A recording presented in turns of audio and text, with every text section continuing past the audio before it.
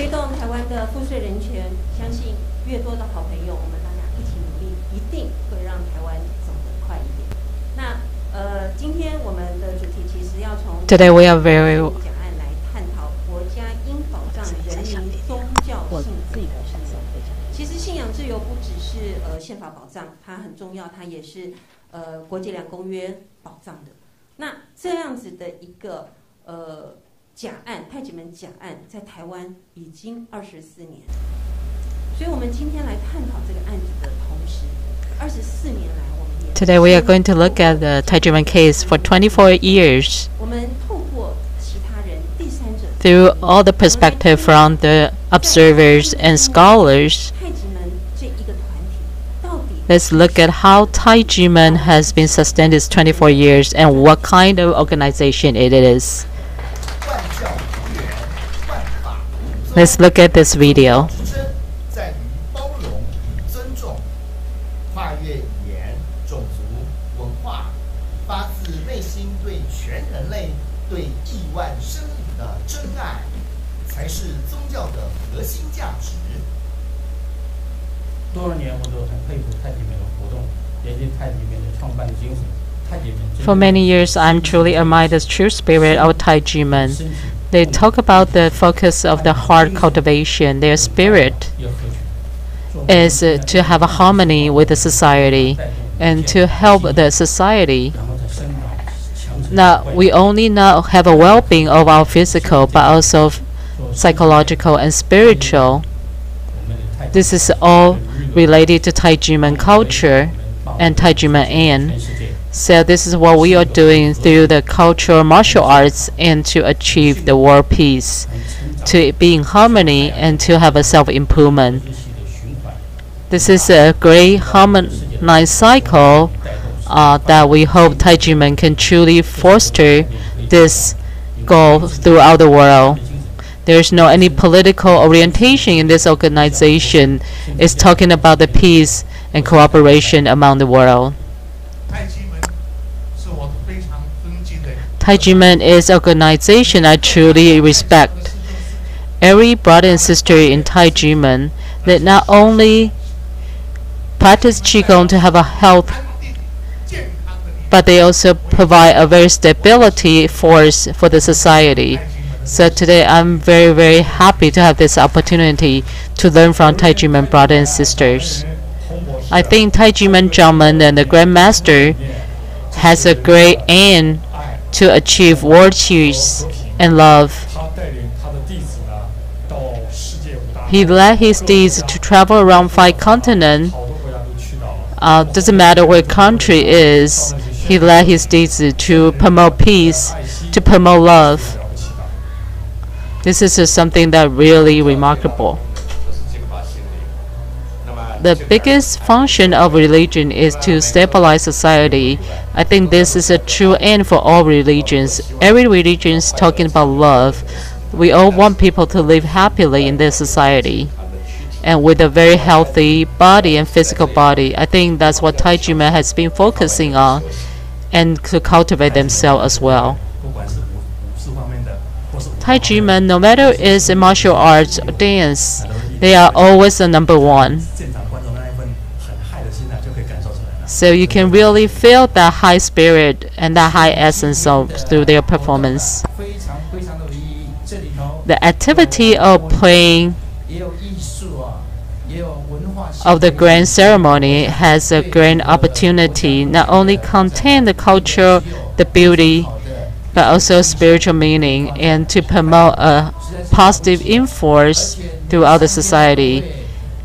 That this positive force can be really heard by the heaven, and today's temperature is really good, so I can see everybody coming here with the joy, and then we can feel the blessing from heaven.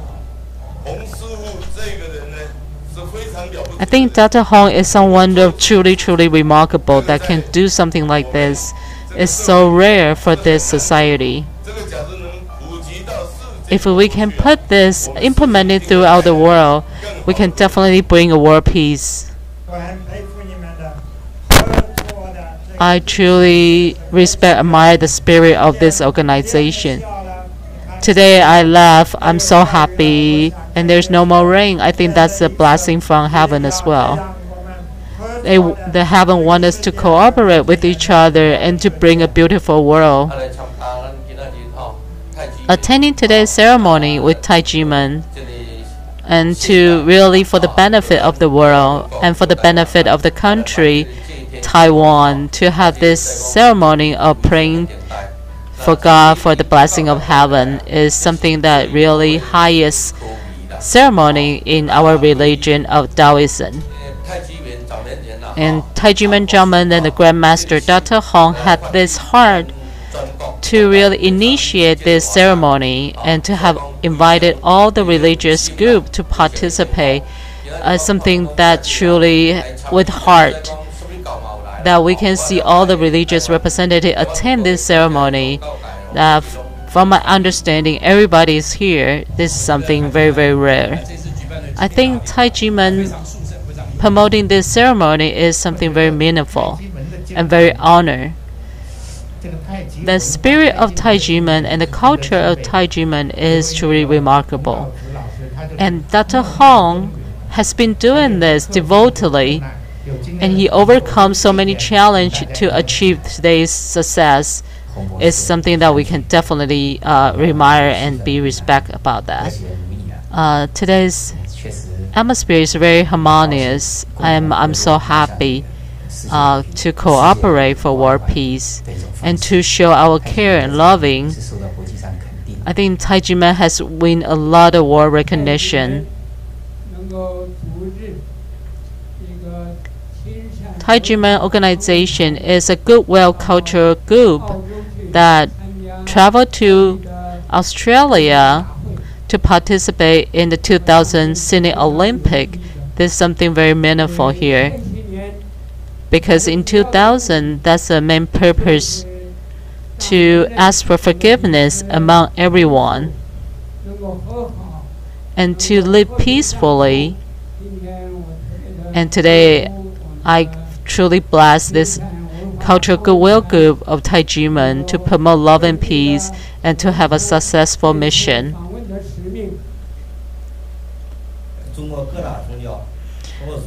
All the religious groups in China, all the Chinese culture, through Confucian to Taoism, you can see Taiji-man truly combine the meaning of Zen and Tao together.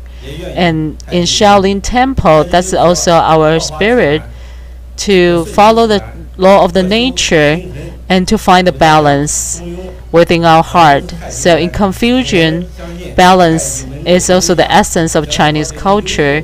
I think Taiji-man is promoting this culture and make it implemented worldwide as well.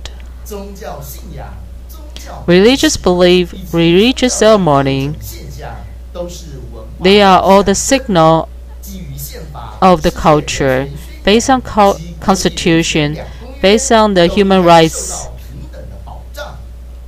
and also the two covenants, they should be all protected.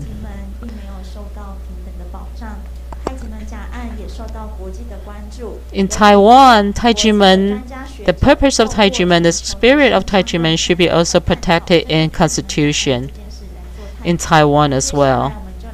So now we'd like to hear more about the scholar, how they look at Taiji-man.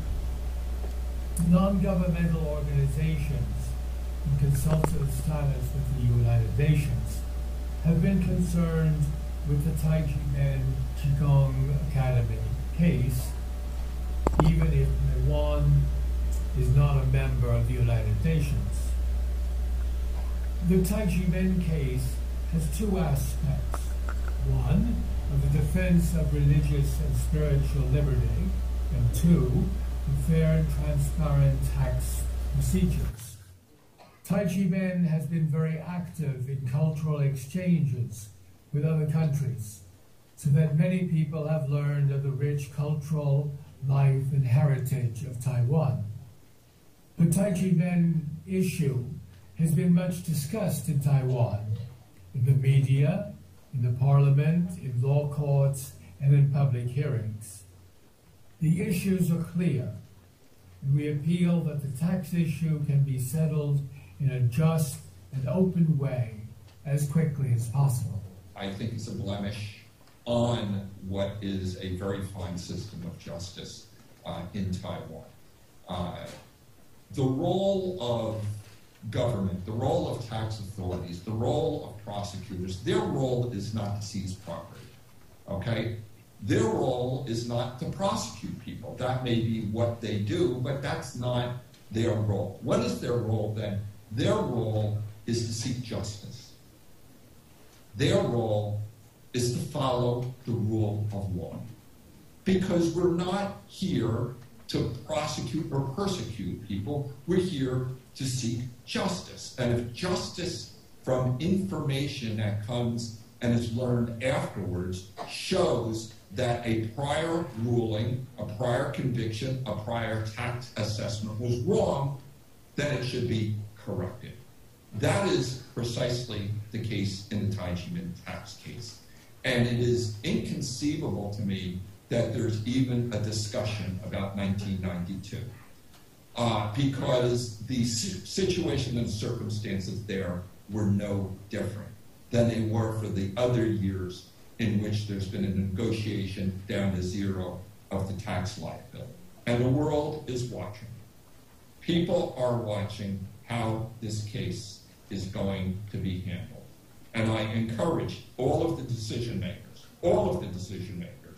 to put a stop to this, to not seize any property, and not perpetuate an injustice that has gone on for 24 years. It's clear, it's perfectly clear that basing on the whole story of this Taijiman tax case, the tax office should be stopped from making any tax claim for the year 1992. And this is just exactly as you recalled, based on the principle of estoppel. Government is one, different agencies cannot take different decisions, but there must be compliance with the law and with the principles. So we all hope that this case may be handled in the perfect way and be concluded in favor of Taijiman. As long as the problem remains inside the borders of a specific country and is not exposed to the international community, there is no long-standing solution. Building up a coalition of scholars and human rights NGOs and NGOs defending religious freedom, so that Taiwan, which is a thriving democracy, and I want to really stress it, that I've been in Taiwan and I really hail what they have achieved in the last centuries and even now in this period of pandemics. So give visibility to your cause in all the ways that are at your disposal, and we can help you. And the Chess d'Or can also be assistance. It's to be hoped that the current government of Taiwan will be able to repair the damage caused to Taijiman under previous governments since the mid-1990s. They claim that for 1992 the appeal terms had expired.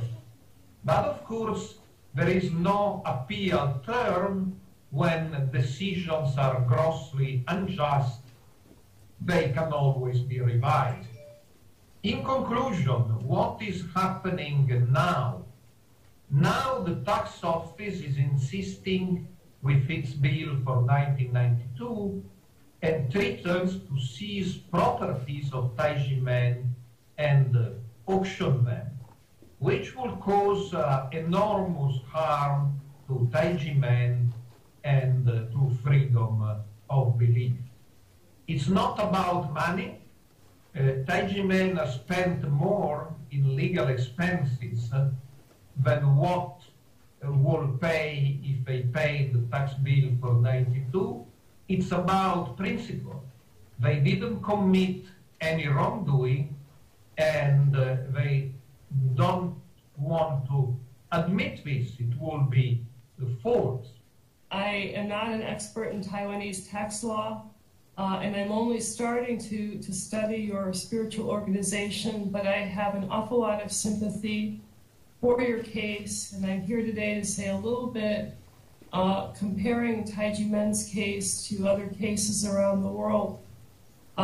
When we think about religious persecution, we sometimes think of heresy trials where people are burned at the stake or the Spanish Inquisition. But in the present day, religious harassment is more likely to take place in the form of illicit and unfair court cases. And so tax laws, zoning laws, being able to have occupancy of a building, these are the kinds of instances where religious minorities find themselves persecuted today. The power of the state should be the ability to protect and defend individuals and groups, especially the most feeble among them. But in this case, it turns out that the state did just the contrary. In the Taijimen case, the power has been used, the power of the state has been used to discriminate against individuals and a group.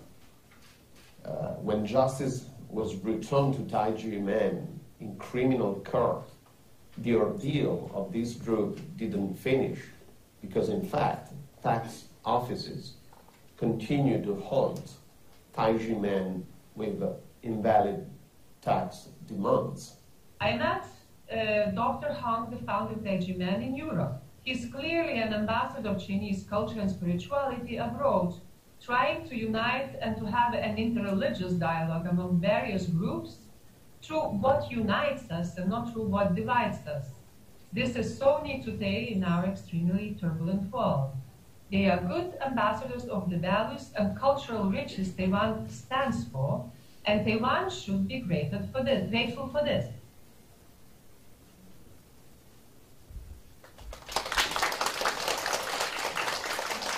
相信刚刚透过这一支国际 We believe through this video of international scholar to look at Taijimen, they may look differently than from our scholar in Taiwan, but we are happy to report that Taijimen case has been during the Two Covenants Conference. Taiwan and Taijimen test case has a white book of Taijimen test case talking about taxpayers' human right, and this book has been taught and be sent to all schools among universities of Taiwan.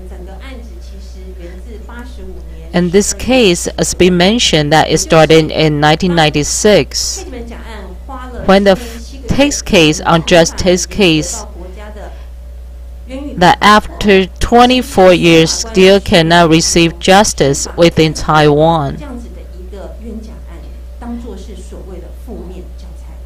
So we look at this case as an indicator of the future prosecution, that what kind of unlawful action they should not be implemented or imposed to the citizen and organization. So we are really using all the methods we can to really reveal the truth about this case and to look at all everyone's experts' perspective and the details throughout the videos.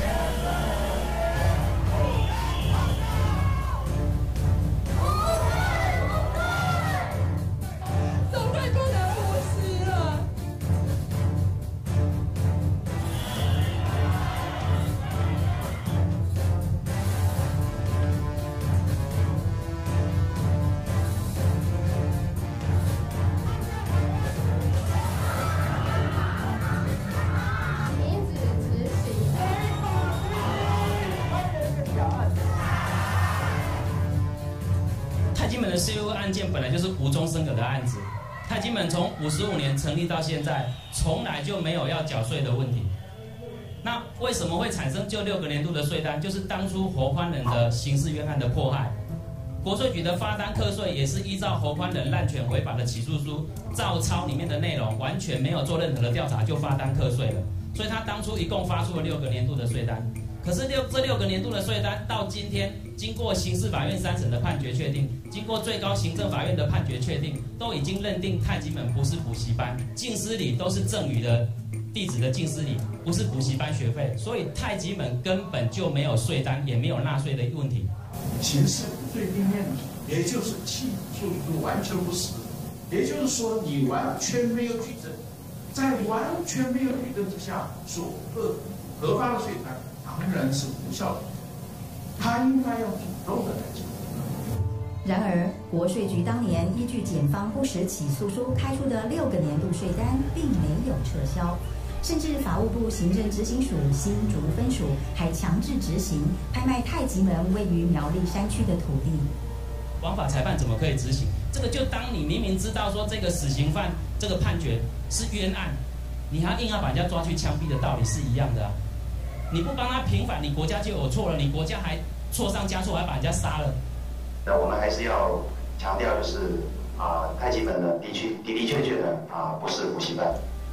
早在86年，教育部就说太极门不是补习班。Since 1997, the Ministry of Education has specifically emphasized Taijimen is not a crime school.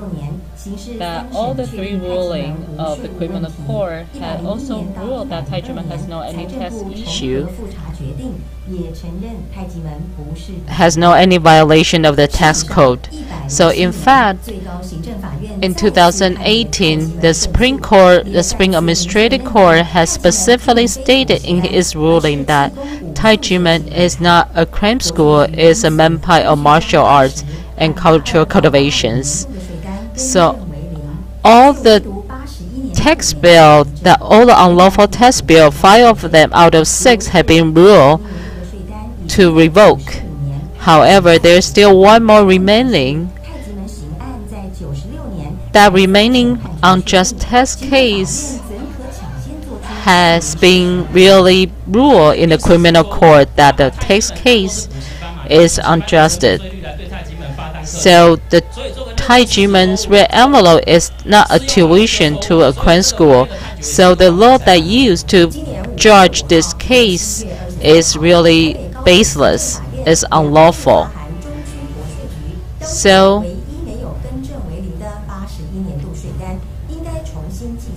the order of the government has been issued to the National Tax Bureau to revoke this tax bill in 1992, especially in Taichung District, and also that has specifically points out that the law that it judge based upon is lossless, has no any meaningful base, that the ruling is as a result doesn't have a lawful base either. So how can they still force to execute it, the auction, illegal auctions? Another conflict of the ruling in 1992 tax case is the judge from the first appeal, the first ruling to the second appeal are the same judge. How can the same judge rule twice when people go into the appeal court?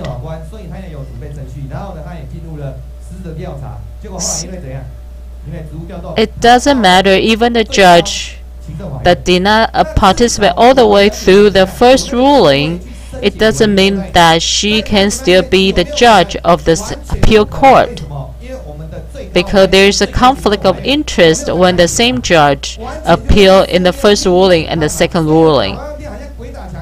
So that's why the people can never win. It's like an endless cycle that people can never find a true remedy to win the appeal.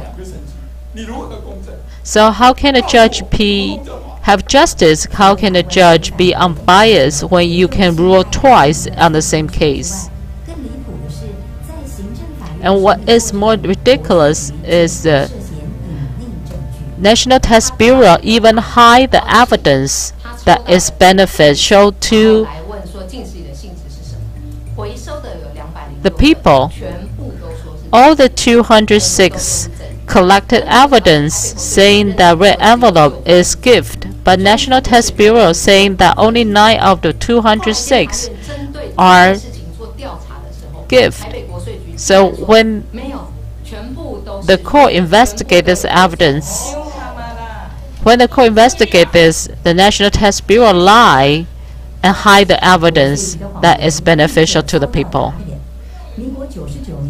During the public hearing in Legislative Yuan, 太极门弟子 that really show their collected evidence that they have all stated that red envelopes as a gift in front of all the National Test Bureau and the Ministry of Finance.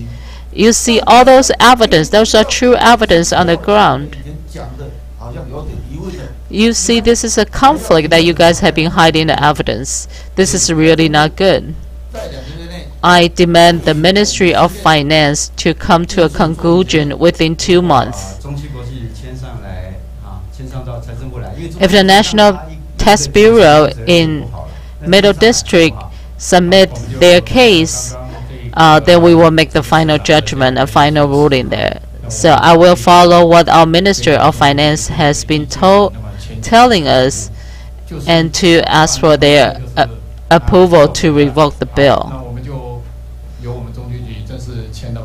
So since the Minister of Finance has agreed on that, we will definitely submit our case to the Minister of Finance. So all the legislator in the Legislative Yuan has asked the Ministry of Finance to make the final ruling to revoke this bill and to stop their illegal auctions. Unfortunately, the case still drags on. The illegal auction never stopped. How can this unlawful tax bill still continue and to force the illegal auction here?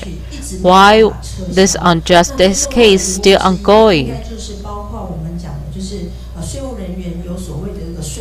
I think the main reason is because there is a bonus involved inside the National Tax Bureau. Unfortunately, the tax agent did not look at this as their own personal matter. They took the bonus, but they don't care about the case. They don't care about the people. In 2019, we see the National Tax Bureau even public a notice that to show where the bonus went to the tax agent. So you can see the notice here how they distribute their bonus among the tax agent. Like they can share half or half between the National Tax Bureau among different districts. I encourage everyone to be anonymous, to tell me that, and to report to me so you can get a bonus. This is a statement from the National Tax Bureau. So another 10 years has passed by since the public hearing, and still there is no ending for this unlawful tax case. And now 24 years since 1996. Even though Taiji Men has received non-verdict through the Supreme Court and did not violate the tax code, even all the defendants received national compensation, but still the case still drags on, and the land even be illegally auctioned. So we demand the government that when you talk about the transitional justice, when you talk about the reform of justice, show the power, show your true implementation, and to really end this unlawful and abuse case, then stop to being the livestock of international community. So many years has passed by till today. Taiji Men Dizi and the master still fighting. We never stop promoting love and peace throughout the world despite all this unlawful test case. We had done everything we can to really awaken the conscience among the world, among the people, even those people who did the wrong thing. So Taijimen test case is not just for Taijimen, it's for the people of Taiwan to really show the true justice and to fight for the justice. Many people have said human right is not given to you. It has to be warm. It has to be fight for. So today, International Day of Observance of Religious Belief. This is a history that we are making here today.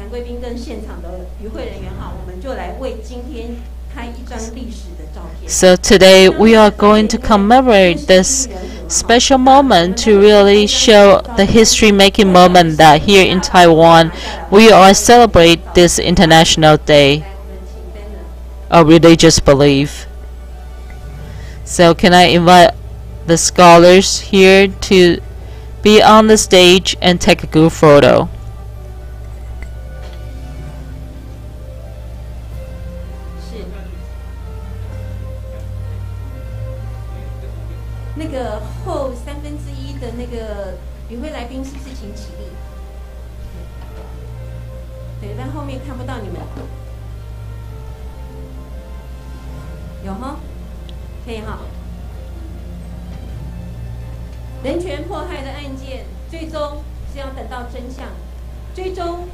All the human rights violation case, we are still waiting for the final justice. We are still waiting for the truth to be revealed. We encourage all the world citizens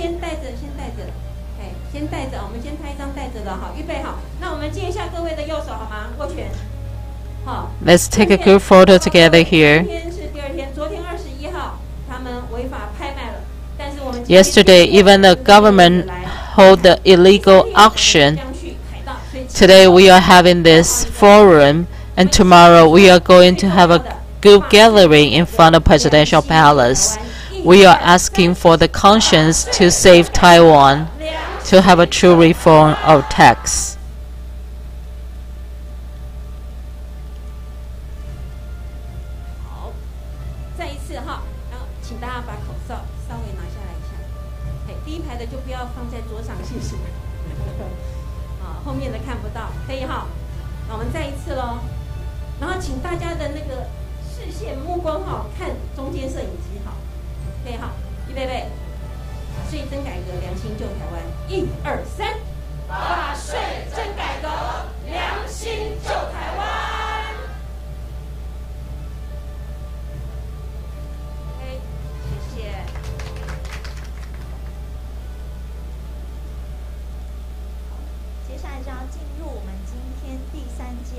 And now we're going to our third session of today's forum. And can I invite all the speakers, please come to the stage.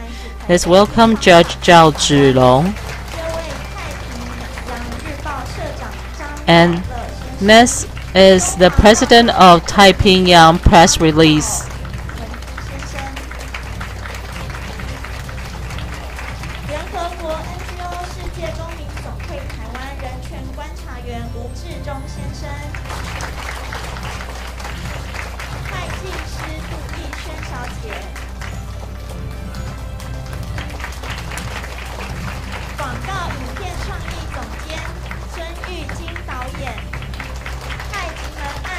And executive producer and director of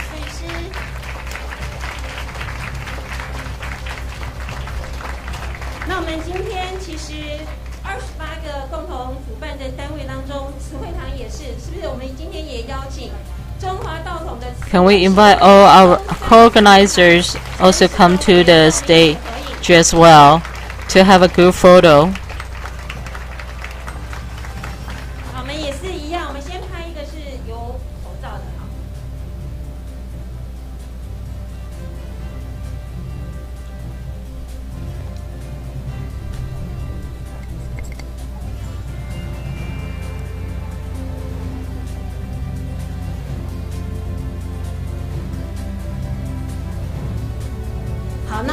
是台下的我们就输送心力好不好？哦，我们让上面有感受一下，我们来喊一次哦，好，1、2、3，纳税真改革，良心救台湾。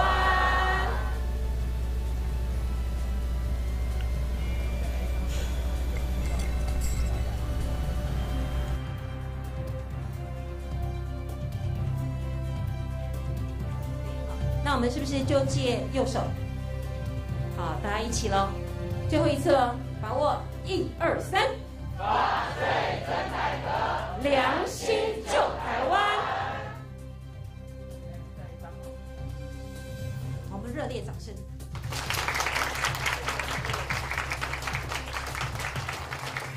好，那我们邀请各位语坛人到会议桌上，好吧，进行就坐。Now I would like to invite the speaker. Please come to the stage, and now we're gonna start our third session of the day.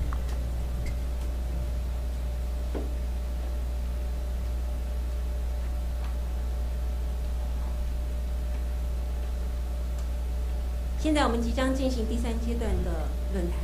那第一位要为我们语坛的赵子龙法官，相信很多人。First, we would like to welcome our first speaker is Judge Zhao Zhilong, who a lot of people and friends are very familiar with. He is also the judge of the first ruling of the criminal court on Taijiman case. A lot of friends have been participating, so we have a very deep connection and feeling to Judge, and would like to give him our most warm welcome here. Everyone, how's everyone? It's my first time to attend in this meeting room.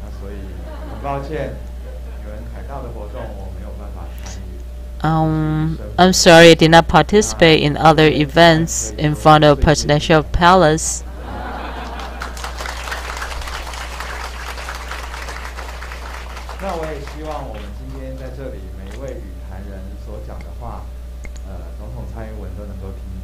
I hope everyone's talking and speech here can be heard by President Chai.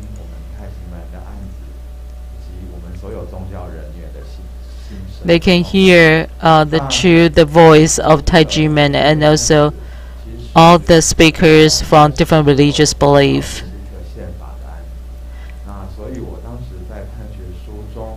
Taijiman case is truly a case in Constitution. It is a freedom of belief. We cannot have a bias or violation against any religious belief.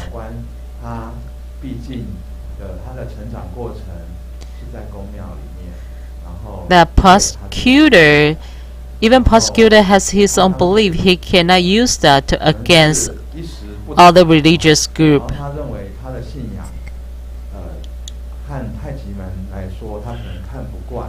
The prosecutor should not use his own belief to judge Taijiman and to write the indictment based on his own belief and bias. Because I know Taijiman is a very good and kind group. So based on the spirit of Constitution and the protection of religious belief, so I believe that indictment is illegal, unlawful, inappropriate. Through the ruling,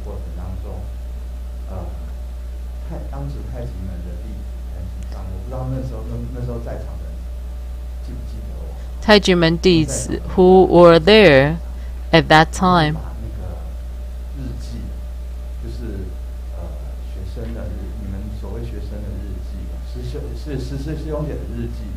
has shown a lot of diary.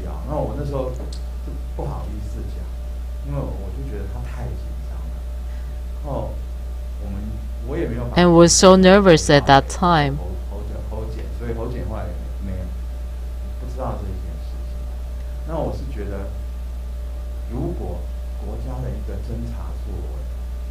if a prosecutor of illegal action can create such anxiety to the people and citizen and making people so panic, then when you look at this, how people can be so affected by illegal action of a prosecutor? What anxiety and fear that can be created by prosecutor, by the nation. We believe in love and peace, but we need a government official really need to take people into their consideration. That don't commit violation against people's rights, and to keep a kind heart in heart.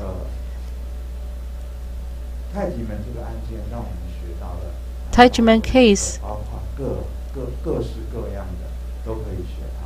has taught us so many things. It doesn't only talk about the freedom of belief, it also talk about the freedom of thoughts.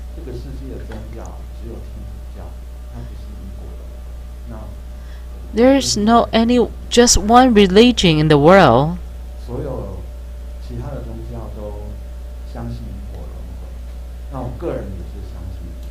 All the religious believe, most of them believe in reincarnation, believe in karma.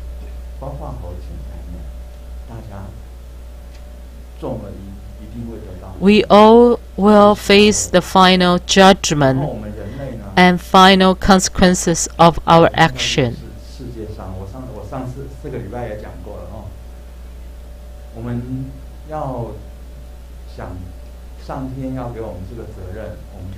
Let's think about it.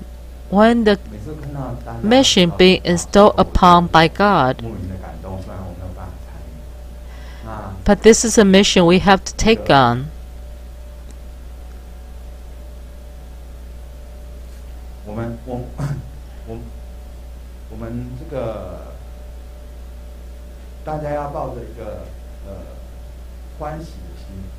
We have to carry it on with the joy.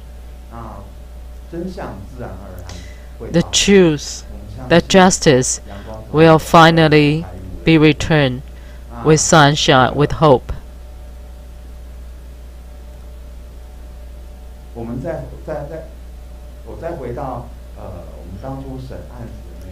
Let me talk about the time when I was ruling on Taijiman case.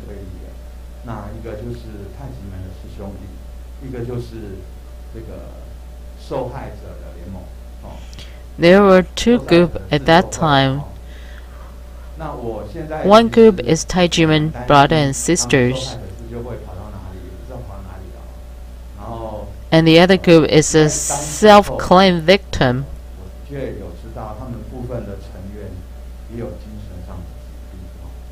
And we know that some of those self-claimed victims has some mental issues.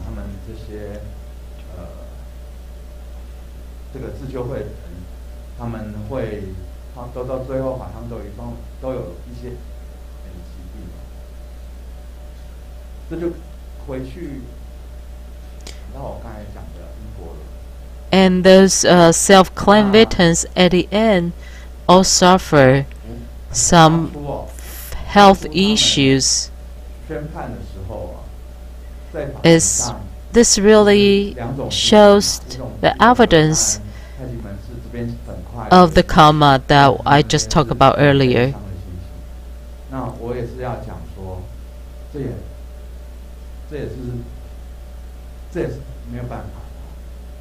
Even though very sad that the case has been going on for 24 years, now we are still facing this. Yesterday, there is illegal auction of Taijiman property.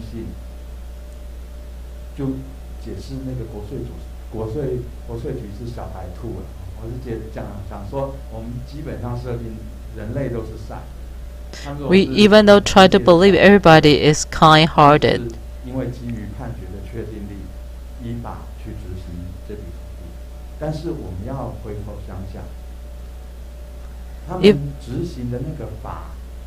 Even though they claim they do these illegal auctions based on the ruling, however, let's look at this ruling. Are they truly lawful? If that's truly lawful, how come the rest of the years there's no any tax bill? If every tax of each year is the same, how come only the tax of 1992 be implemented? So we really have to wonder why only 1 year has a tax issue, but the rest of the year has no any issue at all.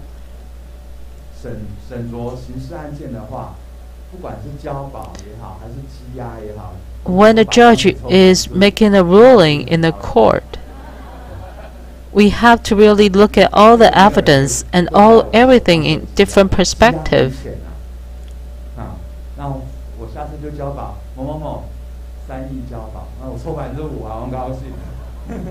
So you cannot make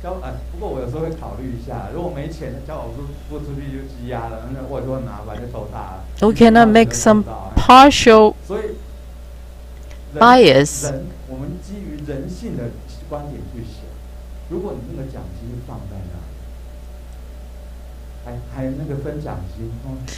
So when we look at this case, we look at the nature of human, and you see there's a bonus involved. If there's a bonus involved, then you are making the tax agent to truly enforce this case for the bonus.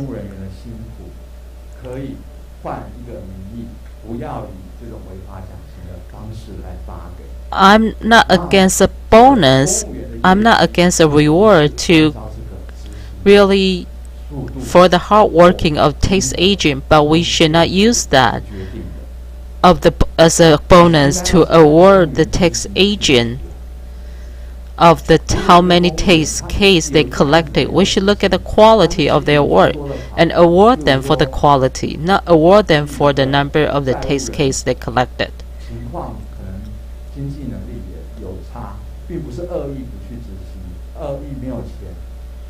So when the tax agent make the enforcement, they should look at and consider all the victims. They should consider all the situation. So today my time is very short, but I would like to talk more next time when I have more time. I would like to thank Judge for your kind words. Even though all this is years, we have seen that so many judges, so many scholars who are kind-hearted, who are willing to fight with us along the way in this very difficult challenge.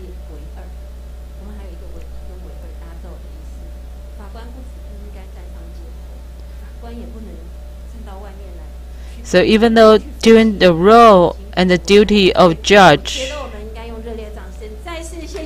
even doing the duty and role and judge, they are not supposed to talk about the case, but they are still willing to stand up to reveal the truth.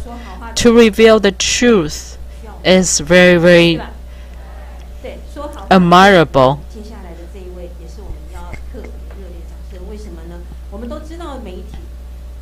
Next, we would like to welcome with a very, very kind and warm-hearted to the press, to the president of the press, because when you look at the previous report that had been reporting on Taiji Man case with all the bias and with all the power of the press, that we truly can see how amazing a power can be from the press if they can make the report based on the truth, and what an amazing power they can do to the society.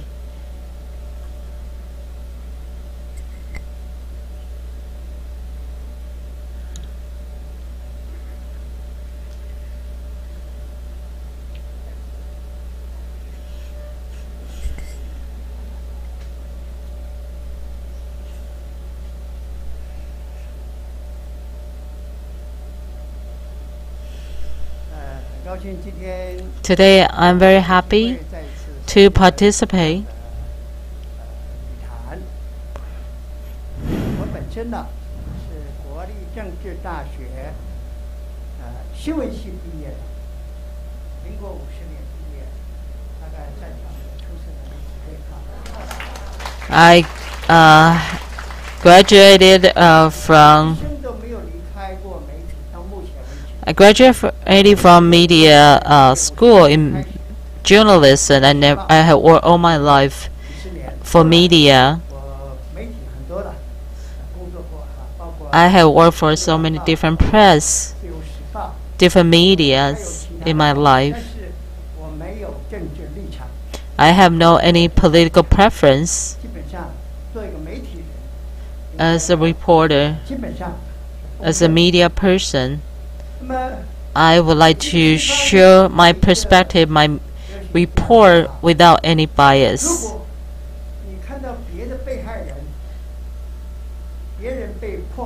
If you see people get violated, if you see people's rights get violated, but you don't stand up for them, then you are very likely to be the next victim. So, as a media person, I would like to have my perspective in justice without any bias. I want to stand in the perspective of justice. Even though some people may have misunderstanding of justice. For the last couple of days, we see a case in society that one people murder his mother due to the drugging.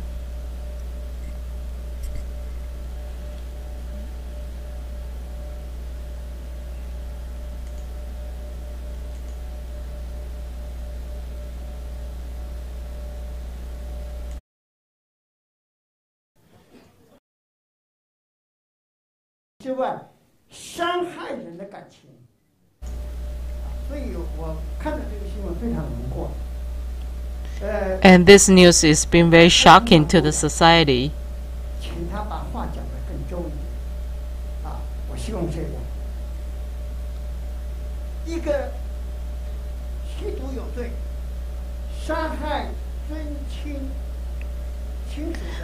Everybody is debating about the ruling of this case.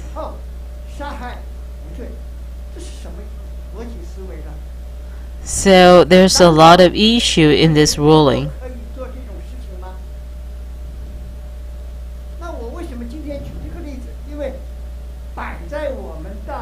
Today what I'm mentioning about this case is now what happened to the society.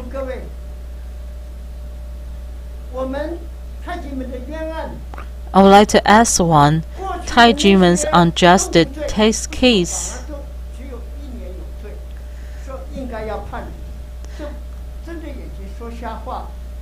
The Taijiman unjust tax case has been going on for 24 years, and none of each year since its establishment has any tax issue, while only 1 year has this tax bill.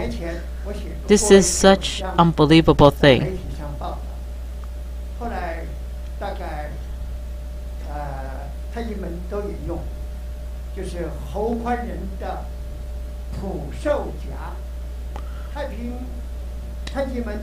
So the prosecutor Ho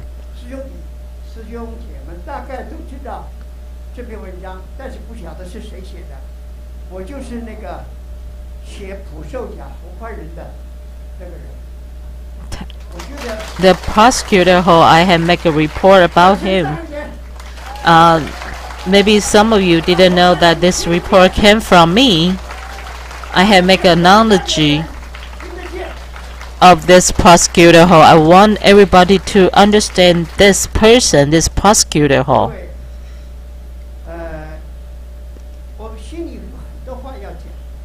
Even though we have so many things I would like to discuss, but due to the time limits,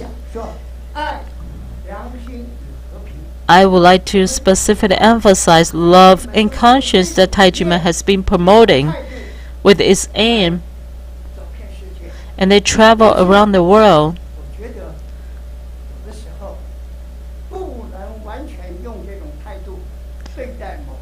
However, even though we try to promote love and peace, there are just some people that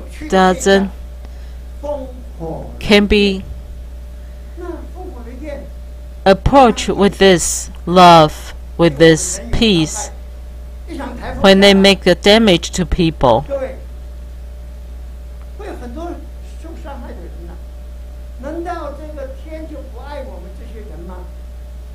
So sometimes we having a more harsh action doesn't mean we don't love them, doesn't mean we don't. It doesn't mean we don't love them, we don't have a peace. It just means we are trying to teach them. So when Taiji is fighting those unlawful person, we have to stand up. We have to stand up, not just using love and peace. We have to use a more harsh action to teach them, to give them a lesson.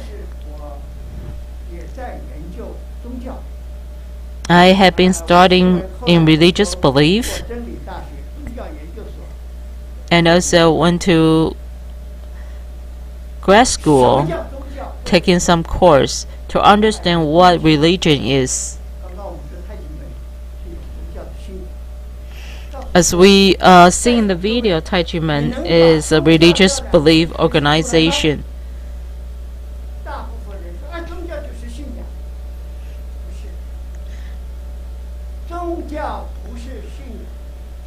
Religion is not just belief. Belief is just part of the religion. Religion is about teaching, inspire, guiding people.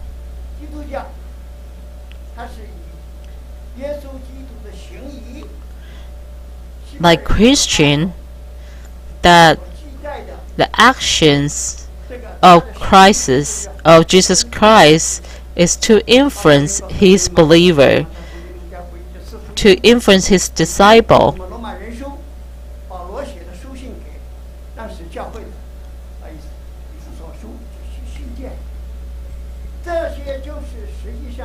So all the books that his disciple wrote based on his action, based on his teaching to influence his believer.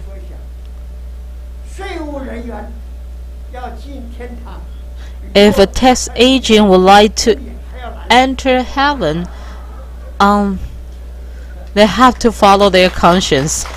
If a tax agent really want to go to the heaven afterwards,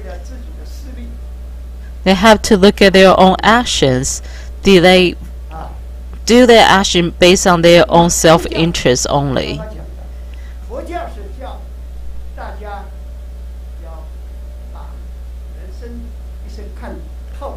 In Buddhism, it teaches to have a comprehensive understanding of the life cycle. And it teaches 6 wisdom, to teach be compassionate, to have Zen, to have wisdom.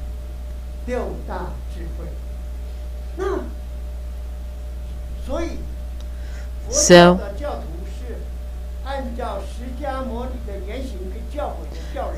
this in Buddhism, all the actions of Buddha is showing the peace believer and to influence them to go on the path, the right path.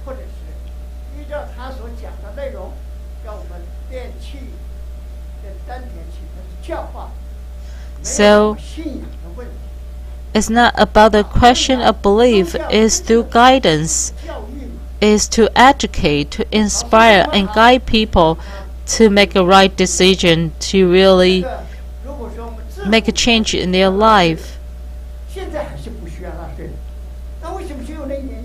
If in Taijimen all the years doesn't have any tax issue, how come only 1 year has a tax bill?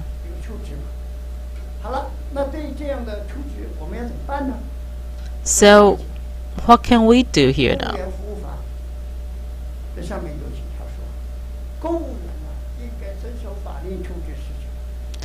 We ask a government official to follow the law.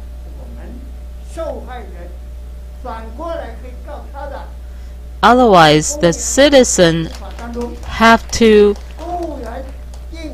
report the government official and to file lawsuit against those government officials who violate the law.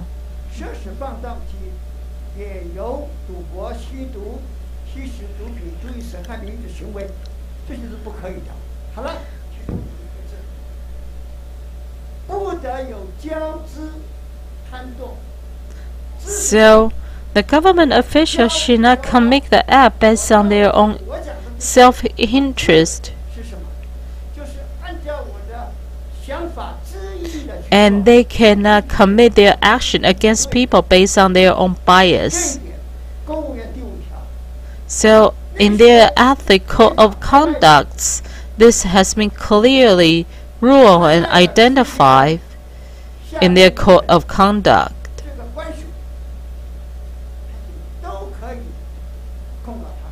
So, with this code of conduct written in their handbook, Taijimen deeds can file lawsuit against those government officials who have violated their codes of conduct.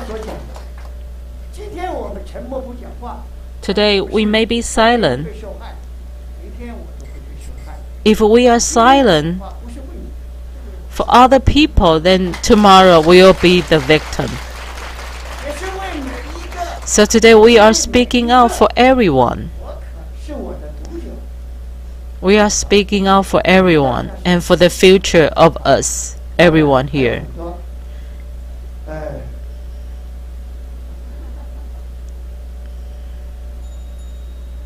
There's so many things I would like to share, but because of the time limit, of course I saw the videos today. And I've been participating every year.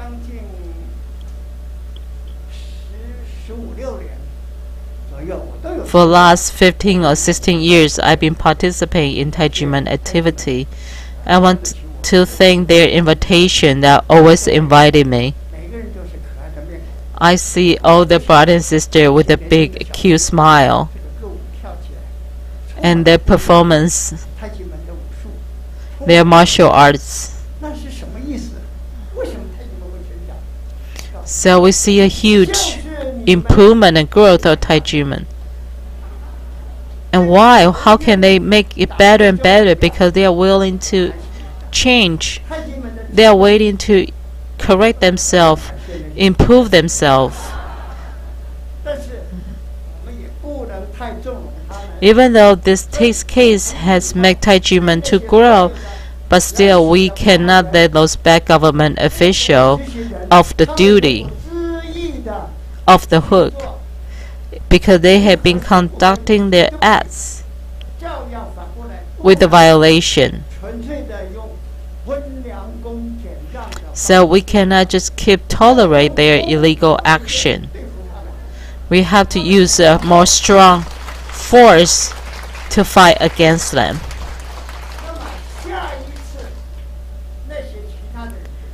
So if we do that, we can stop them to infringe the violation against other people.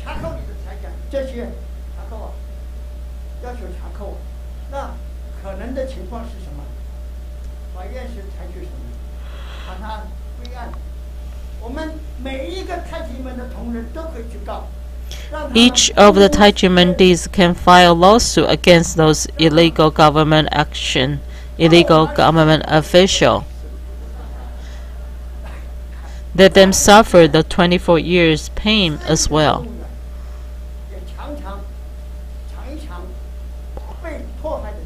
Let them see what it feels like to be violated, to be abused, so they will stop this kind of abusive action against other people. There are so many things I still want to say. However, due to the time limit, I'm not able to do it, and hopefully we can share next time.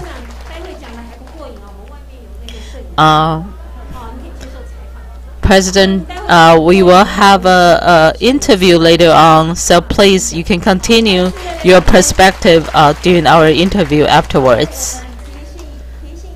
我每一年参加太平门的年会的时候，每一年都要我讲，都讲的不太完全一样。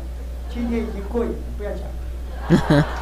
I has expressed all I want to say today. I'm very, very happy already.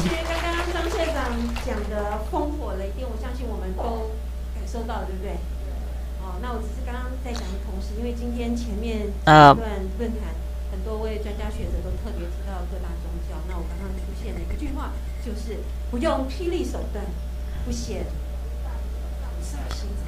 So I think I just want to echo to the speech that President Zhang has mentioned that a strong force can bring out a most kind-hearted. So let's all work together.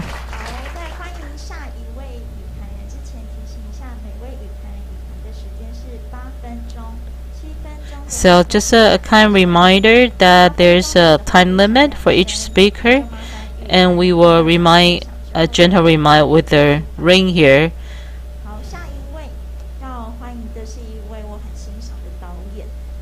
And later, I would like to introduce a director a film director who has been really good to say the story through the lens, through the film.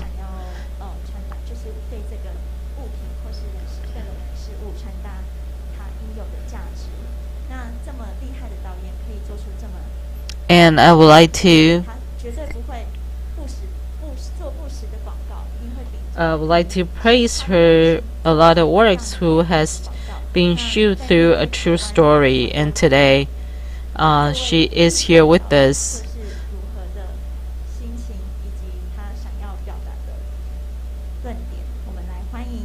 Let's welcome this film director, Ms. Sun Yijing. Hello everyone. For the past 2 days, I've been a very important 2 days. Yesterday is an international day to commemorate the victims of being violated on their religious belief, and same thing here to Taijiman that had become the victim as well because of illegal auction yesterday.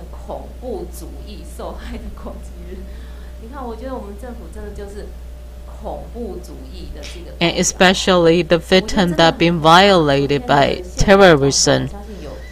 And yesterday we do see that Taijiman has been the victim, especially in yesterday's incident. When I was filming yesterday, I can see everybody experienced the violation yesterday. And you see the government, those unlawful government actions that drag the people along the way.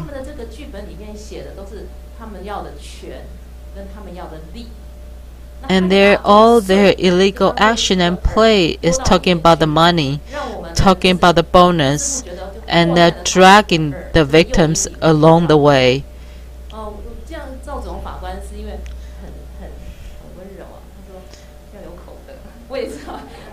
Like, even though Judge Zhao tells us to be kind-hearted, not to say bad words, but if you look at all the face of those illegal government officials, I'm sure when they were kids, they must be cute.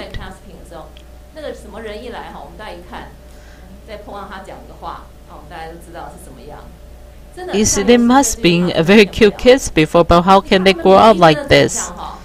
How can their face look like this now? So even though I try to not to make any bad words about them, but when I look at them, it's so difficult.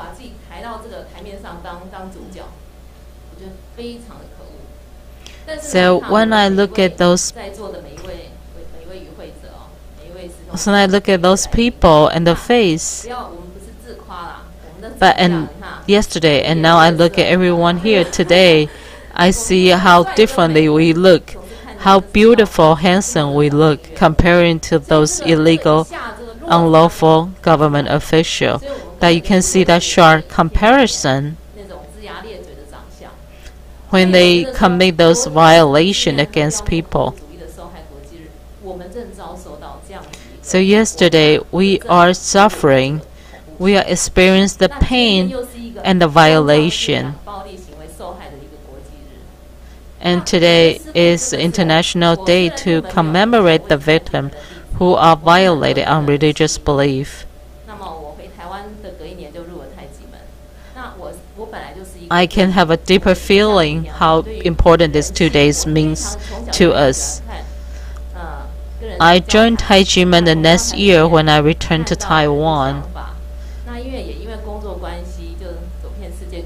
I've been traveled around the world because of my work, and been to a lot of places that very few people have been to, and meet so many people around. But I feel the most precious part is the heart, because that's the most important thing about human being. That's why I want to join Taiji, because I see that heart that being valued here in Taiji, and also in the religious that talk about the beautiful heart, the conscience, and that through the cultural presentation we can all feel that.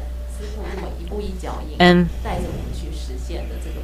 we see how this heart, this beautiful heart, being implemented and promoted around the cultural goodwill trip by Taiji around the world.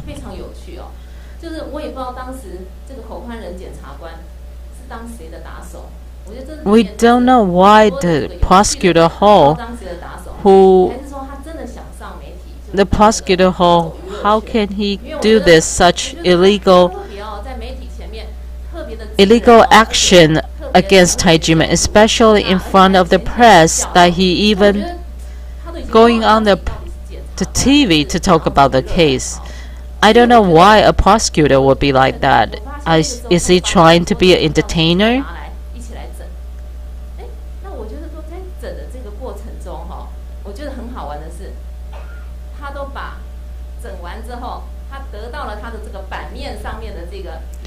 I don't know why he wants to be a star.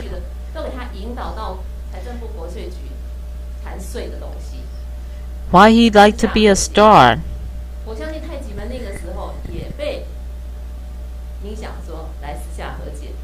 And all the case was dragged on to the National Tax Bureau, and that forcing Taiji to negotiate with the National Tax Bureau for the benefit. Unfortunately, they don't know what true Taiji is.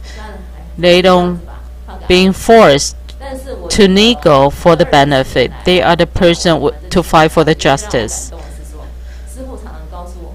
What really makes me admire about Grandmaster is that he always teaches us do the right thing.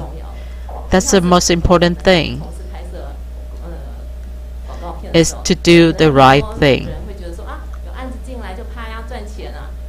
And this I had also applied to my work as well. So I applied this spirit, this goal to my work. If the product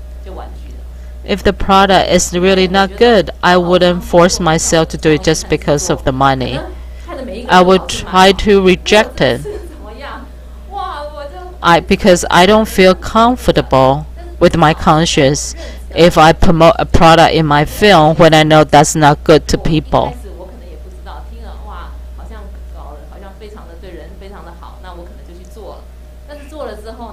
But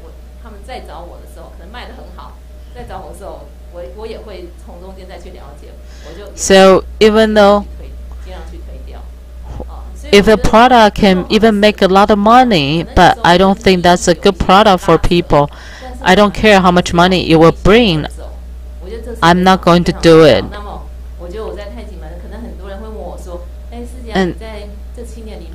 And for the 7 years I've been joining in Tajimen, some people will ask me, what have I changed?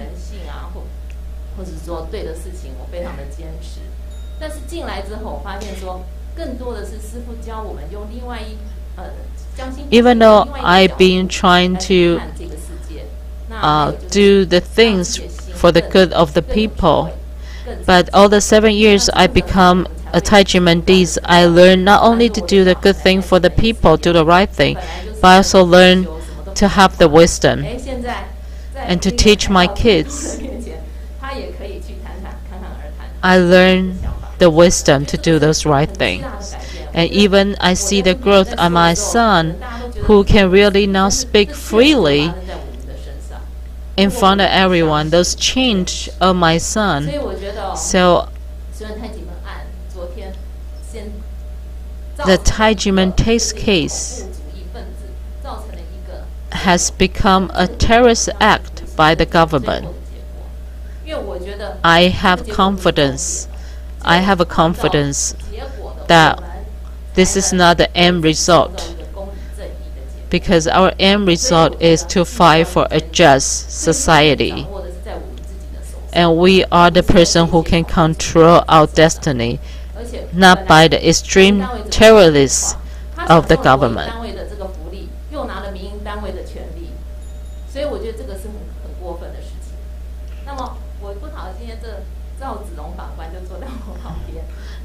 Today I have Judge Zhao sitting next to me.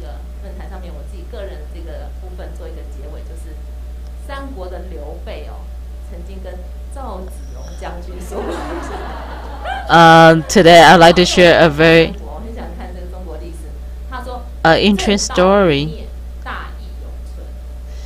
interesting story from the Chinese history. Until we continue fighting, even though the most extreme difficult situation, if we continue fighting, the justice will definitely be revealed. The right path will definitely be revealed if people continue fighting. It will never disappear.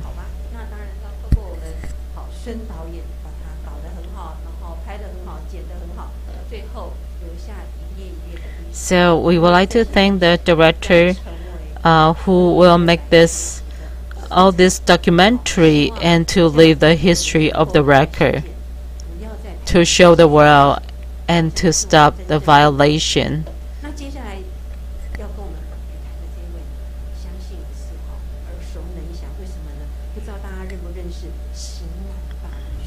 And next we would like to welcome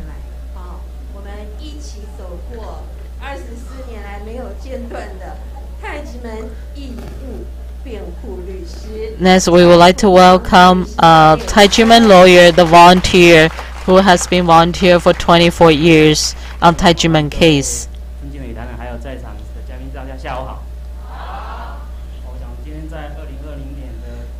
Good afternoon, everyone.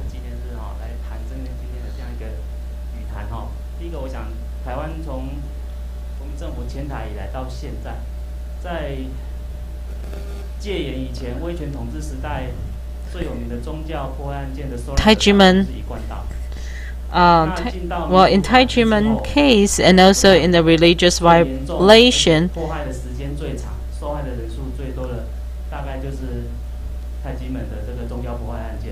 Taijiman case has marked the true indicator with the most victim in this religious violation. We all know that before the government will use the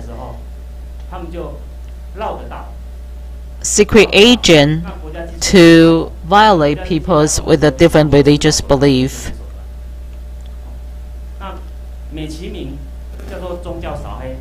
If they will crack down those people in the name of religious, but how do they?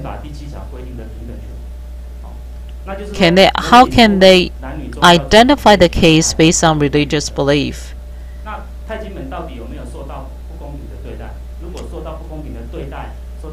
Does Taijiman being treated fairly, equally? Apparently not. All of the group organization among cultural performance among the martial arts organization, none of them has been treated with the red envelope issues. None of them have been taxed because of red envelope gift tradition, only except Taijiman.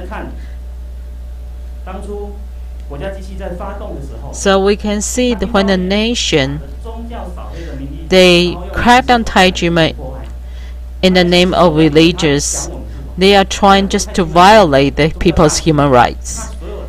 They call Taijiman,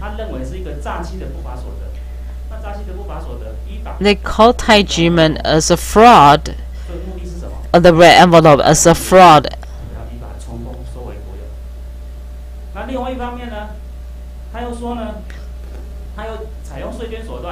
But they make this case in contradictory statement. One say this is a tuition for Korean school, the others say this is a fraud that should be confiscated.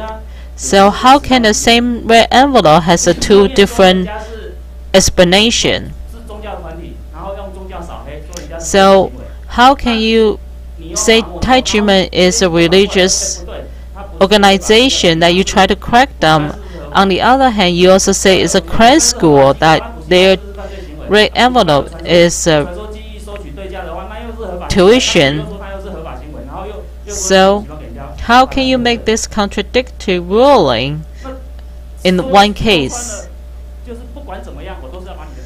So it shows that no matter what kind of action they are taking, they just want to take away people's property.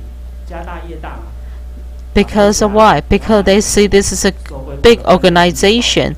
They feel threatened by an organization. So that's why they use all the means they can, even though those means are contradictory to each one. And once they decide to do that, they give out the bonus who conduct these illegal actions of a government agent. So this is a class act. This is a collective violation of the government. This should not be tolerated, accepted in a democracy, a democratic society.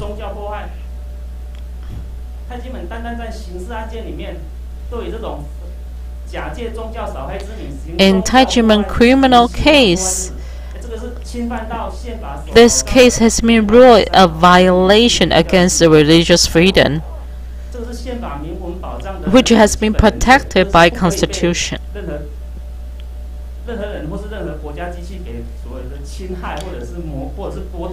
Whoever fall into a victim to have their rights be violated in terms of religious belief should be protected. This because the case is about the religious freedom. It's about the belief that be protected by Constitution. It's not something a prosecutor can violate.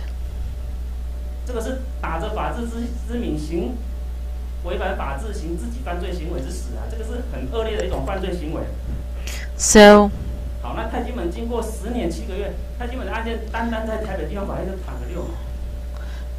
all the years that Taijimen went through the criminal court, for so many years, and the indictment is so ridiculous, not even the judge in the criminal court cannot believe it, because the indictment, it has all the contradictory statement against itself. And it have violated due process, the principle of due process.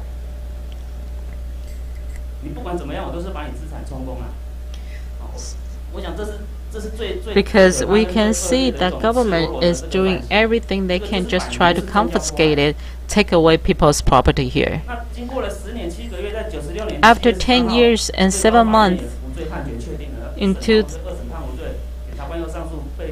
that Taijimen has finally been ruled by all three rulings that of non-guilty and did not violate the Tax Act.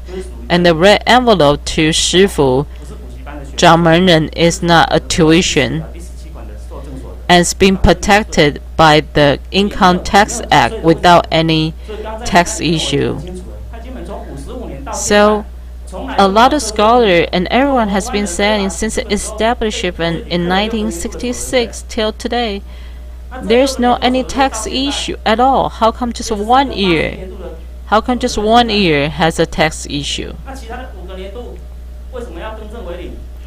And if there's truly a tax issue, how come all the tax bill has been revoked?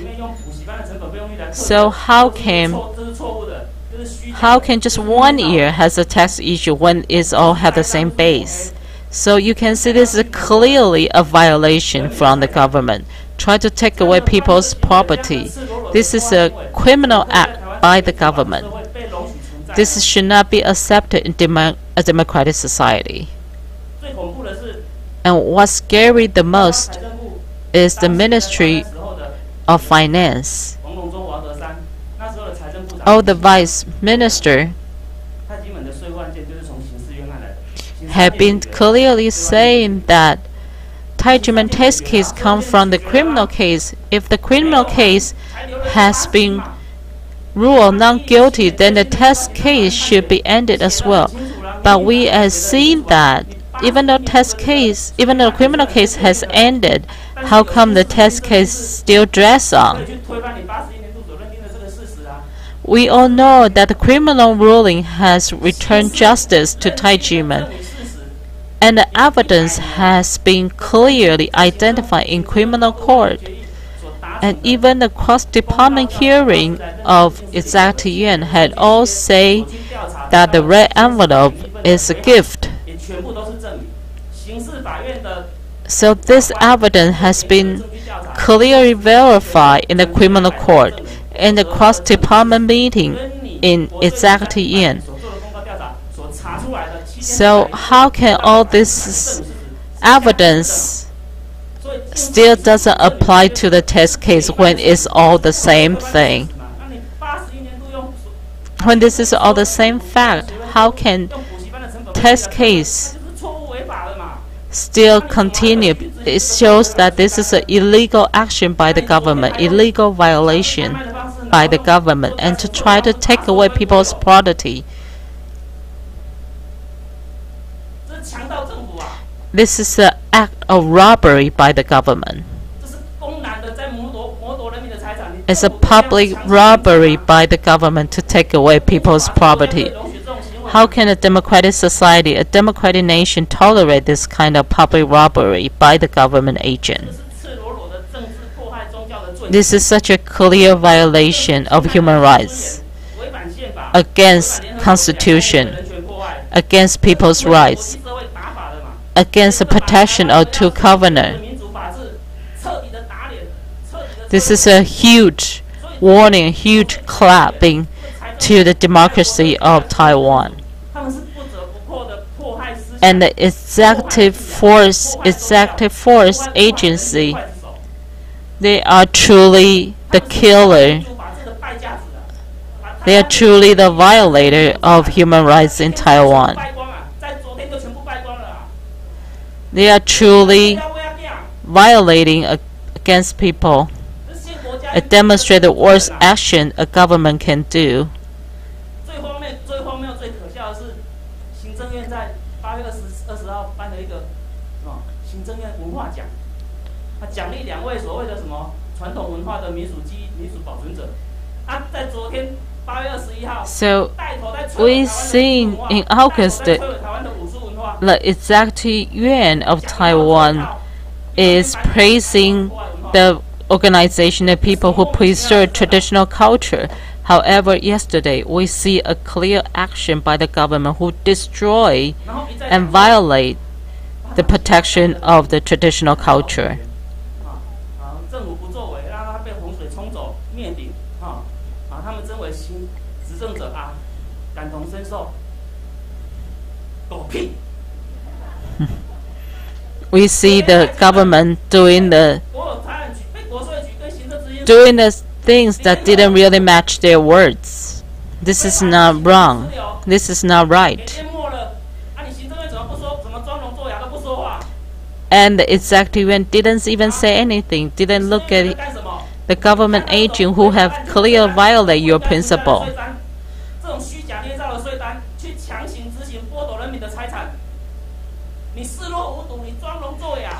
And they don't take any action against those government officials. And you keep on saying you are protecting the traditional culture. On one hand, and the other hand, you are violating the people. Are you doing your job? Are you doing your duty to really protect the traditional culture? I want to end my speech that there is consequences. There will be consequences. There will be incarnation of the actions. And there will be a karma. Time will come. Time will come for the people who committed those violations. Wait for your bad karma to come up to you.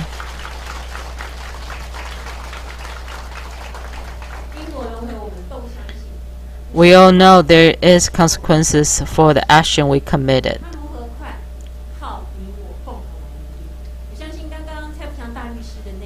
We believe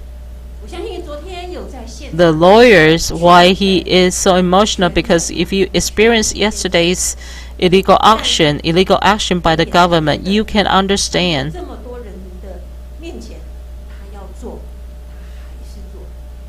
You can see that clear violation in front of us by the government. So we will keep on fighting. We will keep on fighting.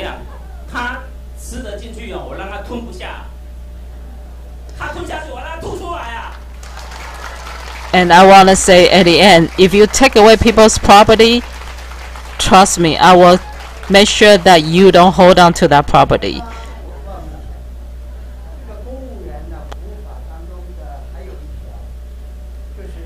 I want to say in the code of conduct by the government agent,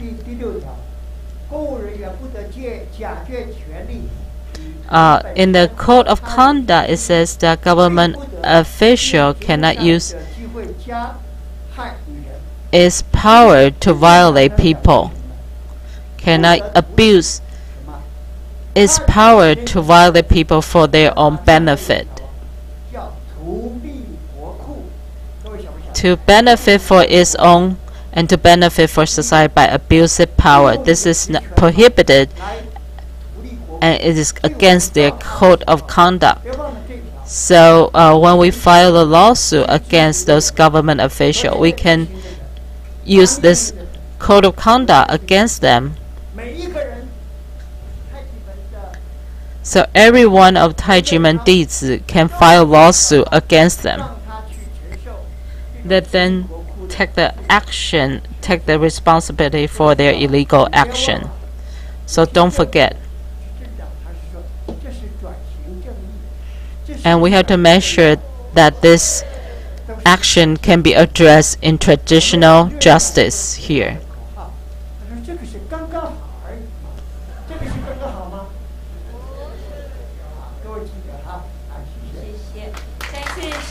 So everyone must remember, we must let the people's voice to be heard. Tomorrow we will gather in front of Presidential Palace, and we will be there till from 4 p.m. till 10 p.m. tomorrow. So we invite everyone to join us to have the awakening of conscience of the world citizens. So let's all come together tomorrow in front of Presidential Palace. Today we have so many different scholars and the lawyers who really speak up, and we believe that we will gather so much force to fight against this.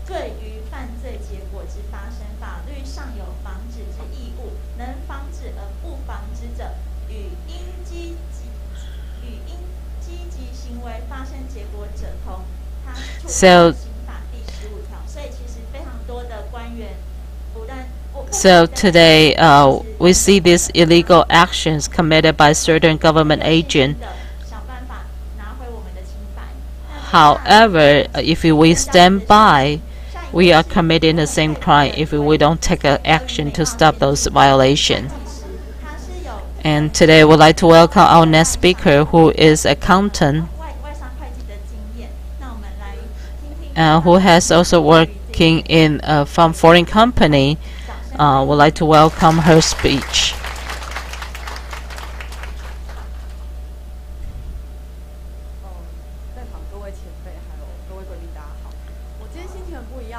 Hello everyone. Today I have a different feeling here.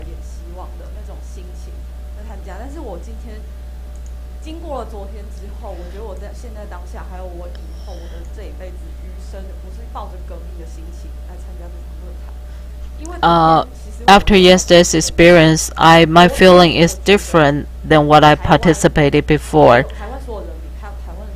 I feel like now my spirit is about fighting, about reform.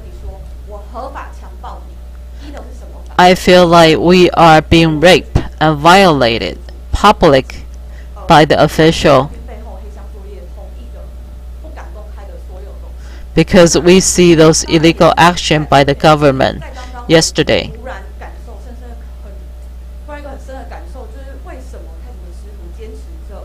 So today I have an even deeper feeling that why we don't want to give up, why we continue fighting for this 24 years.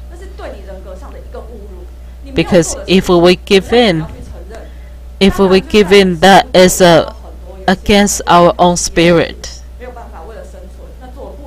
We don't want to compromise because it's against our principle, against our spirit. So today, after yesterday's experience, I have more deeper appreciation for Taijiman, Jiangmen and Taijiman Grandmaster, who had taught us through all the struggle that we see how important it is to conduct just action, to be a person with justice, to fight for justice. This is something that we all should instill. We know a lot of volunteers has been on the street protesting for over a month, but government officials never respond. Never really respond to people's protest.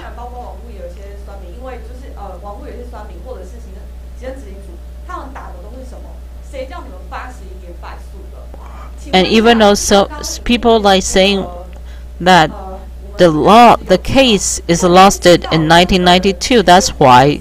However, that's not true. Because the law that was judged upon in this 1992 case is not right.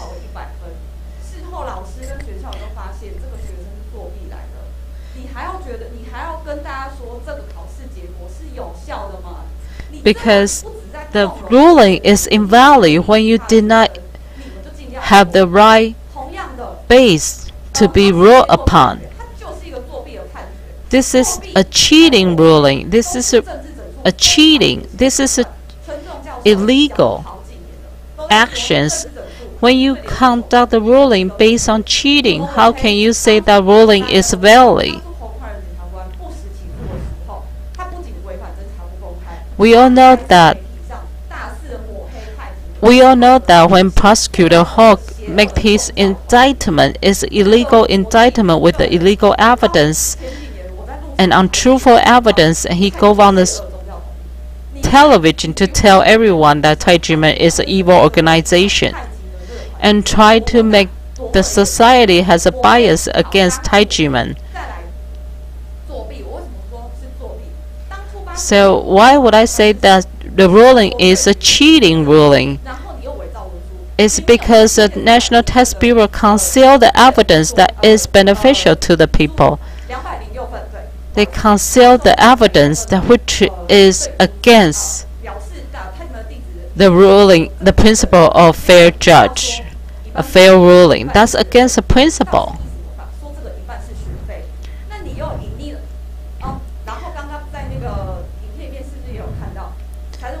And you claim that red envelope is a tuition to crime school when every Taiji Men teacher said the red envelope is a gift in their evidence. However, you conceal the evidence during the trial.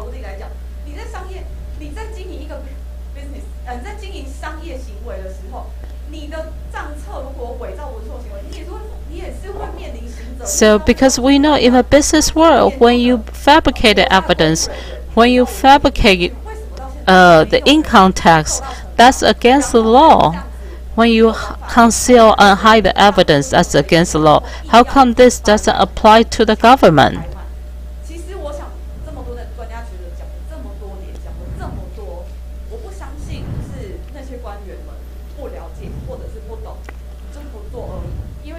I don't think government agent doesn't understand this principle. I think they just totally ignore that.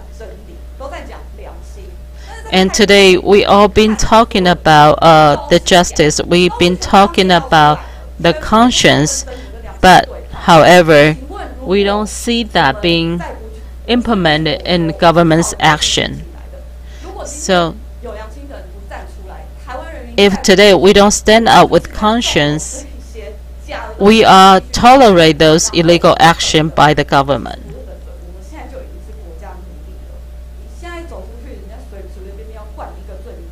We are becoming the victim of government's violation. They can easily violate the people.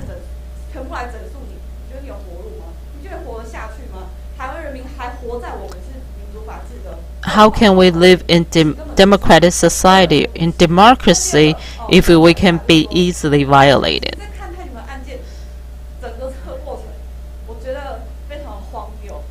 When I look at the Taiji Men case, I feel how absurd the whole thing is. I feel this should be filmed, to make a movie about it, because so many things is so absurd that you don't believe this is a reality. And you see how dark it is when the government try to violate an organization's right. During the case,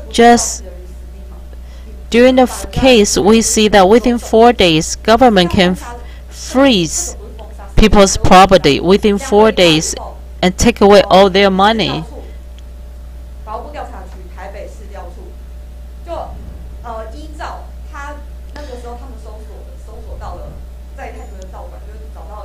And we see that when the government conduct the search and making whatever they collected become illegal evidence against,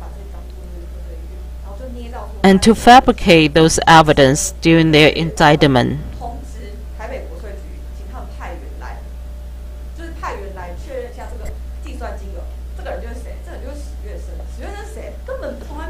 And they fabricate the evidence and they call on the witness who is never been truly in Taiji Men.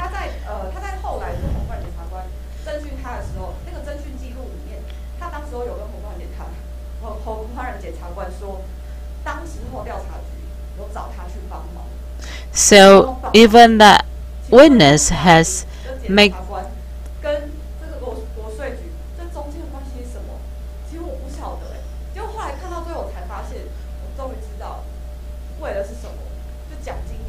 make the false statement, fabricated statement, because for the money, for the bonus.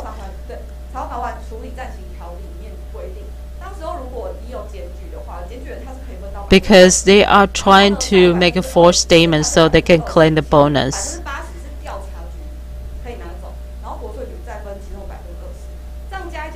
So you can see everybody is involved for their own benefit, for their own bonus.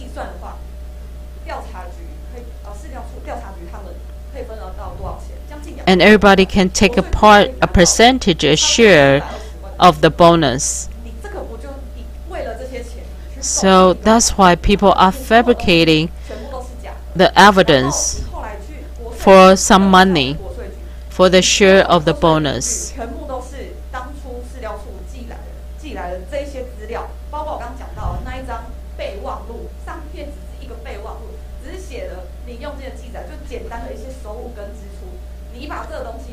So they took a very basic statement. You take away a very basic statement of the bank with a very little money and fabricate it to a huge amount so you can collect the bonus. And even though that all those evidence has been ruled in the criminal court as invalid, have been investigated and been ruled invalid in the criminal court, that's not true statement.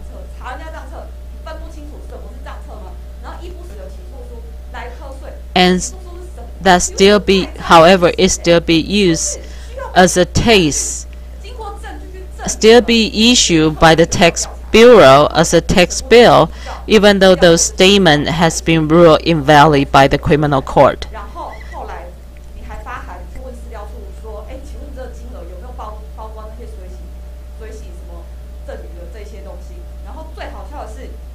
So how ridiculous and absurd this.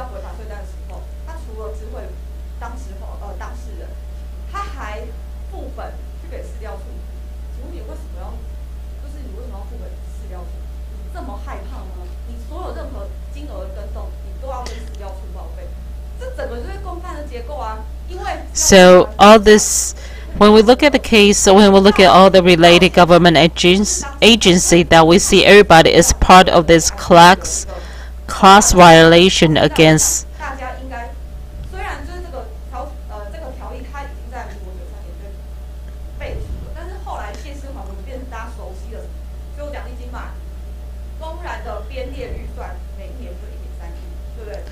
So we know that each year, tax agent can collect some bonus. And we all know that even before their illegal auction, they already talk about how to share the bonus. Because all this bonus leads people to conduct all the illegal actions, are trying to make all those government agents to conduct illegal action because of the benefit of the bonus.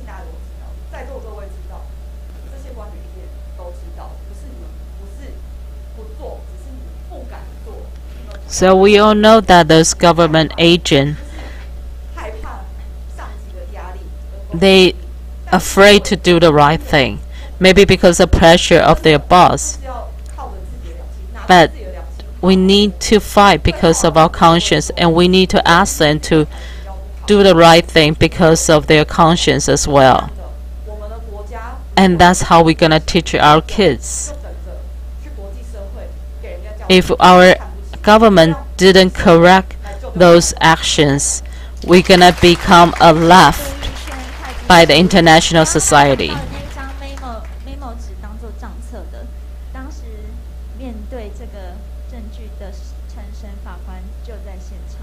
So today, when we talk about those evidence during the criminal court, And the Judge Zhao, who is also the judge of the criminal court, is right here. And he can definitely testify how that evidence has been fabricated. He can verify that. And for those 24 years, we all suffered.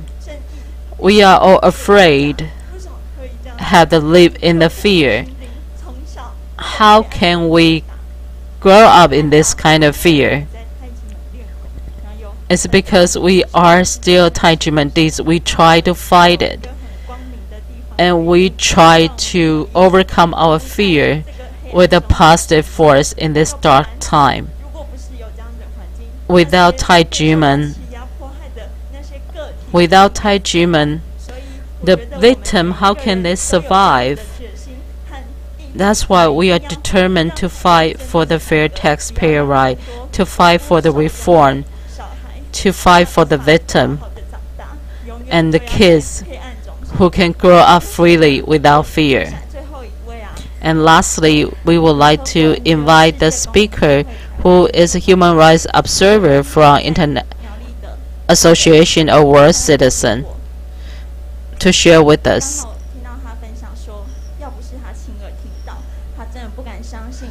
Who was also in yesterday's witnessed the illegal auction by the government.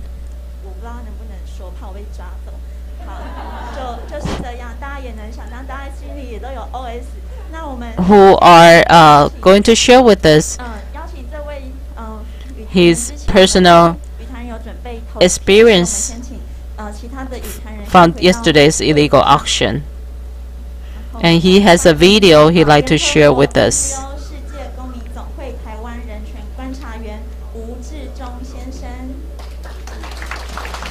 Who is a human rights observer from the international organization Association of World Citizens.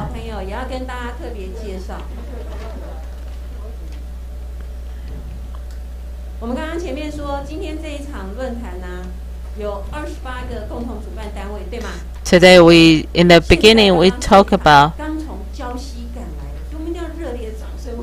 we have a 20-year-old co-organizer, and now we just have one more organizer who came all the way from far place just to be participating in today's event. Hello everyone. I would like to share the violation against freedom of religion is against international law.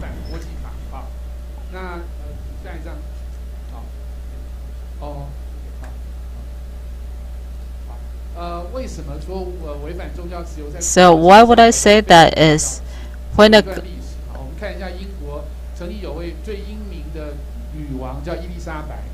in United Kingdom in the history that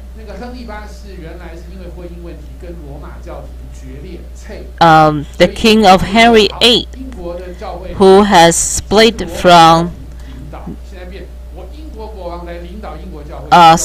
the Roman Catholic and tried to rule his own nation.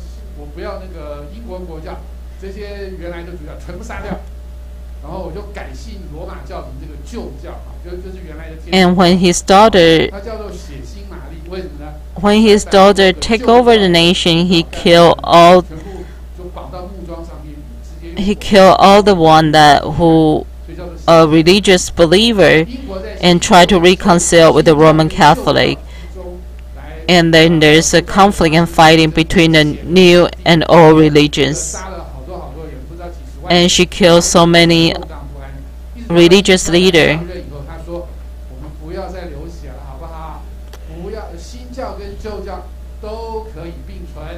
So when all this history, when the Bloody Mary ends, the history of Bloody Mary ends that UK took acceptance of all and new religions, and their nation becomes stronger. So we know that when a nation respects the freedom of religions, the nation will become prosperous. So for any nation who is going to be strong, they have to respect a religious freedom.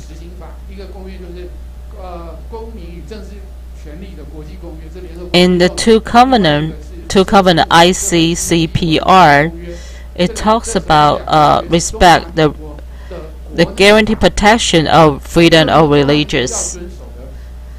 As a nation must protect the freedom of religion. Now everybody is protected with their own belief.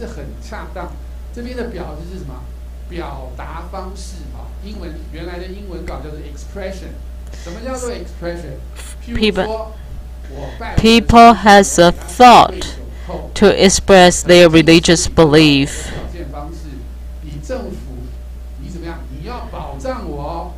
And government should respect and protect his expression and protect his religious belief.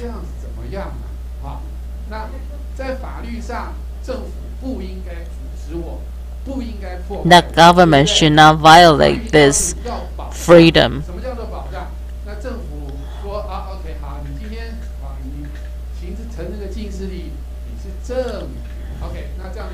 If in a red envelope gift is presented during the ceremony as an expression of his belief, then it should be protected by the government as well.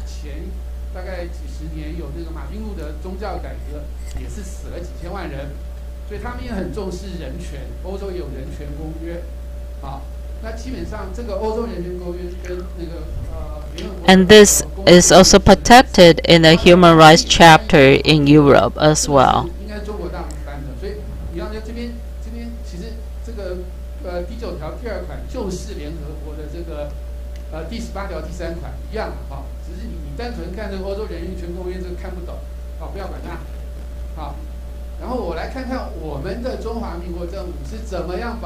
And let's see what our government has been doing in terms of protection of religious freedom.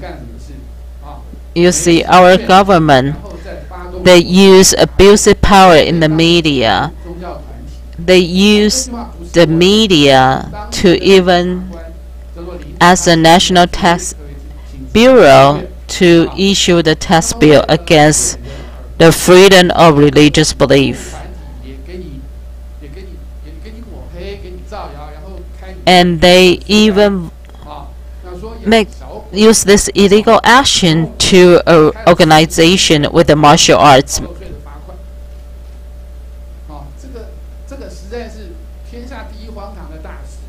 So we can see how absurd the action has been conducted by the government. And we see that government control yuan has issued 8 major frauds committed by the prosecutor. The 8 major frauds has been conducted by the prosecutor in the control yuan, and being asked that the Ministry of Justice to conduct the necessary punishment against the prosecutor.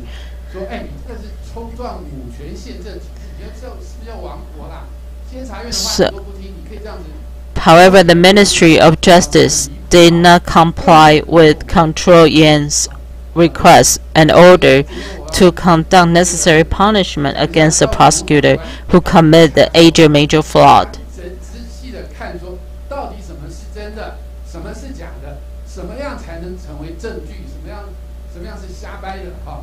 Because when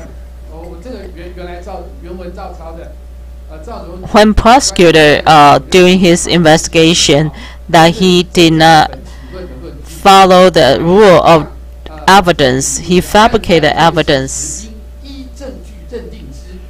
that he violated the principle of the evidence during the trial.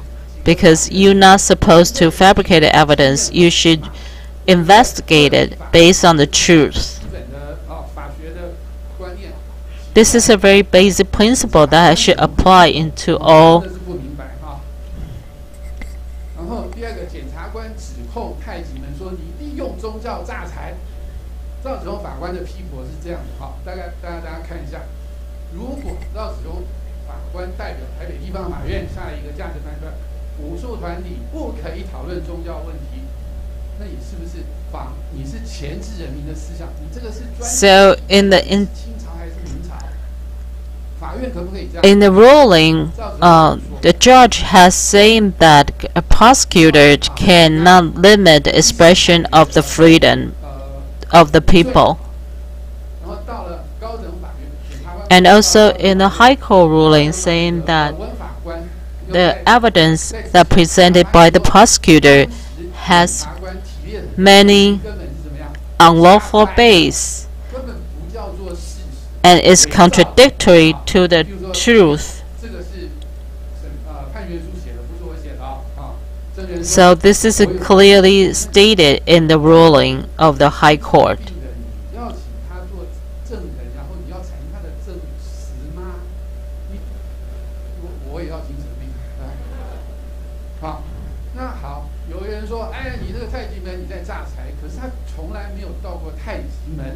And some of the fabricated evidence saying that Taiji Man is a fraud by a witness. However, those witness has been tested that they never even been to Taiji Man in person. So we can see throughout the investigation, all those evidence are fabricated by the prosecutor. So we can see that the principle of truthful evidence was not applied to the prosecutor's indictment.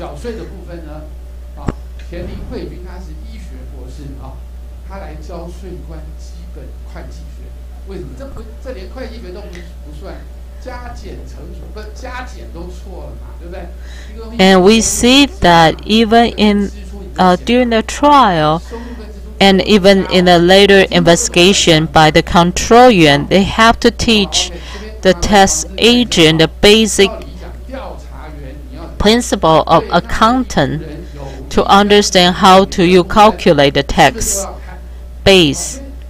And they ask the test agent to look at the evidence both beneficially, advantage, disadvantage to the people.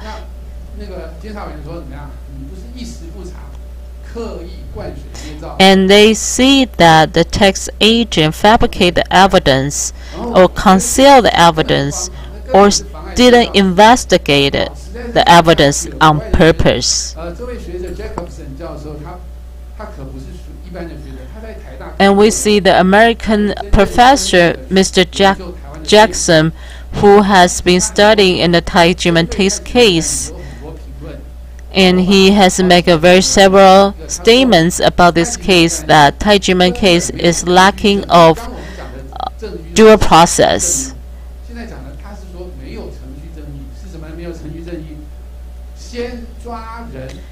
It says that Taiji Man case, the government agent is trying to fabricate the crime first before they have any truth evidence.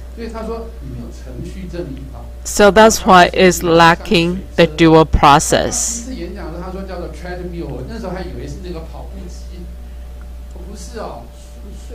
And he talks about the tax case. The tax case has been an endless punishment to drag along the victim and to really torture the victim. And at the end, I'd like to conclude that the freedom of religion is a basic human right, should not be violated, and should not be violated by government. And the prosecutor should not use the media and to make false statement in the court as well.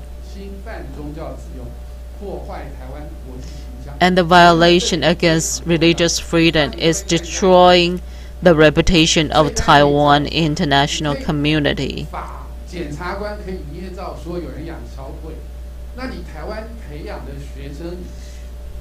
If a prosecutor can fabricate evidence, how can we teach our kids in Taiwan? How can Taiwan still face the international community when a prosecutor can fabricate evidence? So we cannot tolerate this kind of action here. And government should stop illegal auction right away and stop the take away the property of Taiji-men, and to really rectify Taiji-men unlawful tax case here.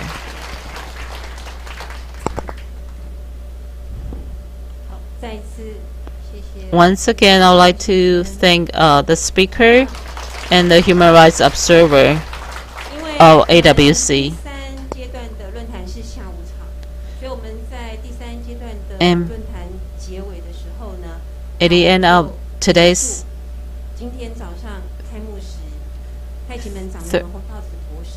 third session, when we end in this session of the third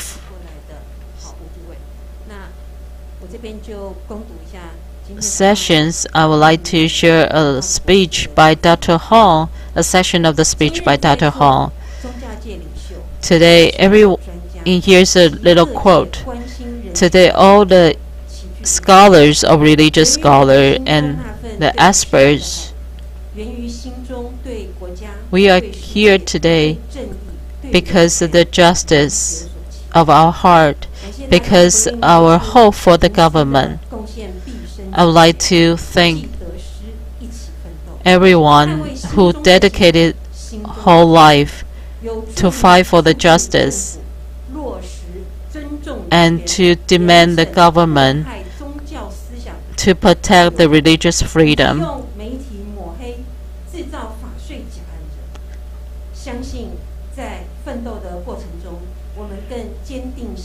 We believe throughout the struggle, throughout this journey, our heart is step closer to the justice, and one day we definitely will see the hope. And I think this is a great summary to our forum earlier. So before we conduct our following sessions, we would like to take a short break here.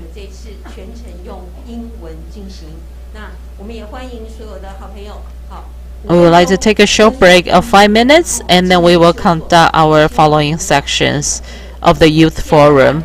Thank you, everyone.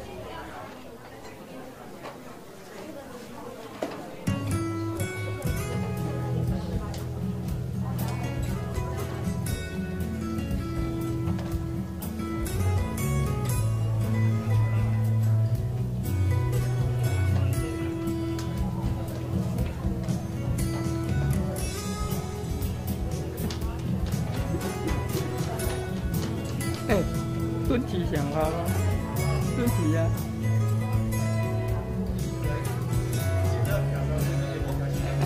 再过对不起啊，对不起就这样，对吧？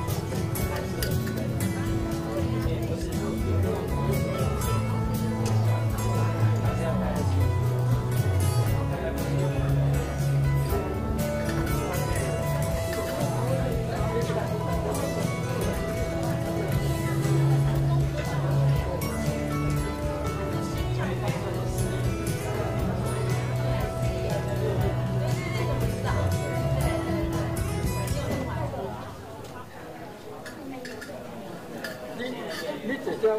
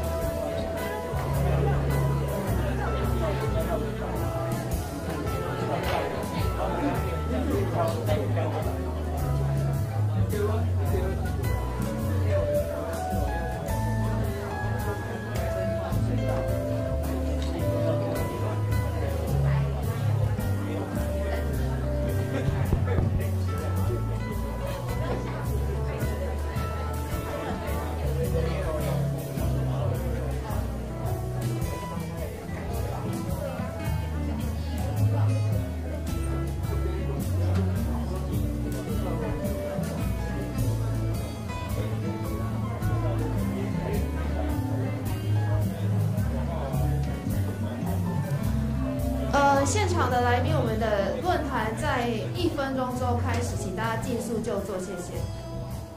Ladies and gentlemen, our forum is about to start. Please have a seat. Thank you.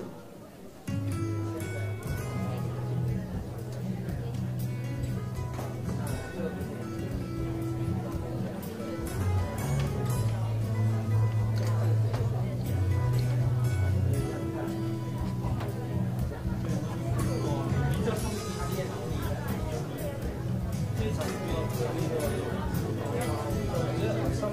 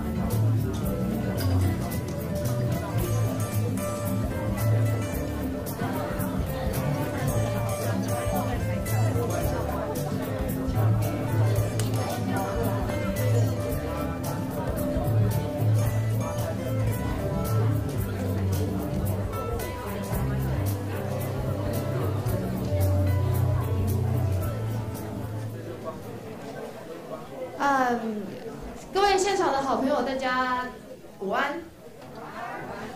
So good afternoon, ladies and gentlemen.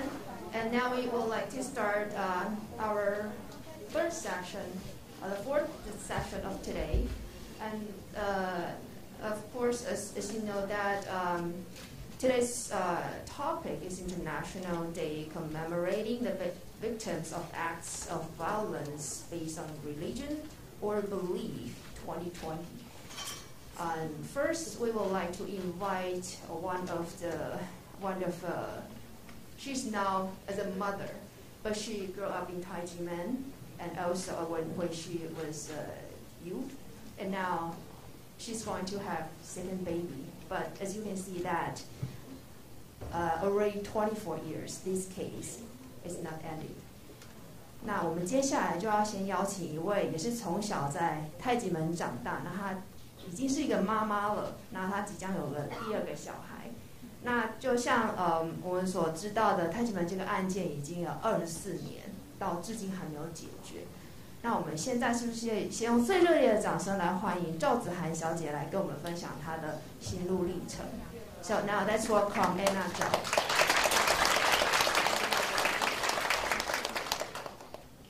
主持人还有各位关心就是这个议题的朋友们，大家好。那但是我现在是要用中文发表，就是我觉得就是相信就是有关切这个案子，或者是经历昨天就是8月21号违法拍卖的所有人，心里都跟我一样觉得很愤慨跟不可置信，因为就是当我自己这个案件蔓延了24年，已经超过我1/2的生命哦。然后我也是国小6年级，就是跟着爸爸妈妈跟全家人入门练功。那我也不是学法跟学税的，但是这一路走来，当我看到所有的证据，合法的证据都这样子明确的摆在眼前的时候，国家的人竟然可以为了绩效奖金而就是强行拍卖人民的资产，其实我是觉得很匪夷所思。就是任何有逻辑、有理智，并且曾经相信法律是保卫人民最后一道防线的人，应该都觉得难以置信。因为像我从小也是被教导说要奉公守法，我是说我的原生家庭是这样，我读书的时候受到的教育也是这样。然后我入门跟了师父练功之后，师父跟我们的门规戒条也教我们要钟爱国家。那为什么这样的国家却是成为剥夺跟迫害人权的人呢？就像在那个8月19号的凯道的活动上，有许多国高中生，他们都说：“总统救救我们！总统，你忍心看到坏人来欺负我们吗？”但当时是儿时的我所没有办法想象的是说，我没有办法想象我内心会觉得说，可是坏人就是政府，就是我觉得这个案子就是变成摧毁了人民就是对政府的信任。然后，那公务人员只是履行他的职责，就比如说执行署，他进行执行是他的职责，为什么要发奖金啊？就是这是一个特别好的表现吗？这是一个特别好的绩效吗？为什么要用奖金造成人性之恶，然后去做这些事情，并且觉得是合理的呢？那我们今天就是讲到反宗教迫害这件事，其实前几天陈一南理事他发表的一篇投书里面有引述杨翠教授的一篇文章，讲到人民的抵抗权。然后我觉得很有道理，是说抵抗权的存在就是人权高于国家的一个代表，就是说这是非常重要的。就是其实像在300年前，那个洛克他就说，像这个精神方面的救赎是国家权力所不能企及的。那就比如说信仰跟宗教，这些都是高于现行法律的。就像法律其实只是很低的一条界限，良心这些东西都是高于法律，更何况信仰的出现是远早于法律。毕竟就是在帝制时代的时候，我们就拥有这样的信仰，不论是源自于对大自然的敬畏，或者是说心灵的一种力量。那基本上想要用法律来规范信仰，就是有所不足的。那即便是后来进入了所谓民主法治的时代，那国际2公约是不是也有对于文化权的保障？那就我们现行的国家宪法也有对于思想自由跟宗教自由的保障。那今天我们讲回来，就是太极门是一个信念团体，并不是只有我们称，因为我们是修行团体，可是像外部的学者专家也多次的说，你们就是一个信念团体，因为你们有你们的戒律，你们有你们信仰的理念。其实如果不是信念团体，如果不是抱持着跟着师父就是修行一辈子的这种观念，有谁可以坚持24年？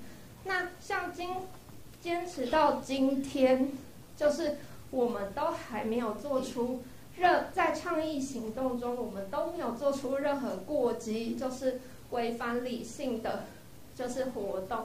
有哪一个陈抗团体，就是每次到了最后表现，都还是说我们是基于对这份土地的爱？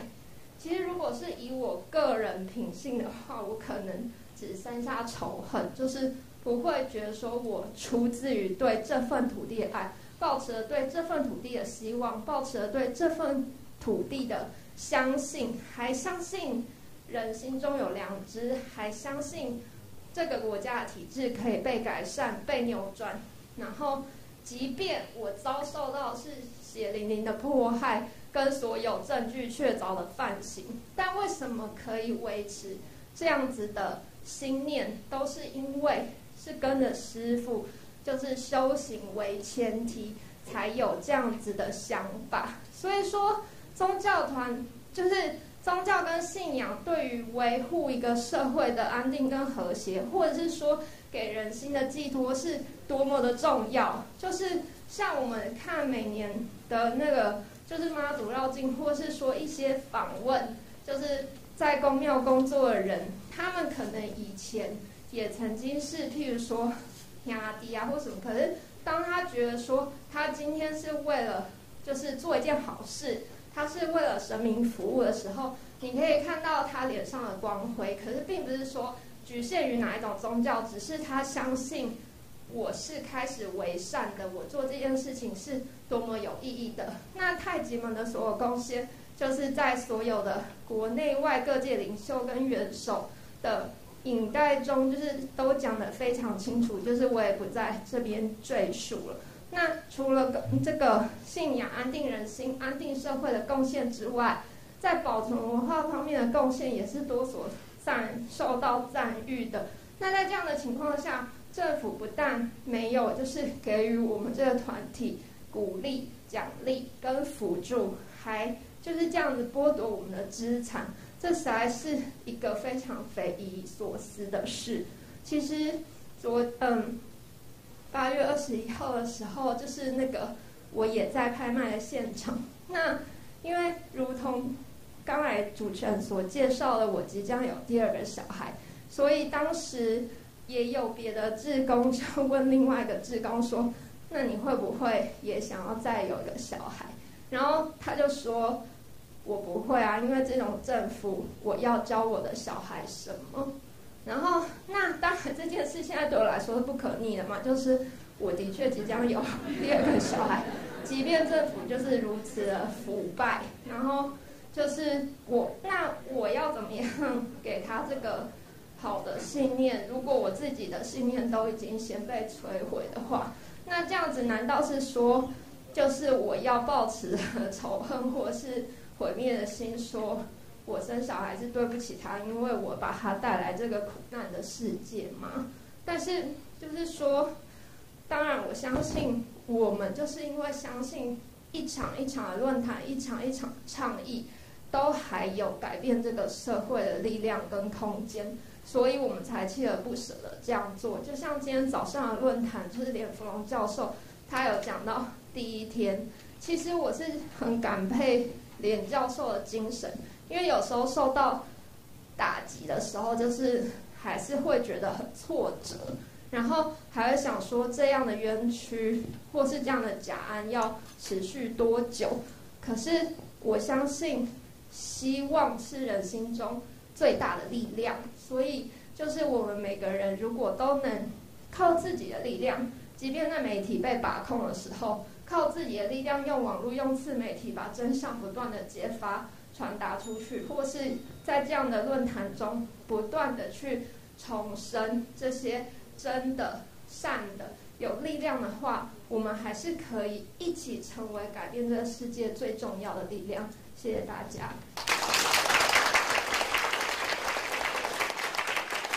谢谢赵子涵小姐 ，Thank you, Anna. And she said that we believe that hope and love is the strongest power within us.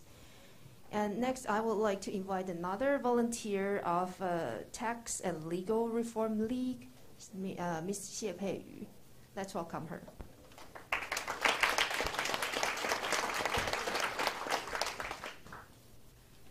各位现场的朋友，还有线上的朋友，大家好。有点紧张，请大家帮我鼓励一下。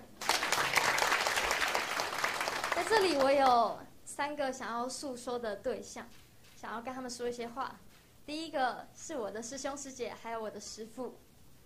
在昨天8月21号拍卖结束之后，其实我一听完，我在线上听完，就是整个拍卖程序完成之后，其实我内心就是手都在发抖，然后我就觉得内心很绝望，就觉得大家努力了那么多天，然后那么多年24年，然后明明就是所有的法律、所有的判决都已经非常明确的这个情况之下，然后2个单位国税局跟行政执行署还要互推皮球，他们都知道这件事情是错的，但是没有一个人愿意出来解决，所以我觉得非常的失望。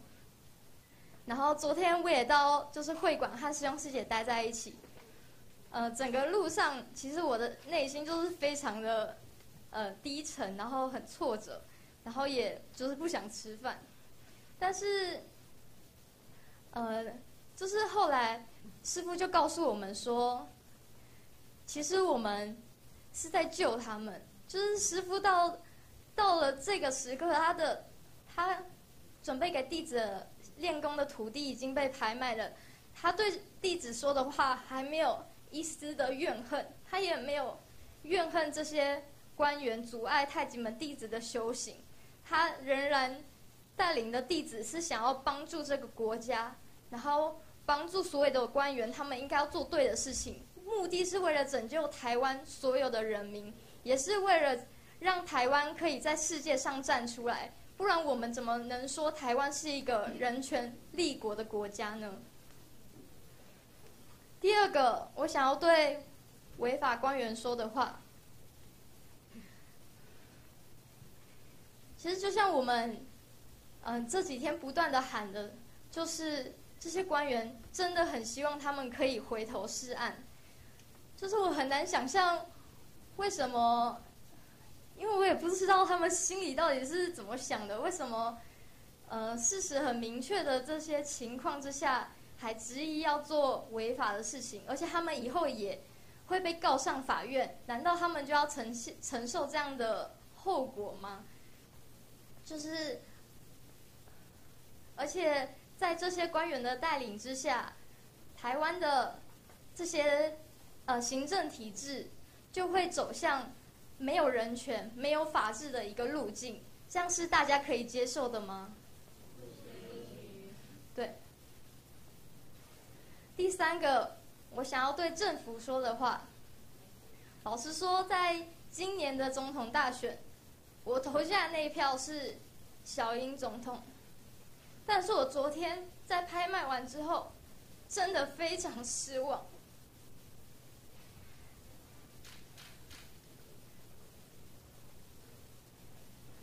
因为我们相信政府是有解决问题，他有改革的这个决心的话，我们给他这个机会，让他去做对的事情，而不是到现在24年了，还在破坏一个这么善良的团体。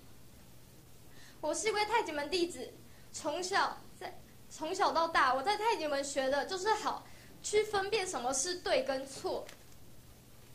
但是为什么我们的政府给我们的不断的是这些违法的手段，但是就不去解决人民的问题呢？当我们人民告诉你说我们面临什么样的困境，我们受到什么的迫害，我们的冤屈是什么，这张税单就是假的时候，为什么没有人愿意站出来？为什么没有人愿意负责呢？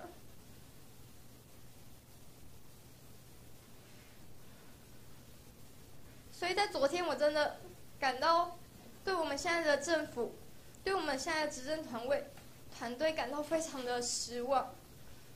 所以我也很希望他们真的找回自己内心深处的做对的事情的那个魄力跟勇敢，把良心找出来，然后去做对的事情。因为台湾受到迫害的团体或是个人一定不止太极门，在这样的税制体下，有很多很多的税灾户，我们接触过的税灾户，每一个都非常可怜。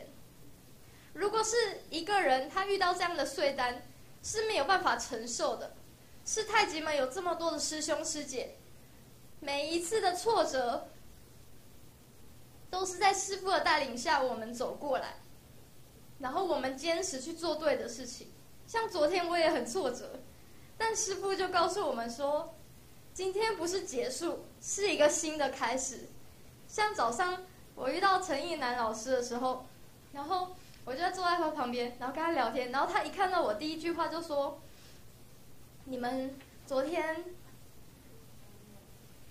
他用的话好像是说，你们昨天败了一仗。然后我跟他说不是，这是一个新的开始。如果不是师父的话，我昨天在没有听师父说话之前，我是不可能讲出这种话的，因为我的心非常的沉痛，然后也觉得很绝望。但是每一次都是因为这样，都是因为有师父在这24年来，我们不断的淬炼，不断的成长。但我们唯一坚持的就是做对的事情。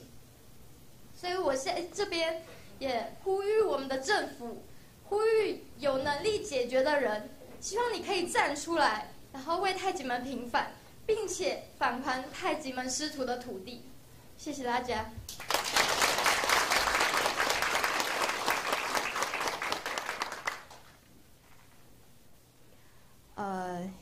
Thank you, Pei Yu. And I think as the president, the director of Pacific News, today he just mentioned earlier that if we don't voice out for others today, we or I will be sacrificed tomorrow. So I think the volunteers is not only fight for the Taijimen case, not only for this case, and there are more. There's a lot of people that they suffer this unlawful actions by our government. And actually, in 2010, Taiwan people stood on the street for the first time on the issue of taxation and human rights reform. And that is not only because of the Taijimen tax case, but we can see lots of cases in Taiwan which are not be seen, not be by this society. And next, I would like to invite Arthur, and he's also a Dizi of Taijimen, and he followed with the Dr. Horn and Taijimen to do a lot of culture exchanges. And next, we will let's welcome Arthur.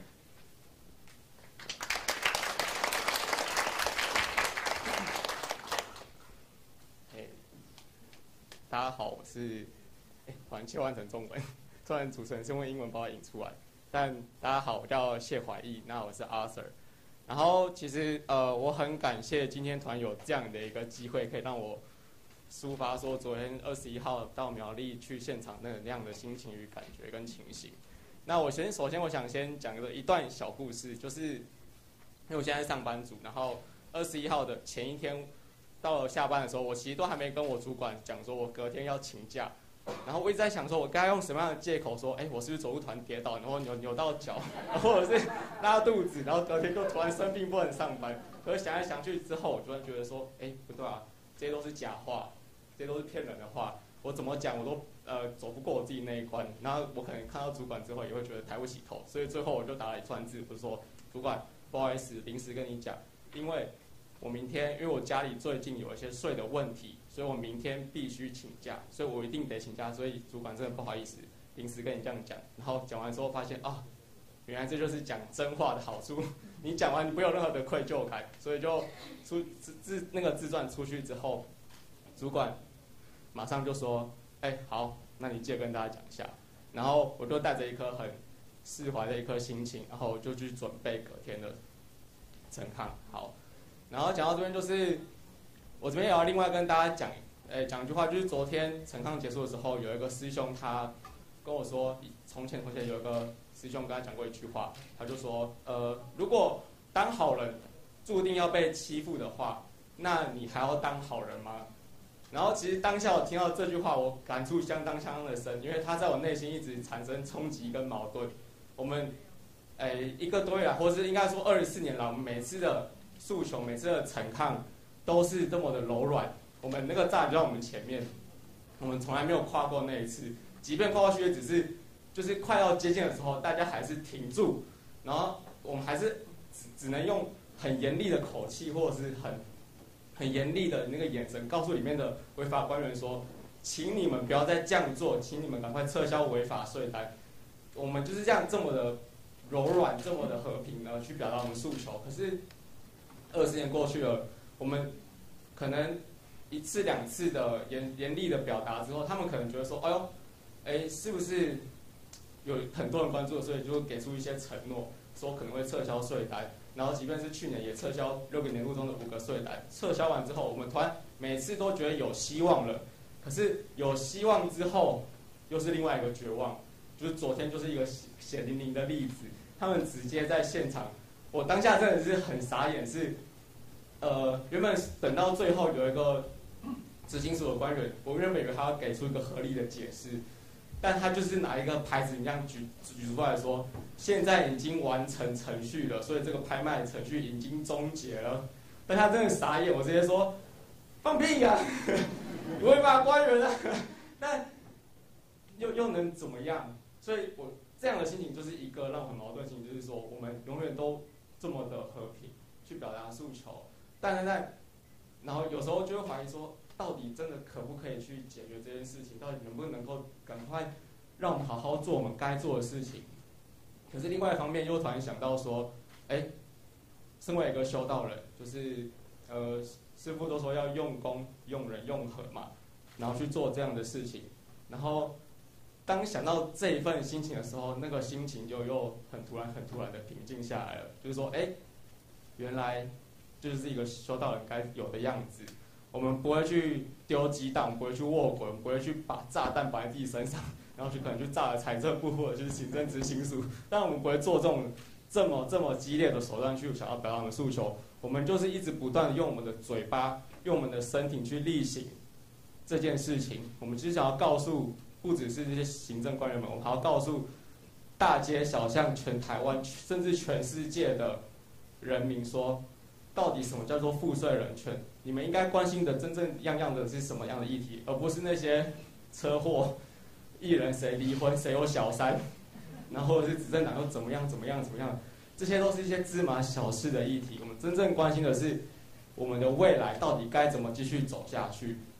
所以当想到这样的一份的心情之后，心里又突然变得很踏实，说原来我真的是走在一个很正确的道路上，因为我有一个这么有智慧的师父，他带领着就是太极门师徒们，或者更大，或者是全台湾的人民在做一样正确的事情。那其实突然想到的是，刚刚主持人有提到说，我可能就是跟师父有出国去宣扬爱与和平，就是讲到这边的话，就是因为我应该说有去过巴尔干半岛或者是欧洲一些国家，然后反正大小国家去宣扬爱与和平，然后其实 I've been traveling around the world with German to promote love and peace. Even to Mediterranean nations.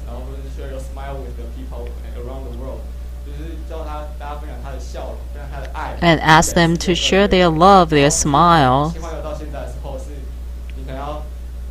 But today, when we are in Taiwan, we are protesting, we are fighting against to revoke the illegal tax bill.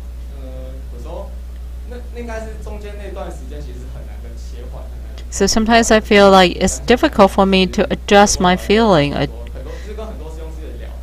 And when I was sharing this with the brothers and sisters, but they tell me that this is the same act. It's all same act of love.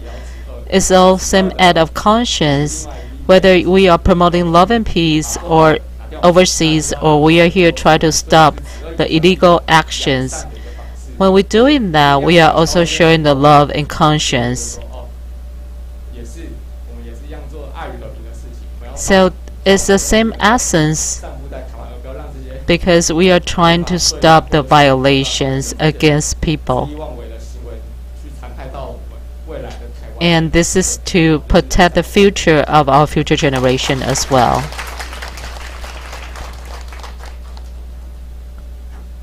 Thank you, Arthur, for sharing with us about the power of truth and the power of conscience. 就是谢谢 Arthur 跟我们分享真实的力量跟良心的力量。And next, I would like to invite another volunteer of the 1219 Action League. And actually, for more information about the Taijiman unjust case, you can search on the website act1219.org, and you can see all the evidences about this case. And now let's welcome Samantha. 让我们来欢迎接下来1219行动联盟的志工 Samantha。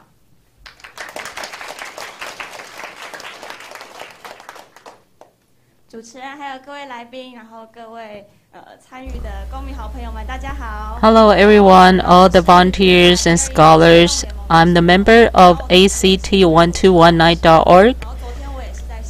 Yesterday I was also in the scene of the illegal auction.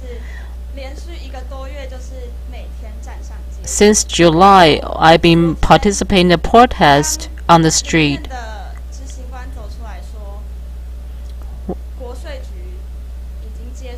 When I heard over that the news that the National Tax Bureau already took over the property, my heart is so broken. I was so devastated I don't even have any desire to have any food.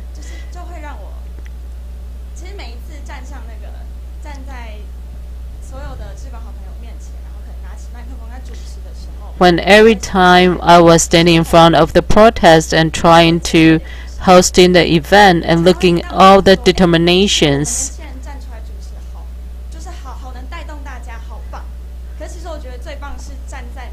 and when people praise that how the young members has joined in the protest, but what I truly admire are the volunteers behind me, because how determined and the force they have combined together.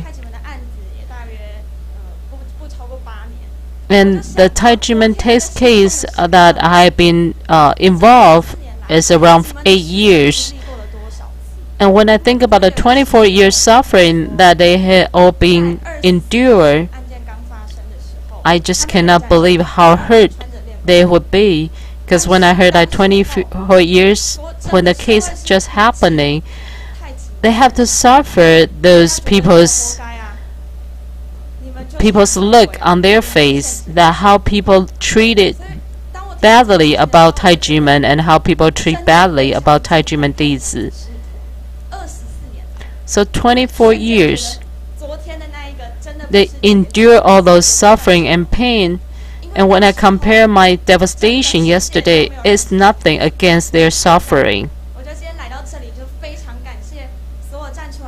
And today, when I'm standing here, I feel so grateful all the scholars, experts who had joined us today, because they also stand up with us to fight for the justice and to fight for the truth. So we are not alone here.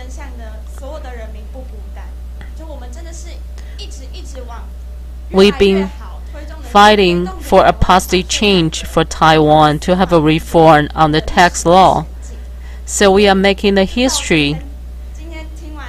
So today when I hear about all the sharing and speech by the scholar, I feel more energy, I feel more hopeful.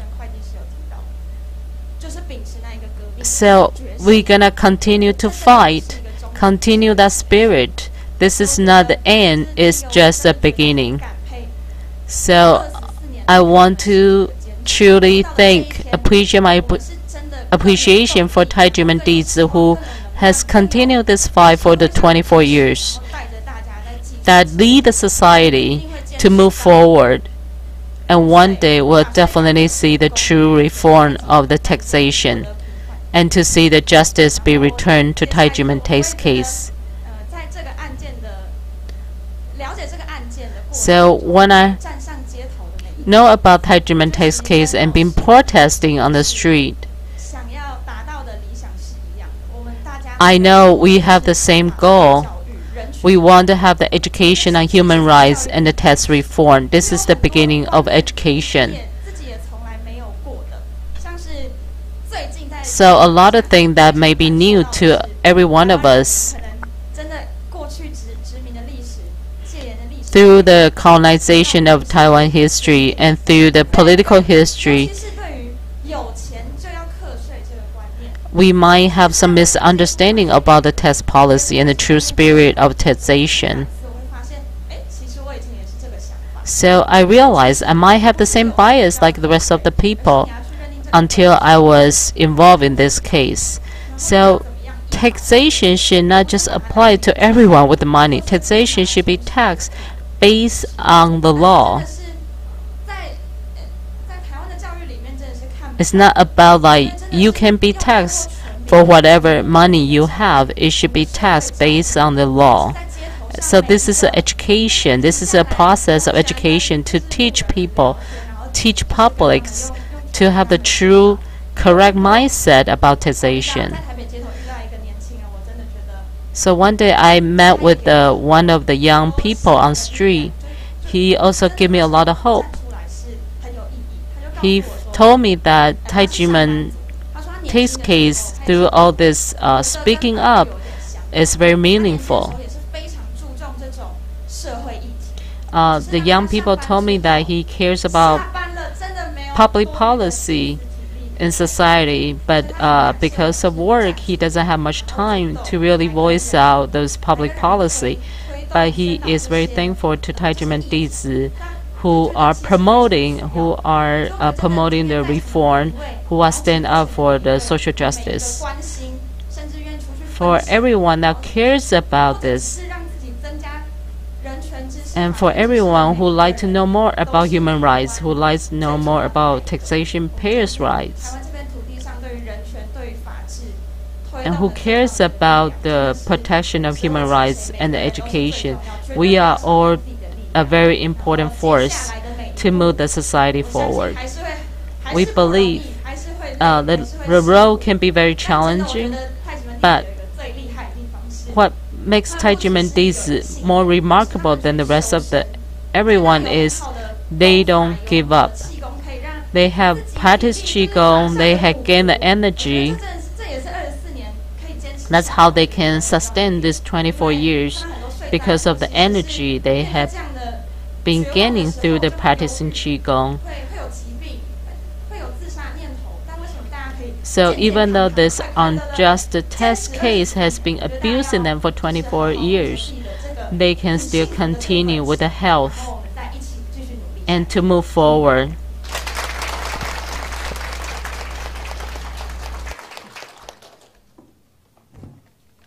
Okay, thank you, Samantha, that she shared with us that we never give up.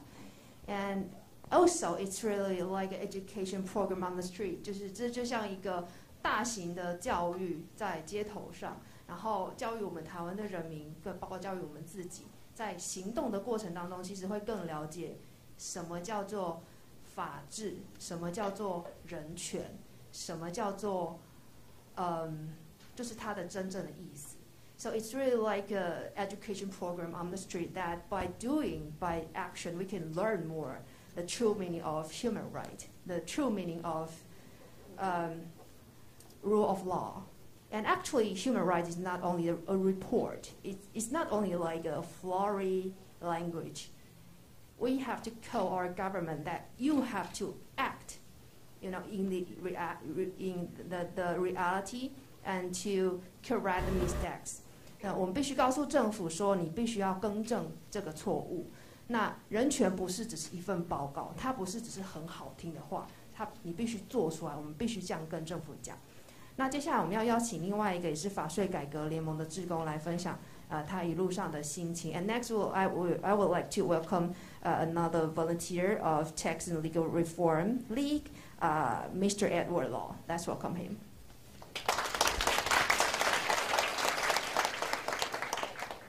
好，各位来宾，大家午安，大家好。我是法税改革联盟青年阵线的成员，同时我也是太极门弟子，我叫罗万仁。站上来讲话才发现，站在这边讲话真的会让人激动到模糊，因为尤其是我们经历了昨天一天，我们真的见识到台湾法税制度上最荒诞、最荒谬的一个顶点。可是今天的整个论坛参加下来，有很多人都在说，为什么太极门人可以坚持24年？24年其实是2代人嘛，为什么可以坚持这么久？我想要先分享掌门人洪道子博士在我们太极门气功养生学会50周年的时候，他致辞的一段话。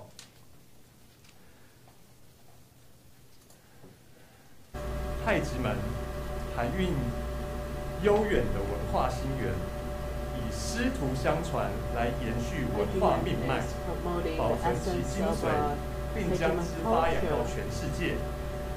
在现今的社会中，这并不是一件容易的事情。太极门人相信，只要每一颗心都充满爱与和平、善良与智慧的力量，就能够转动世界。我觉得这是从24年来一直跟随，然后一直做对的事情，放在我心里面的。This is something I truly uphold to. This is the principle and spirit I uphold to. 都是在走别人不愿意走的一条路。但其实24年来我走下来，我感觉我不是在走别人不愿意走的一条路，我是在走别人没有走过的路。We are traveling to a path that nobody is willing to.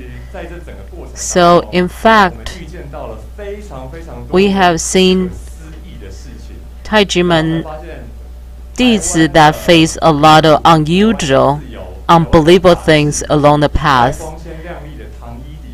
We see the dark side under the beautiful coating of democracy. We see that the slogan in politics did not transform into a real action. We see that people committed class act of violation for their own benefit, for their own power. I think this has all been mentioned by different scholars that this is classified a class act of violations. Last year, we have conducted a series of human rights educations and forum that mentioning about Taijimen unjustified tax case. And many scholars has referred Taijimen tax case as a political prosecution of February 28 case that with the most victim involved in Taiwan history in taxation.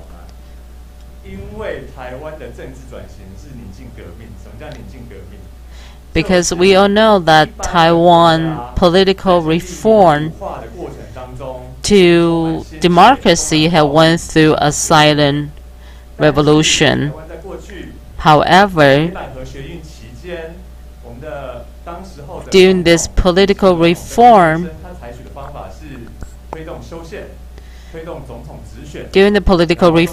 that there are a lot of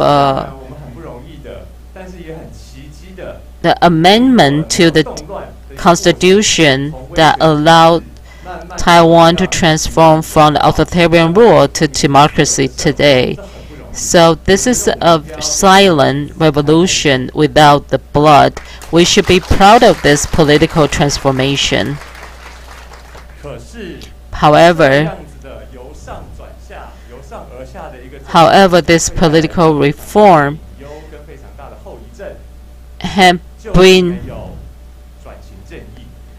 us to the today without the lack of traditional justice.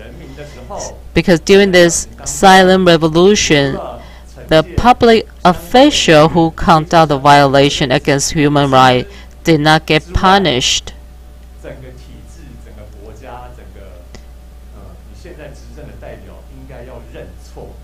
So we demand that the government to apologize and take the transitional justice this issue very seriously, because without the true reflection to reflect upon the past mistake conducted by the government, we cannot move forward to the future. So Taiwan now is in the critical time of the transitional justice. Even though our government has the change of the ruling party, and we acclaim ourselves as a society with a civil society with democracy, but however, many of our mindset or many of the structures still remain in the authoritarian rule.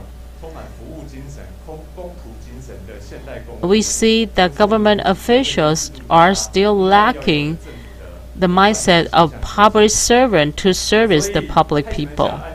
So in Taichman, 24 years unjust case, we have been experiencing this. This class act of violation is like a public robbery conducted by the government. It's a government acting of robbery to take away people's property.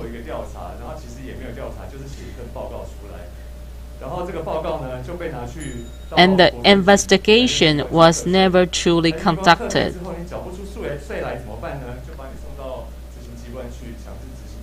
So even though the tax bill can be fabricated, but once they decide to take away your property, that they ask you to appeal, however, there is no any true meaningful remedy. So during the process, we can see the government using the taxpayers' money to take away taxpayers' property. Do you understand this contradictory? And at the end, they still get a bonus for it. I become so emotional when I talk about this, because no one in the democracy can accept and tolerate this type of behavior by government.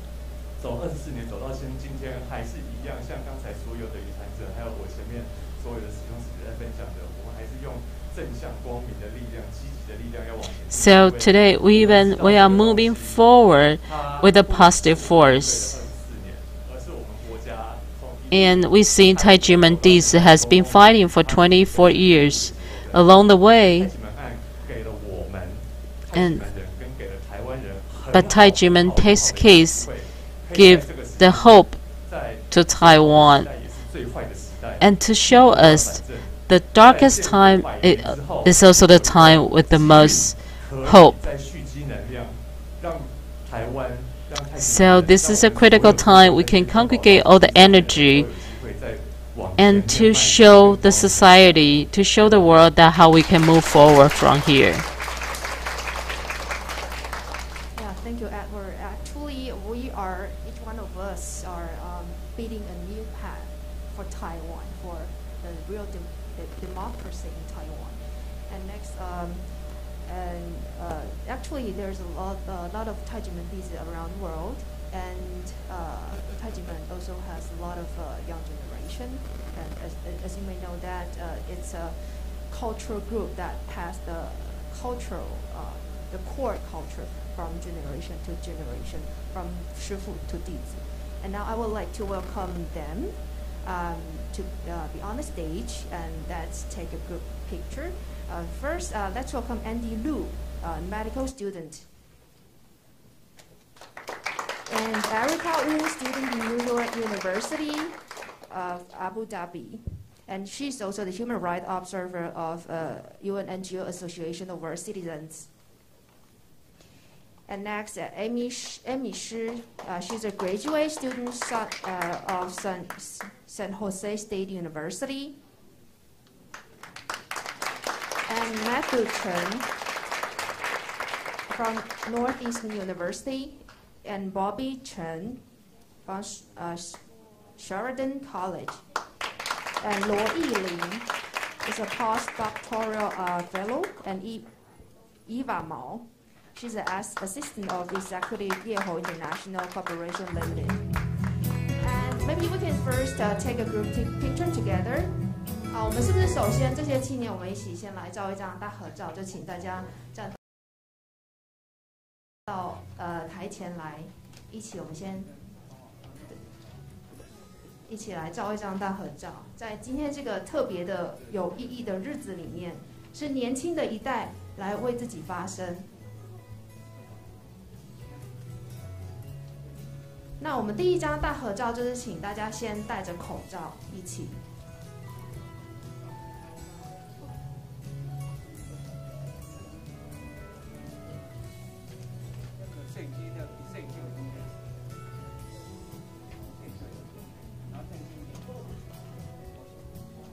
Okay, is that okay? So, 大家我们就一起喊这个 Saving Taiwan with Conscience.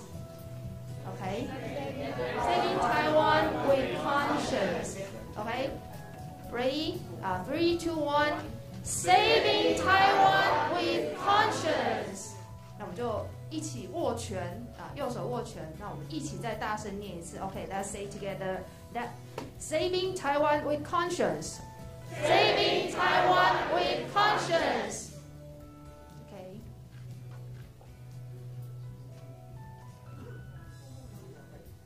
Okay, sorry, we have to take one more picture because the banner. Because of the banner. And next, let's say for human rights, for Taiwan, for future. Okay? 1, 2, 3. For human rights, for Taiwan, for future. Okay, thank you. Please have a seat.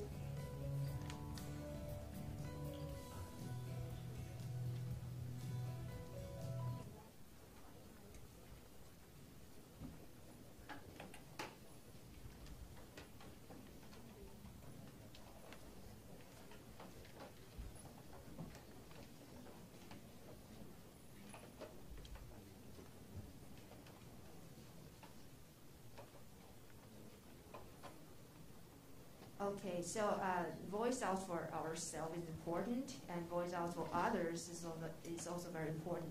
First, I would like to invite Andy Liu. He's a medical student. Start with Andy, please.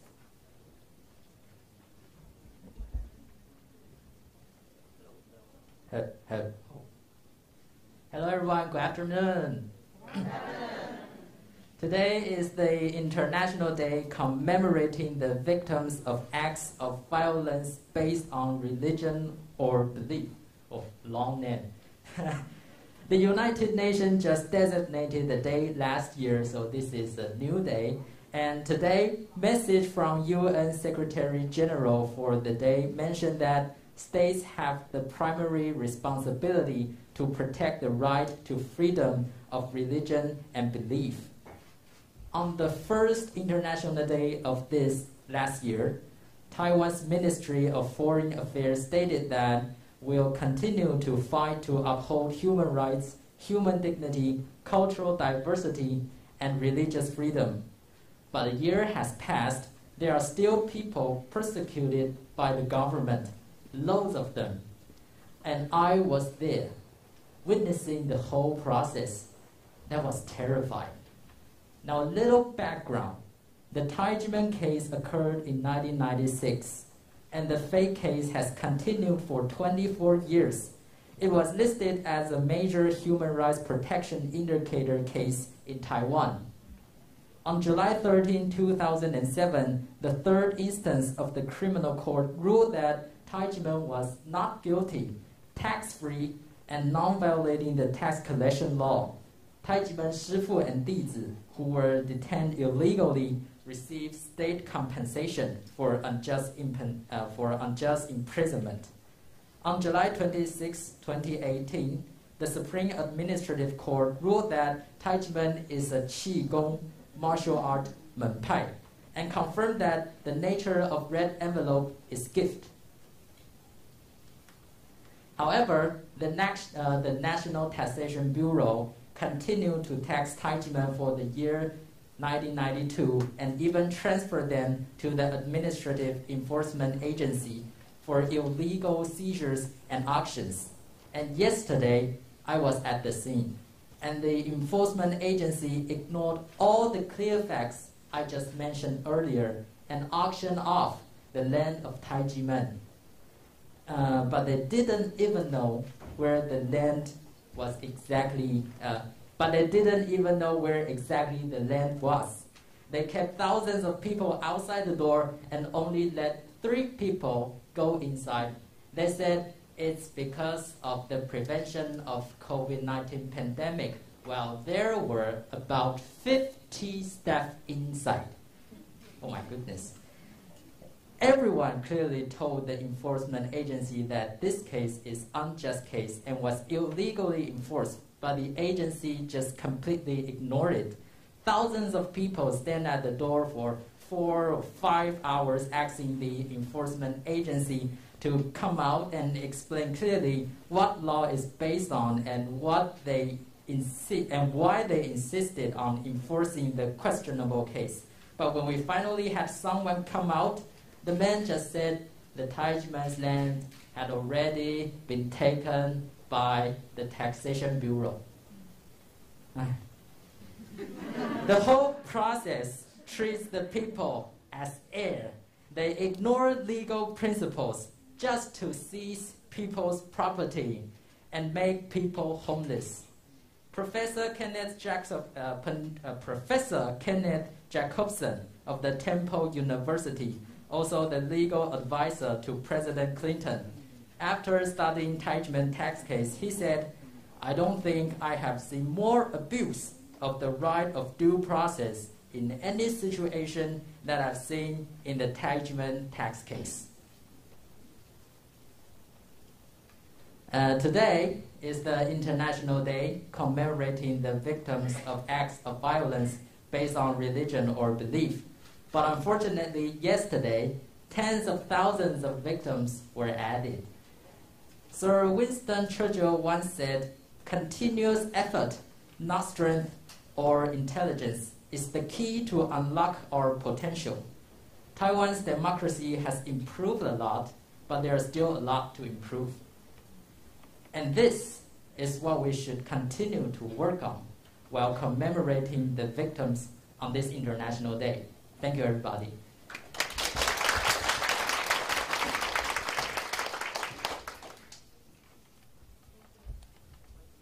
Hello.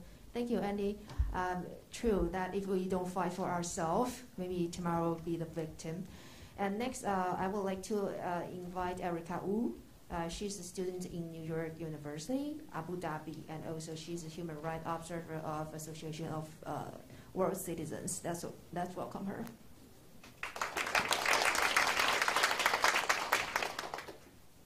I am a human rights observer.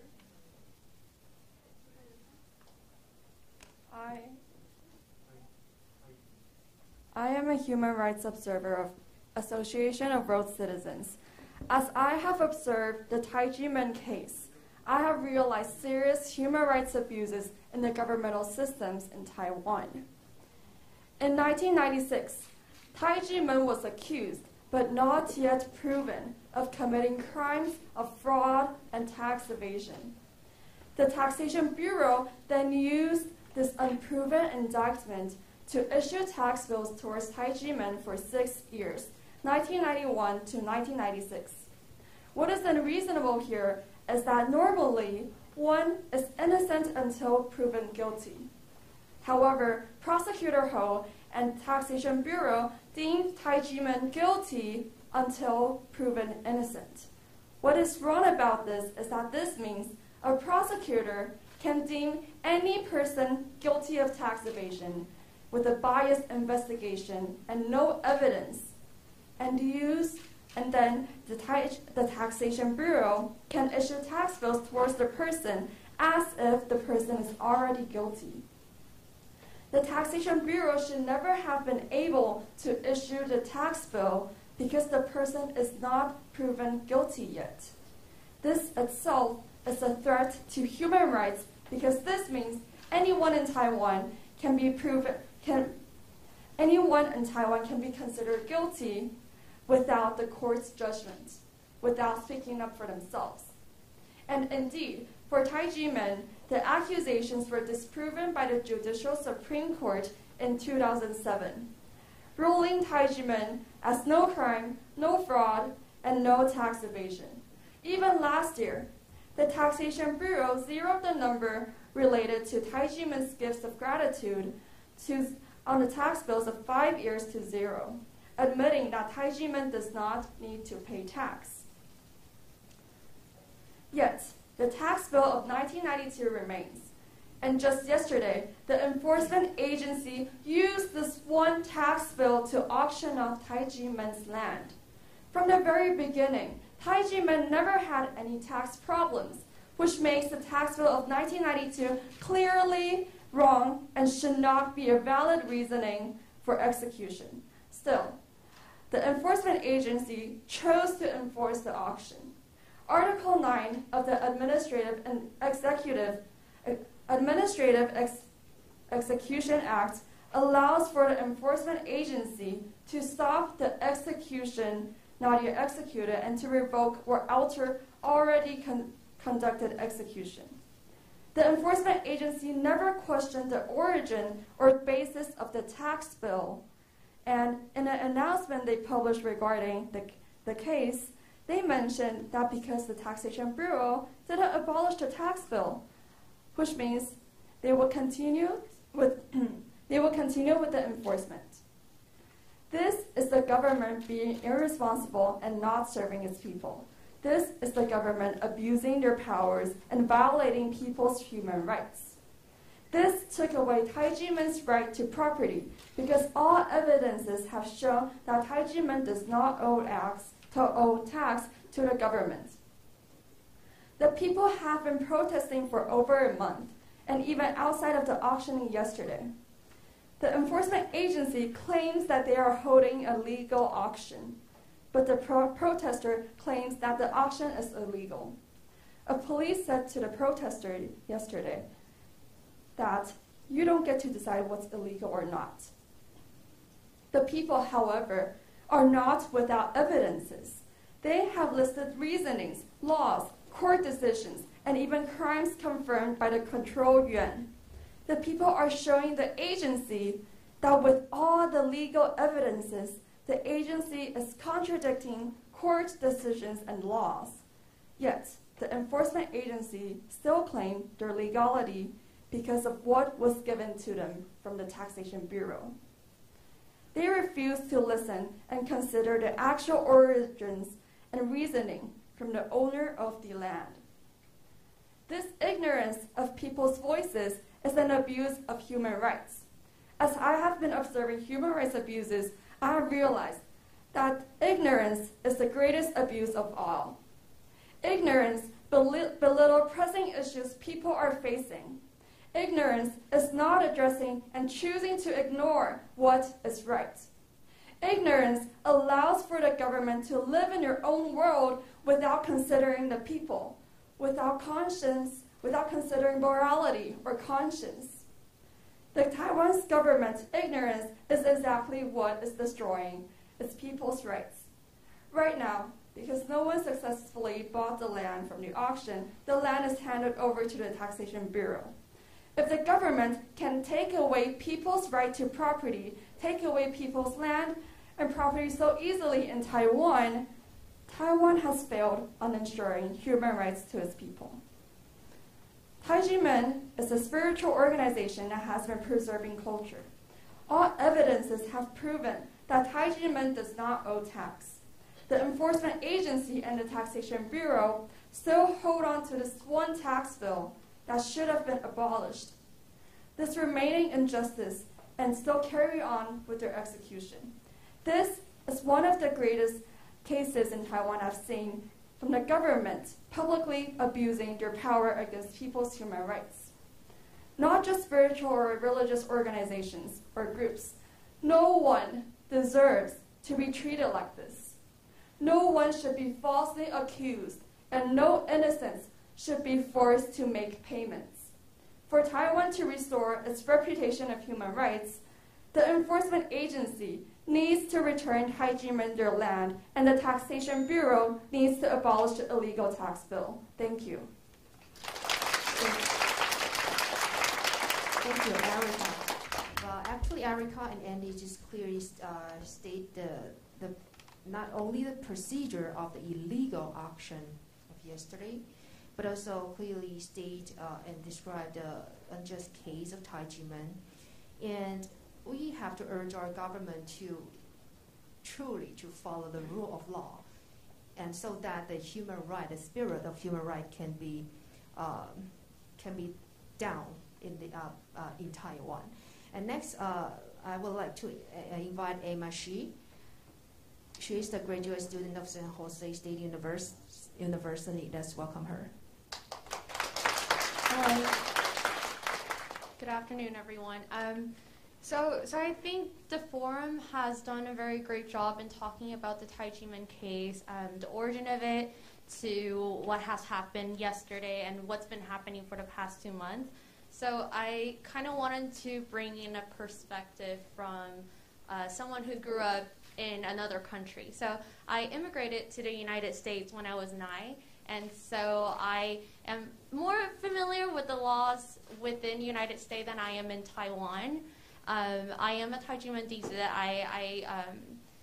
I encountered Taiji Men when I was abroad, so this was really great because I was able to understand more of the culture in Taiwan. I was able to keep my Mandarin level up pretty high. And I was able to do a lot of cultural exchanges, spreading love and peace by our Zhangren, Dr. Hong Daozi, who brought us and taught us all these culture and wisdom. And so as someone who grew up in the United States, in the United States, as all of you know, we have the Bill of Rights, and that talks about the basic freedom that each citizen have. So those include the right to assembly, the freedom of speech, freedom of religion, freedom of belief. So all these things that are essential human rights that all of us are endowed with. And so something that Professor Kenneth Jacobson, as India has said in one of his messages to us, was that human rights now is sometimes, even though it should be endowed to us, but sometimes we have to be fighting for it. And I think from coming back in Taiwan during this pandemic and being more familiar with this case is something that I realized that really this is what we are doing. We are fighting for our rights to believe and fighting for our basic human rights in Taiwan. And as someone who grew up in America, Taiwan has always been my home country because I did grow up here when I was younger. And I think I paint a very pretty picture of Taiwan being this country where they care about human rights, where you have a lot of freedom of speech, freedom of press. But I think honestly this past 2 months has taught me that this is really an illusion that's painted through the media that shown to the world. But when you are taking a closer look, this is not what is happening, as we can see with the Taiji Men cases and many other taxation cases in Taiwan. So one thing I was really concerned about, something that Erica brought up, was that the government is treating people like they are criminal before any evidence is gathered and before their innocence was proven. So this is very backward and different from what I am used to in America, because in America, you're innocent until you're proven guilty. So then the prosecutor is supposed to gather evidence of your wrongdoing.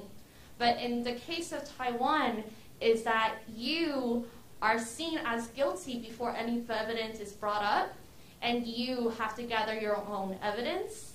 And before you even, being able to go to the court, you have to, in the terms of tax cases, you have to pay half of those amount. Well, that's what it was. I think recently the amount's been reduced, but even then, I don't think anyone should be having to pay and prove their innocence.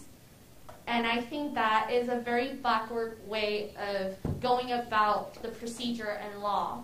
And I think another point I want to bring up is how the government has disregarded the law that it has created. So we all know when you're brought into the court, you want to prove that you brought in evidence of whether you're guilty or you're innocent. And once the court make the decision saying that you are innocent, you are free from the charges from the prosecutor. However, in the case of Taijimen, that never happened, which I think is what really dumbfounded a lot of the experts, because if the country is not going to follow the rule of laws and the due process and all of the procedure, then why have them in the first place? And I think many people have talked about how this case is really the abuse of power from a few individuals in the country. But I think it really is an ignorance of all of the government official in Taiwan. Because this is already something of abuse of power. You have already disregarded the law of the country. And when you disregarded the law, that is showing the citizen that you are really just using it for your own gain and your own desire and your own greed, whatever it is. When our government official cannot be held accountable for these wrongdoings, and it seems that when the law only are used to punish regular citizens like ourselves, and which is majority of Taiwan, then I think there is something fundamentally wrong with the whole system. How can the government official who are supposed to be the people that's upholding laws are supposed to be the people that says yes, let's follow the law and let's have a very lawful country, and this should be the foundation of where we are going and how we move forward, but that's not the case at all. And so as someone who grew up in the United States, this past 2 months has been really full of disequilibrium, which, I am a child early education teacher, so this equilibrium is when all your belief is kind of shattered and, you have to kind of build it back up. And so this has really been a very experience that, shook the ground of my core belief of what Taiwan is. And so I think why we are all here today is because we want to make our voices heard, not only to the people in Taiwan, which is essential in this, but also to the world to let them know. Because Taiwan is not a major power in the world. And we hope to join the world, we hope to rejoin United Nations. We hope, the world will notice what is going on here. But I think the most essential thing right now is for not only the Taiwanese people to know of these injustices, but only international people to know. Because sometimes when your own government system is flawed and they refuse to follow the rules that they set up, I think it's only fair that when an older power, an outside power come and kind of monitor what is going on. Sorry. But I think our takeaway is, I think from yesterday, I think it really disheartened many people of, the government being able to continue to persecute people and continue to reject the law of this land. And I think a lot of us is very disheartened. But I think just from my point of view in America. Whenever there is injustice and there is violation of human rights, which this is what is happening here in Taiwan, we protest, we make it heard, and which is what we're already doing, and we also vote. And so I hope that the voting system in Taiwan still, work, and it's not just, all of a little mask we put on for the world to see. But I really do believe we should let more international world know, because at this point, if the government of Taiwan will not fairly govern, then I think it is the irresponsibility of these officials.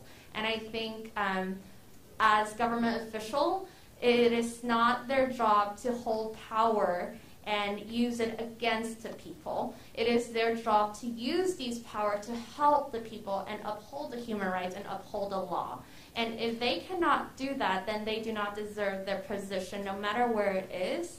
And I think something I want to add that I just remember that I wanted to say was, when these officials are not doing their job, really, I think in the Taijiman case, a lot of time it bounces back. They're like, oh, it's not my problem, go to another agency. But really, I think it's all of the government officials' responsibility, whether or not this is in their power. It is to show that they will do better and help protect the rights of the people. So I leave you with that. Let's have hope, because I think we still have a lot of work to do, even though what happened here today is a tragedy to many aspects, human rights, law. But we as the people need to continue to fight so we can have the rights that we deserve. Thank you very much. Thank you. So I would like to ask all the audience today, do you think the Taijiman case is a tragedy or actually a hope for Taiwan? It's a tragedy or a hope. Do you think do you think it's hard to fight for the human right here in Taiwan? Yes or no? Yes, it's hard. But still, we still have hope, right? So please speak louder if you still have hope, and if you think that we still have energy to fight for, not only for Taijiman case, but also for all the people in Taiwan. Let's say yes together. Do you think that we can make it happen? Yes. Okay, one more time. Do you think we can make it happen? Yes. Great. That's we really need this kind of energy to continue our future. As Amy said, we still have a lot of work to do, and we have to voice out more, and we have to speak up more. And actually, I would like to raise a question to the government, Tsai Ing-wen. You always say that we need more young people to come back to Taiwan. Just like Amy, just like Erica. Okay, they are now studying abroad. But what kind of environment you're creating for the next generation? So actually, I think that it's really, it's not hard for the government to correct this mistake. Do you think it's a great, it will take a great effort for the government to correct these mistakes? No, actually not. Okay, so now next I would like to invite, he's very young. He's a high school student from Taipei American School, Mitchell Hu. Let's welcome him.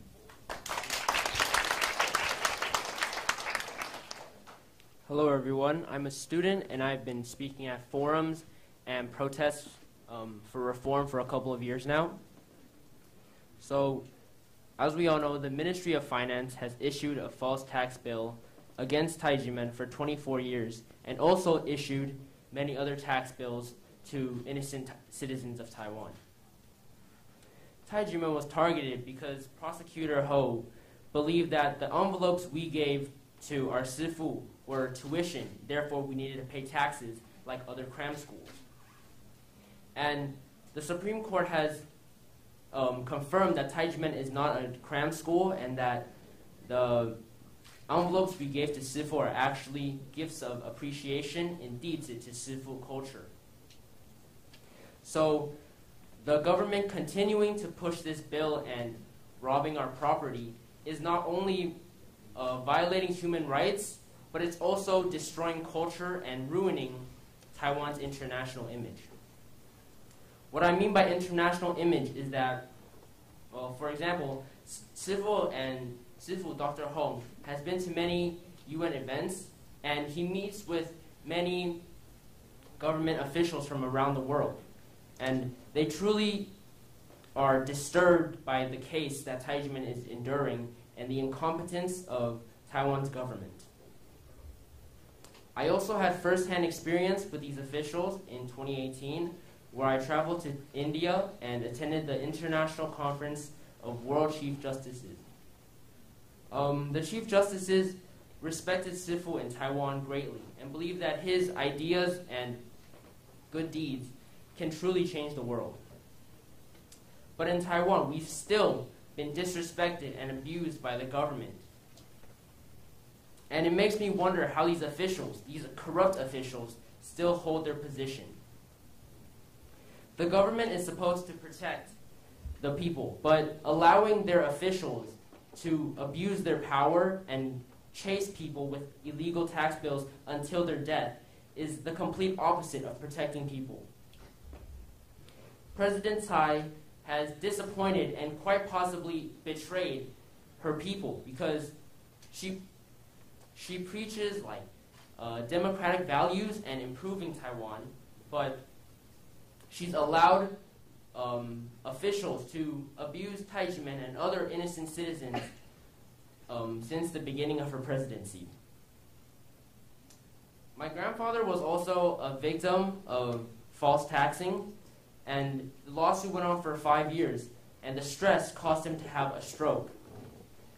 This definitely motivates me to continue fighting for tax reform in Taiwan and justice for Taijimen. Our demands are not difficult for President Tsai. All we want is for the Executive Enforcement Agency to stop the forced auctioning of our property and anyone else's property in Taiwan. We also want the Ministry of Finance to stop the issuing of fake tax bills. Again, not only to us, but to the citizens of Taiwan.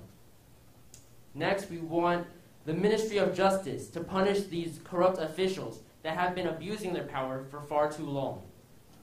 And finally, we ask President Tsai to stop the abuse that's happening in her country and to save all of us. Thank you very much.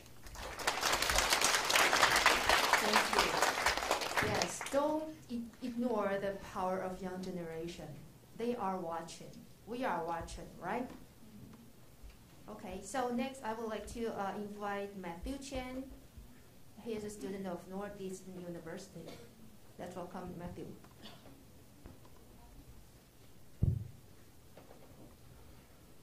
Hi, my name is Matthew Chen, and I am a Taiwanese college student studying in Boston. So taking a look at the Taiwanese government, we can observe its countless violations of human rights seen through discrimination, exploitation, and corruption, which not only allows me to see how ignorance and selfishness manifested among those in power, it further demonstrates the irresponsibility and therefore fragility of the government system.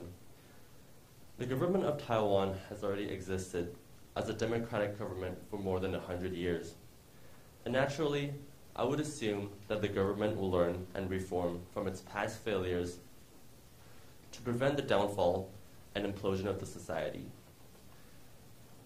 Governments should operate in a way to maximize the transparency of the procedures for the benefit of the people.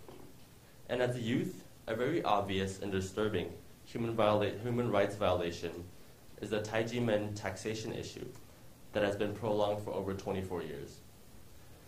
Taijimen Qigong Academy is a cultural minpai that has thousand years of history passed down from Shifu to Dizi. And it is extremely common for Dizi to pay respect through red envelopes filled with money, which symbolizes their gratitude. And it is infuriating to me that the government not only disrespects this cultural bonding by slandering that Taijimen is a cram school that takes people's money without paying taxes. The prosecutor Quan Ren-ho illegally issued a taxation bill, even though Taijimen won the judicial trial and proved their righteousness. He falsified the amounts of savings Dr. Hong has, fabricating an enormous 320 million new Taiwan dollars. This resulted in hundreds of articles pointing at Taijimen for its falsely accused tax evasion and money laundering. It is absurd to me how, although the Supreme Court admits Taijimen's innocence and orders the Taxation Bureau to revoke the tax bill, there is still 1 year of illegal tax bill that the Bureau persists on. And we believe that the taxation officials are using this bill as an excuse to reward themselves with tax bonuses. Now, the government is auctioning off Taijimen's property using this fake taxation bill, which has been made up in the first place. I could not quite understand how the entire government is allowing the Taxation Bureau and the Administrative Enforcement Agency to continue their auctioning process.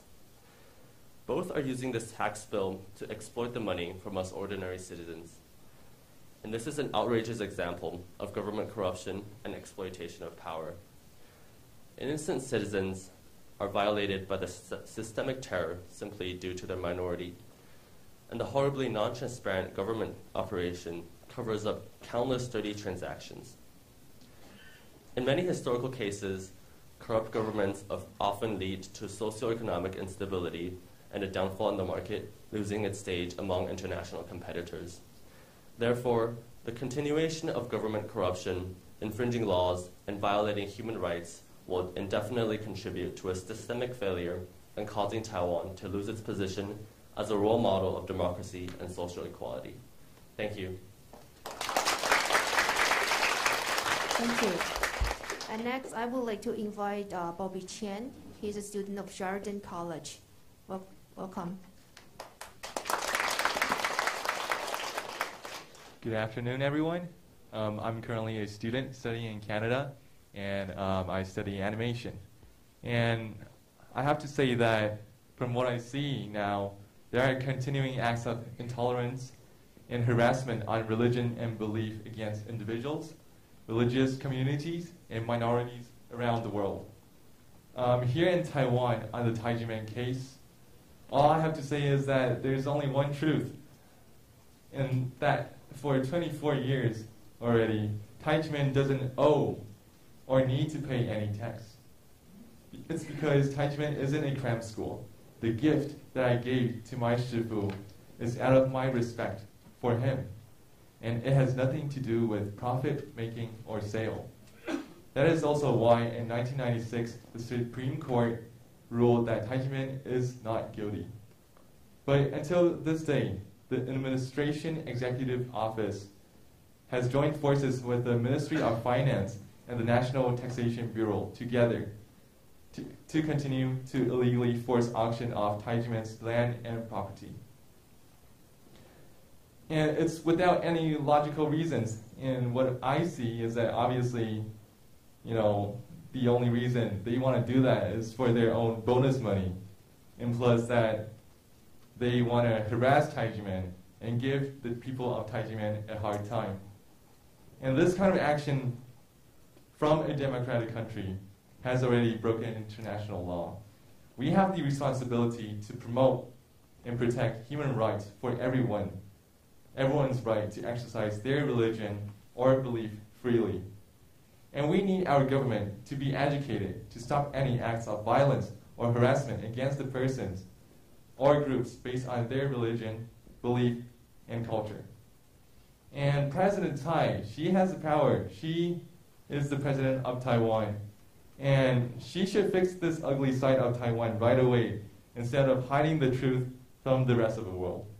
Or else she would be a terrible example of democracy for generations to come. And we have to know that not only Taijimen is a victim of the government's illegal acts, around half of Taiwanese population has been secretly scammed and harassed by these government sectors. And we really need international help to be seen and to have the government stop harassing the citizens. Because even the news media here in Taiwan is being manipulated by these government sectors, and the people are having a hard time sending their voice out to the world for help. So for me, as an animation student, I've been drawing, as you can see, I've been drawing about these illegal, corrupted government officials. And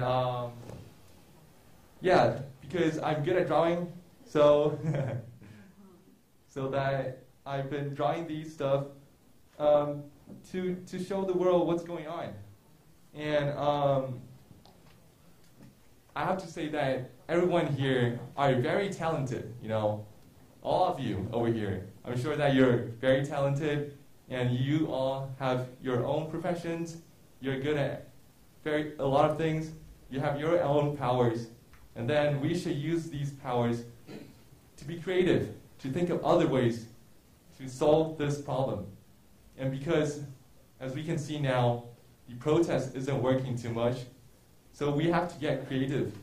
For example, Emmy here, beside me, she is a early childhood educator, and you know, she can start activities to teach little kids about what's going on in Taiwan.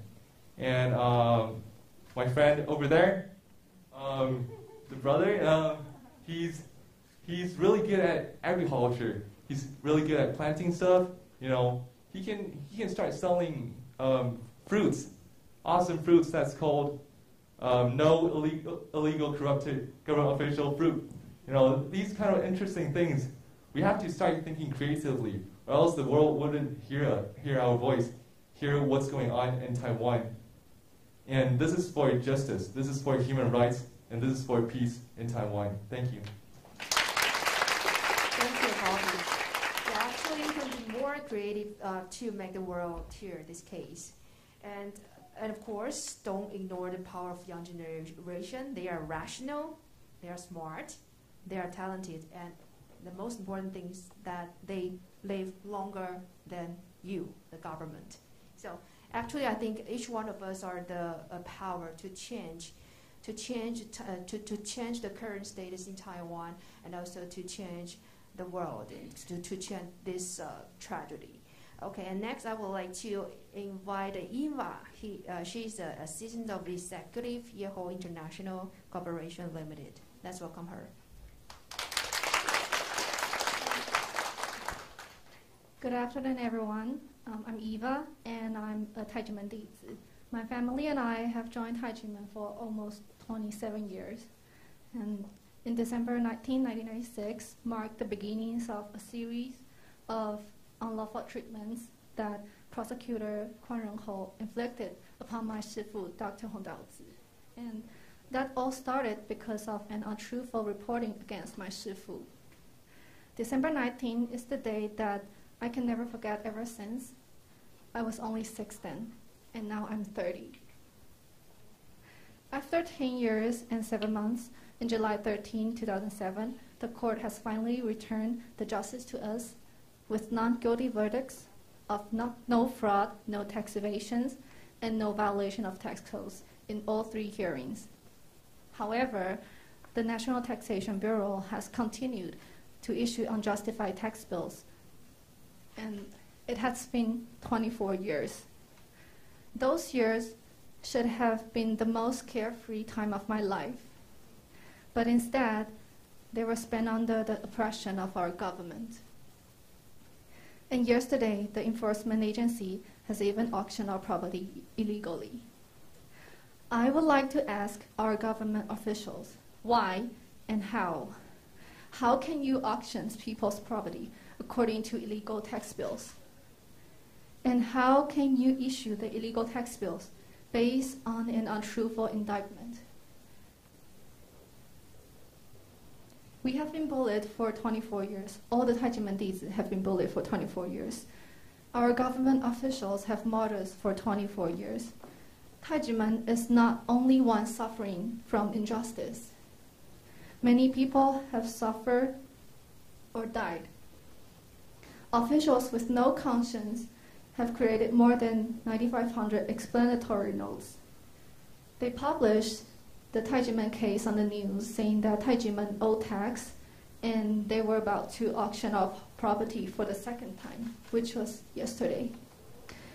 We have been lawful citizens for 24 years, and now they are acting illegally to auction our property. Dr. Hong has been devoting himself to promoting Chinese traditions and culture for the purpose of people's physical, mental, and spiritual health. His footsteps of spreading love and peace have covered the 5 continents in the world.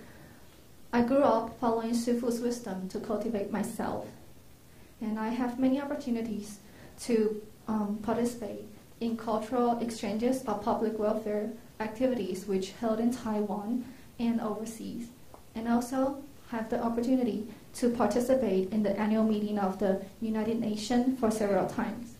For example, the 63rd annual meeting in Melbourne, and in August 2014, I even extended my involvement in promoting and sharing the movement of an era of conscience initiated by Dr. Hong at the 65th UN NGO-DPI annual conferences in New York. Even we have been persecuted for so many years, and even yesterday, our government auctioned our property illegally. My Shifu still teaches his弟子 to love our country, to love all the human beings, and to love all creatures. I remember that the director of Chinese Martial Arts Association, Mr. Kun Zhonghuang, he said that it's a shame for the government to push Taijimen to protest on the street. The efforts on maintaining and promoting our traditions and culture by martial arts groups, including Taijimen, should be protected, encouraged, and recognized instead of being unrighteously harmed. When the government and its officials abuse their power and deprive the people of their rights to freedom, property, and life, it's not hard to see why a kind-hearted group such as Taijimen was mistreated like so.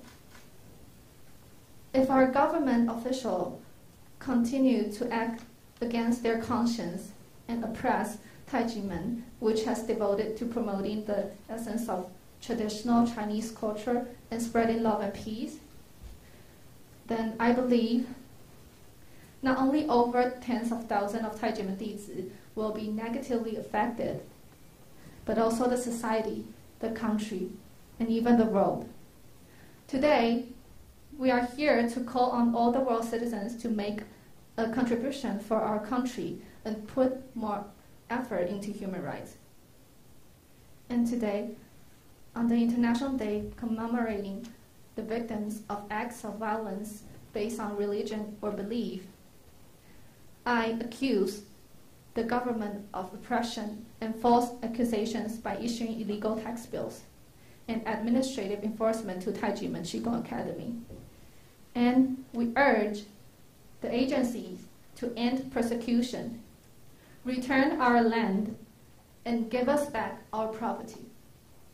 We call for the government to make conscience-driven reforms on tax and the legal system so that Taiwan can still be a country where its people can enjoy real human rights and real democracy. Thank you. Thank you, Rita. Yes, end the persecution and return the land to Taijimen. Actually, I would like to announce the spirit of the International Day commemorating the victims of acts of violence based on religion or belief of today. What the United Nations state is that freedom of religion or belief, freedom of opinion and expression, the right to peaceful assembly, and the right to freedom of association are interdependent, interrelated, and mutually reinforcing. And they are enshrined in Article 18, 19, and 20 of the Universal Declaration of Human Rights.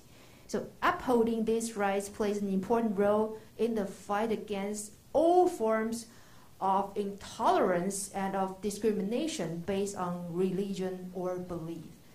So I would like to say that actually this kind of declaration is not only not words, and we would like to call government. It's not only a copy-paste thing. So we really, here in Taiwan, we really need to make this revolution happen. And this is why each one of us are so important. So once again, I would like to ask, do you believe that you are the hero on this road?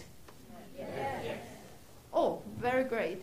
Do you believe that we can make it happen? And do you believe that you are the hero on the road? Yes. Great. So next I would like to invite Luo Yiling. She's a postdoctoral fellow, and also she followed Tajiman Dr. Han, traveling to a lot of countries and through dance and her smile. She also did a lot of culture exchanges. So let's welcome her. Hi, I'm Yiling. I have been learning Qigong with my Shifu Dr. Han since I was in elementary school. He always tells us to not only to practice Qigong but also to understand how our bodies function and blend together with our minds. When we are happy, the cells inside our bodies will have energy and therefore we will have healthy bodies. Shifu is my father. He often tells us that when doing anything, don't feel pressure and just regard it as playing games. Only when doing things with this positive attitude can we maintain good physical and mental health. When I was young, I resisted learning certain subjects and felt sad and unmotivated. However, recalling the words from Shifu, my father, I gradually changed the way I thought toward learning and played with my challenges I faced. With this in mind, I am currently a very happy PhD. I am a bacteriologist. Taijiman is my second home, but I feel sad. Taiwan's government bring Taijiman with illegal tax bills. Bring my brother, sister, and all of my family for 24 years. Taijiman has been fighting for justice for 24 years. We have written hundreds of letters to President Tsai. However, we have not received any responses. Now, various infectious diseases are present all over the world. An outbreak of epidemic infection may occur suddenly, which can cause serious death, such as COVID-19.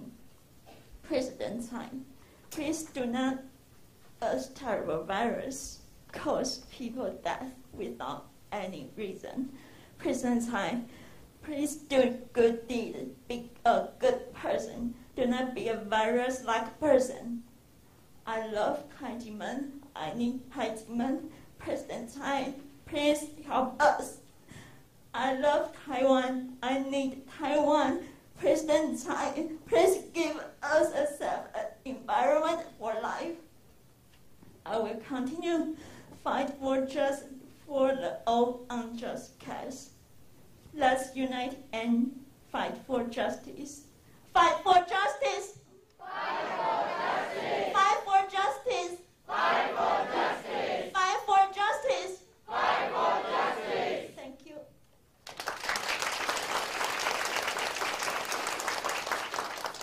Okay, thank you, Yiling.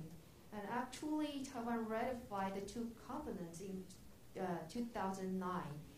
And then passed the legislation to make them part of domestic law. But actually, human rights is not only signing the two covenants. It's not a report, it's not a newsletter, or as I just said earlier, it's not flowery language. It's not only what this is like what we are going to show how great Taiwan is to the international society. So once again, we are very thankful. We thank you that today's the voices from the youth generation, and I would like to once again invite all of you to take one more picture together without mask. Without mask. Once again, yeah, take a picture together.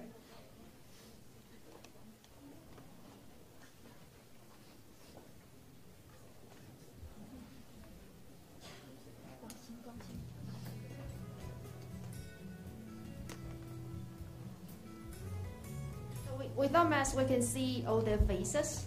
Without mask, we can see the truth of this case, right? Okay.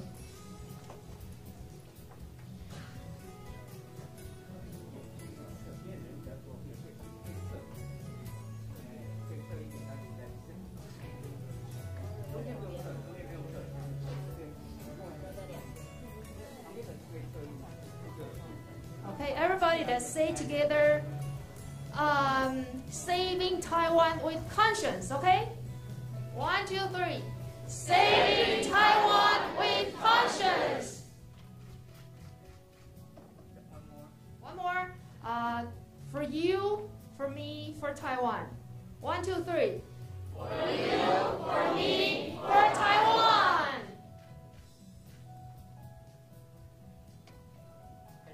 Okay, thank you.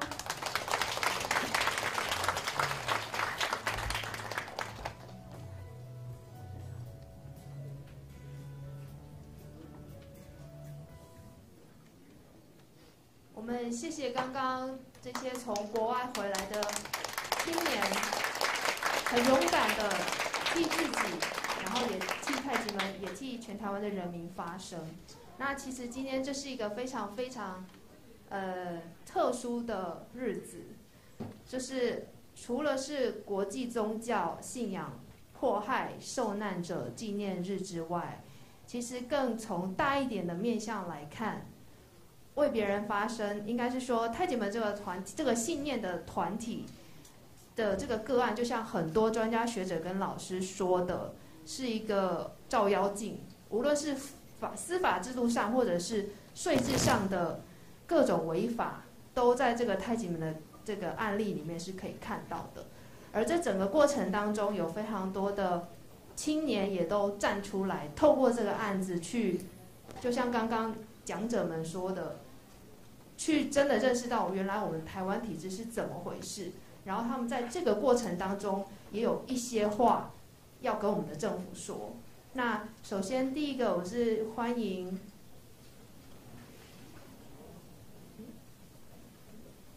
那个蔡孟轩先生，让我们掌声欢迎。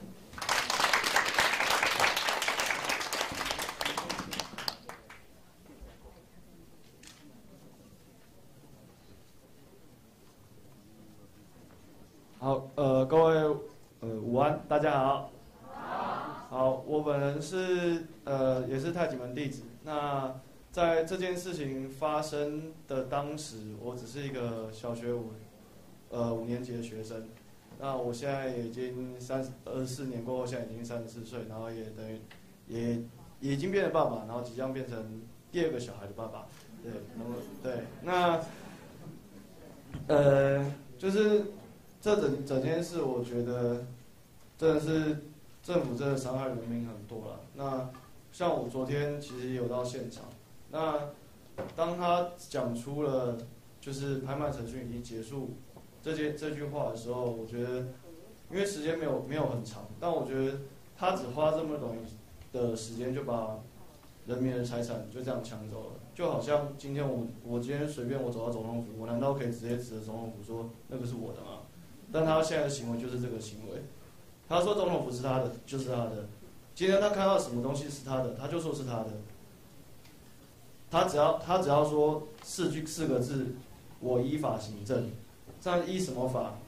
他们自己规定的法，他们自己可以找出任何一个法条去来解释现行的法条，来表达它的合理性。我觉得这件事情，他只花几分钟就抹煞了所有民众维护自己财产的一个精神跟权利，这实在是非常不合理。而且昨天在现场，警察也不断跟着我们说，这是我们最后一道的防线。我真的想问警察，到底要防什么？如果今天民众没有任何攻击性，只是合理的表达自己的诉求，请问要守什么？到底要守什么？守的前提是人民有攻击性，也要攻击任何一个人，但我们并没有攻击，而且重点是错的人是在里面，并不是我们，那为何要守我们呢？所以我昨天也是真的百思不得其解，更何况我自己也是一个新北市民，对于曾经担任过台北县长，在任内也做过很多事情的一个政府官员，而现在他是现任的行政院长苏贞昌院长。对于他当上行政院长，我觉得非常的光荣，因为他在担任县长的任内也做了很多好事。可是如今他眼皮子下面的执行署不作非为，在这30几天内，甚至在事情发生到现在，完全不闻不问，一句话也不吭，一句话也不讲，甚至就是放任底下的政府官员就这样胡作非为，只花了不到10分钟就把人民的土地这样抢走。更何况抢走的官员们，如果他们是真的合法的取得这些土地，但是他们为什么不敢正大正大光明从大门走出来？为何要从后面溜走？如果不是怕，他干嘛溜？如果不怕，他就应该要立刻走出来说明他凭什么，凭哪一条法，凭哪一条规则可以合理的把人民的土地抢走。但他没有，他们就是悄悄的这样跑掉了。所以我觉得这整件事情真的是让每个人都非常痛心。这30几天来，多少人每天都上街去陈抗、接宣，但这些人花的时间都是每一个人的时间，也不是每一个人都很有空，天天在那边接宣，天天可以在那边陈抗。多少人花的时间的背后，是更多家庭的支持，甚至是牺牲，甚至是包容。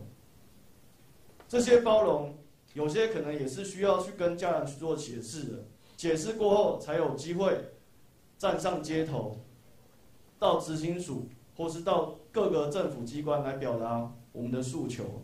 但当这些诉求，我们无论站了多久，讲了多久，喊了多久，哭也好，流泪也好，但这些事情到至今，我们还是没有得到任何一个政府官员来给予我们正面的回复，只是得到举牌叫我们驱离，只是得到这个程序已经结束了，就是讲了你们再怎么样，我们就是要硬卖，不管你们讲再多，我们就是要硬卖。而这些现在执政的政府官员，曾经也是自诩为站在人民这一端，为人民发声的政党，而现在他们取得政权了，反而上了位就换了脑袋。我觉得这整件事情，除了痛心，真的还是痛心。多少我们的伙伴曾经都在台湾一起生活长大，而如今，多少人因为对于这件事情绝望而离开台湾，又有多少人甚至等不到最后还我们清白的那一刻就已经离开这世界了。他们永远等不到政府给我们清白。所以我真的这边再次呼吁，当权者，总有一天你也会失去权力，总有一天你也是要下来接受另外一个政权的监督。如果只希望在历史上留下好名而不像污名的话，请你立刻解决这个案件，立刻撤销不应该要有的处分，还人民，还大家一个清白。谢谢大家。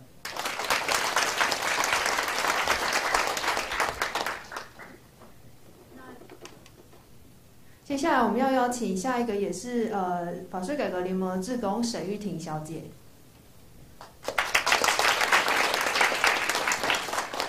主持人，然后各位观众跟直播前的朋友，大家好。那就如同前几位青年所分享的，昨天我也站在苗栗的那个拍卖现场前。那其实看着就是我们的土地就这样被抢走的时候，其实心里有很多很多的不知道该怎么表达的愤怒也好，或是伤心也好。那我这边就有几个我当天发生的事情跟大家分享一下，我觉得一定要跟大家说的感受。昨天我就站在栅栏前。那其实我们所有的不管是志工朋友也好，或是师兄姐也好，是情绪都非常的激动。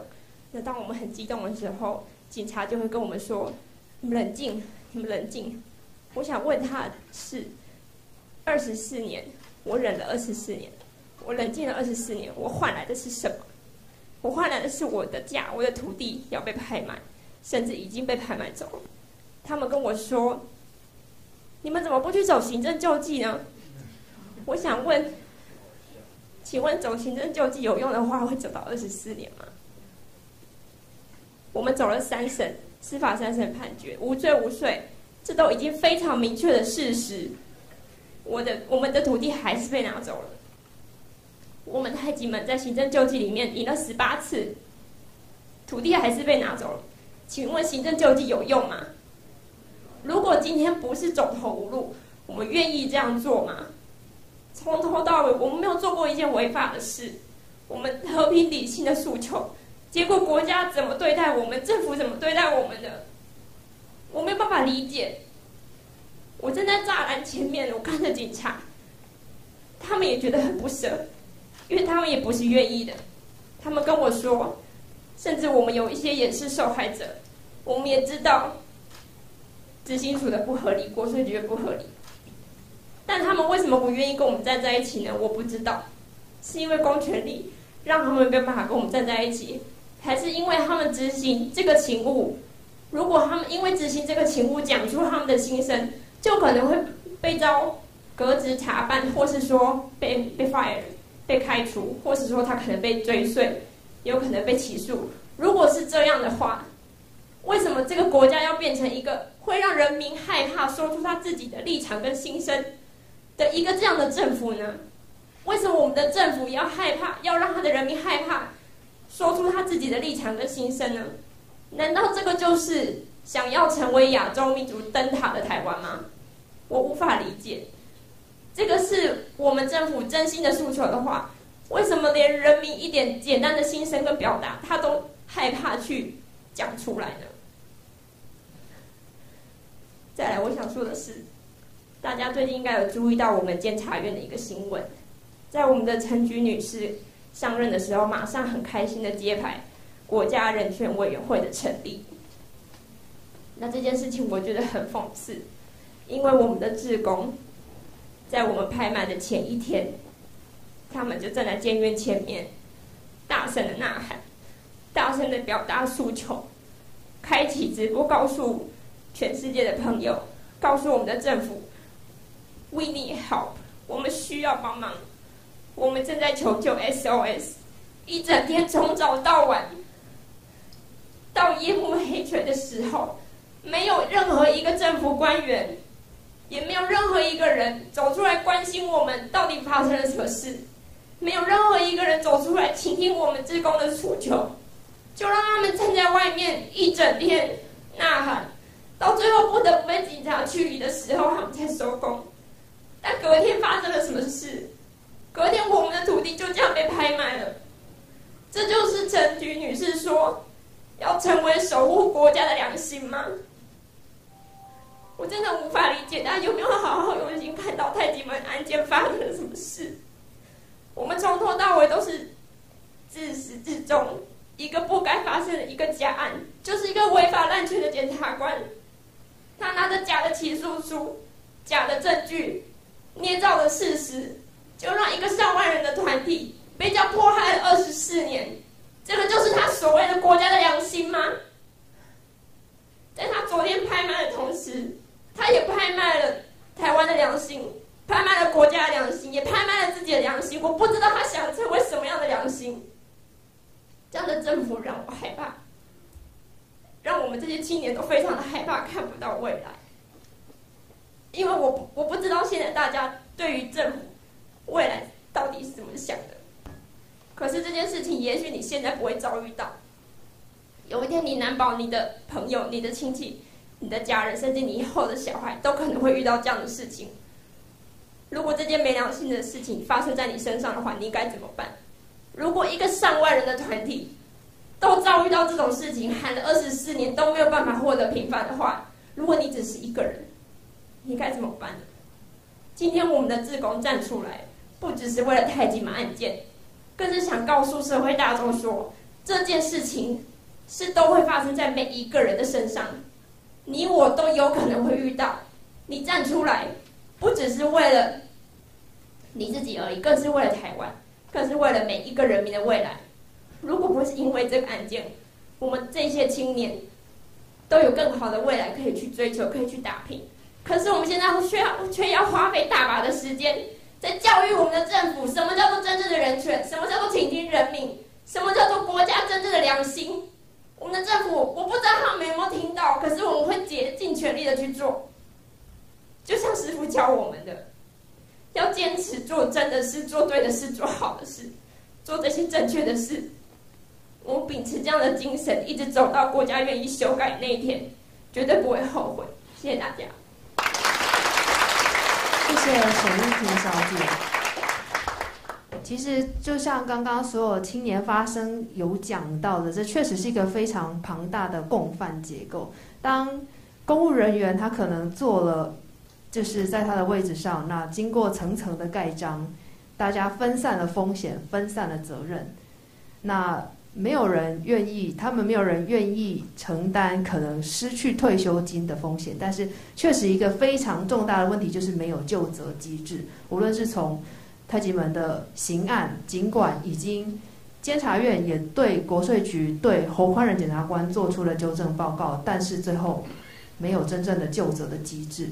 这个确实是非常非常的，在台湾非常非常严重的问题。尽管我们对外自诩是亚洲的民主灯塔，但是其实我们每一个人都清清楚楚的明白，在这个外衣的下面，我们似乎是没有脱离过去的戒严时代的心态。而这样的心态存在每一个，老实说也不是每一个，就是违法的这些官员的心态上的作为上面。所以这也是为什么确实我们每一个人的发声跟我们在自己的工作岗位上去跟更多人的分享是非常的重要。当人民的意识觉醒，每个人在自己的权益上可以很明确的去要求的时候，这样子的宁静革命有一天一定会成功。那接下来我们要请下一位是黎婷瑜小姐，她其实在这一个多月的陈抗的过程里面，在执行署前面，无论风吹日晒雨淋，其实都也可以看到她的身影。那我们接下来就欢迎她来跟我们分享她的心声。大家好。那个，其实为了这件事情，我已经将近从暑假到现在，原本是一个很美好的暑假，我已经接近2个月的时间都睡不太着了。那其实我本身也是一位太极门弟子，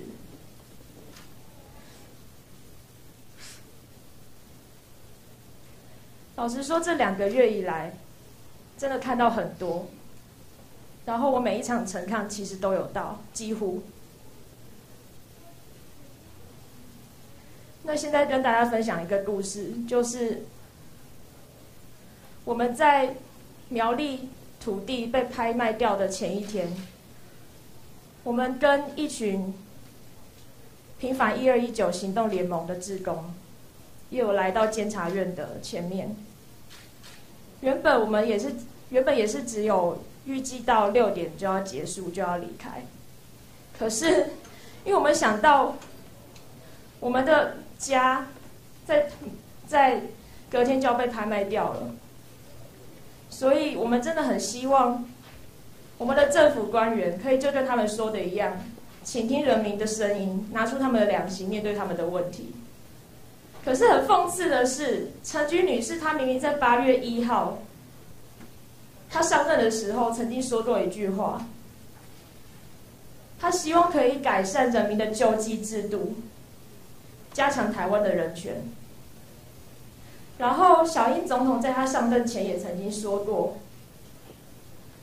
国家人权他希望可以推行台湾的转型正义，然后也说过国家人权委员会将会成为台湾的良心。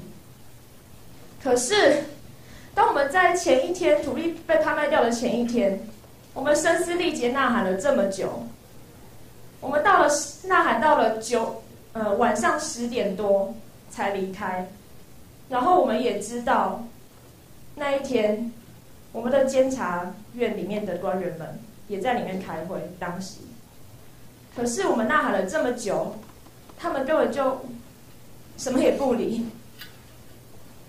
那这个国家还是个民主法治的国家吗？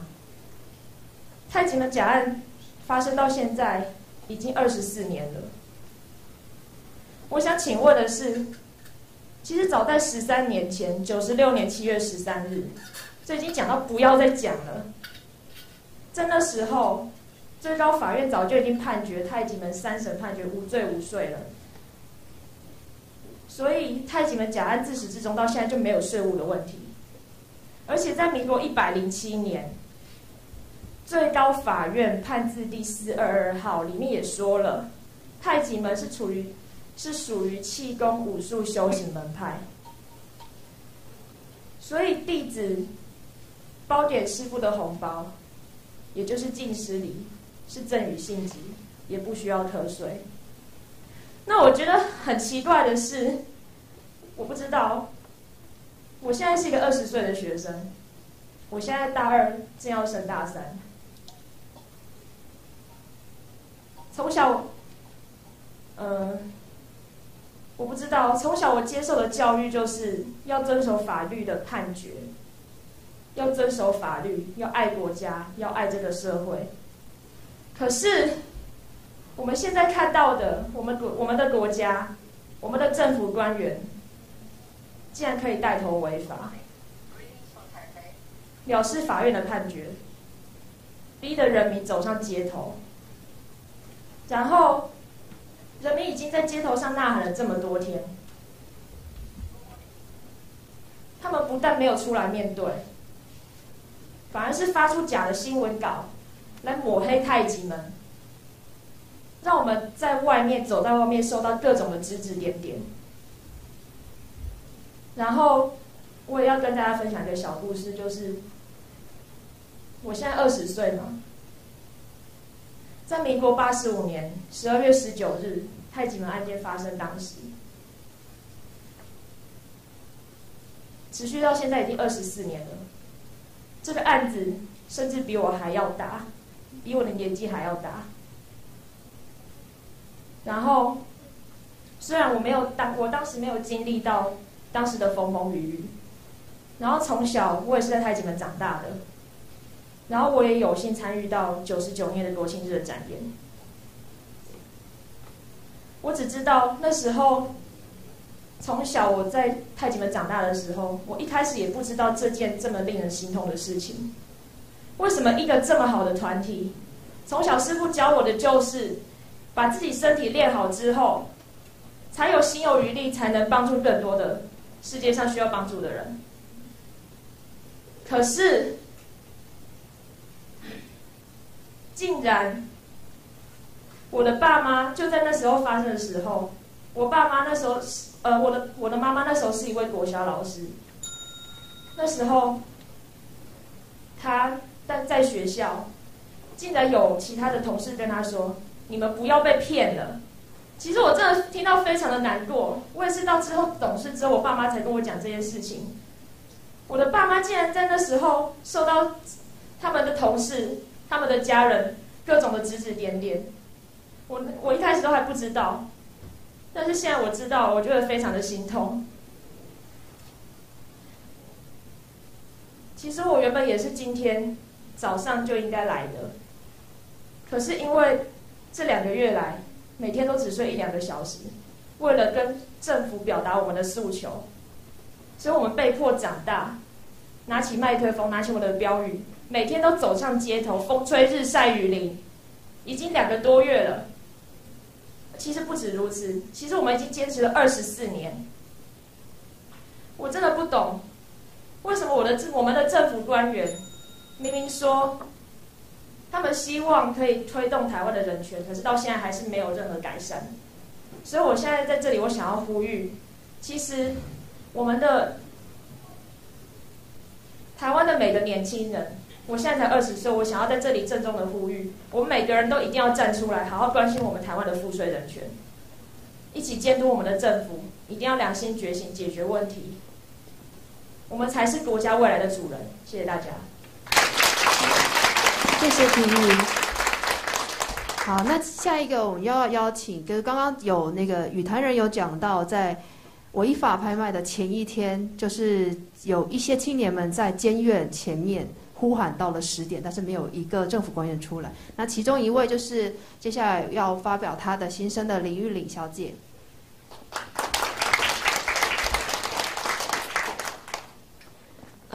各位现场的贵宾们，大家好，我叫林玉玲，我今年25岁。整个假案呢，从24年前到现在，从来都没有真正的被平反。最近啊，其实从7月开始，在我们得知7月31号，我们的家园、我们的土地，要正式的第一次被我们的政府拍卖的时候，我们一群年轻人非常勇敢的就决定，一定要走上街头，一定要让我们的违法的政府知道他们错了，知道其实人民是真正有在监督他们，有真的张着眼睛在看着他们所有的违法作为。从7月开始一直到8月，我几乎只要有时间，我就会参加各个大小场的陈抗行动，不管是站在执行署楼下，还是到了财政部，我都利用我的不管是韩信休假，还是特休，还是甚至是邀请到有心的世家，我都不断的站出来。对，那我在这边想要跟大家讲一下，我不是一个学法的人，我现在25岁，我是在一家外商公司担任设计师。但我其实觉得很奇怪的事情是，这么简单的道理，这么简单的事实，所有的事实跟证据，相信前面的语坛人应该也都就是跟各位报告了。从96年7月13号的司法已经3审判决太极门无罪无税，没有违反税捐稽征法，到后来99年立法院公听会召开的公听会中，财政部跟国税局在当场都公开的向人民、向当场所有的人就承诺说，在2个月内要解决这个案子。可是呢，99年到现在过去了，这个案子解决了吗？没有。一直到107年的判子4月2号，我们的最高行政法院，他们也承认了，也认定说太极门就是一个气功武术修行门派，而且81年是一个王法裁判。那可是为什么？为什么昨天我们的财政部、我们的国税局、我们的行政执行署要违法的拍卖太极门的家园呢？我真的不懂哎。昨天应该是前天礼拜4，我们青年们从下午一直到晚上10点，我们不断的在侦查院的门口呐喊控诉，因为那是距离昨天拍卖的倒数前夕，是倒数的紧急抢救时刻。我们所有的青年们都对这个国家都还是抱有一点点的相信，都还是抱有那一丝一毫的希望，希望这个国家，这个我们从小生长的地方，他们能够真的让人民可以相信政府，能够让这样子的事实得到一个平反。可是我们呐喊了这么久，有用吗？没有。那天晚上结束之后，我没有睡觉，我只大概休息了15分钟吧，因为隔天一大早，苗栗就要开始违法的拍卖。我隔天从台北飙下苗栗，到了现场，看到越来越多的志工都到现场，来告诉这些政府你们错了。可是外面围着一堆的骏马，我们看到的是什么？当拍卖要进行的时候，他们不让我们人民进去，他们把铁门拉下来，外面有播放的电视，没有声音。后来我们在外面喊说，为什么没有声音？没有声音就是黑箱作业的时候，终于把声音放出来了。可是每到一关键的时刻，每到他们要公布谁的哪个违法官人的名字的时候，又消音了。结果最后呢，我们站在外面这么久，我前一天没有吃晚餐，几乎连喝水的时间都没有，到隔天赶下去，我也没有吃早餐。我们所有的人顶着烈日在下面等待着政府，看看他们能给我们什么交代。结果呢，得到的结果是流标。我想说流标了，应该我们还有一点点的机会吧。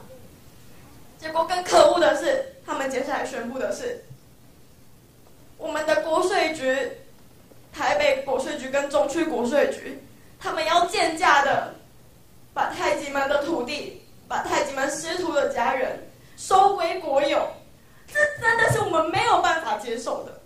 可是我们还是非常和平理性的想要告诉我们的政府，我们持续的站在这边，是因为我们真的很爱台湾。我们不只是因为太极门的家人被拍卖，我们捍卫的是什么？是因为我们知道，如果连这么一个清白的团体，连一个衣服务院，连4任总统都赞扬过你们是台湾的国宝，连外国人都说过我们是世界之光的一个团体，你们都可以这样子欺负，那其他的睡宅户，到今年为止，1月到7月，台湾已经超过了1000万个欠税欠费强制执行案件。那这些人他们应该要怎么办？他们这些个体，他们这些个人，他们要怎么为自己伸冤？所以我们今天站出来，我们捍卫的是台湾真正的民主，台湾真正的自由，真正的法治。如果我们这些年轻人不站出来的话，还有谁会愿意为了我们的国家站出来？我今天站出来，是因为25年前我出生在台湾，从小到大我生长在台湾。身为一个台湾公民，身为一个世界公民，我知道这个是我要履行的义务，我知道这个是我要为了我的人权，全台湾的人权，全世界的人权来捍卫的。所以呢，虽然他们现在违法拍卖，但是这个体现的是台湾制度的腐败，我们绝对不会停止。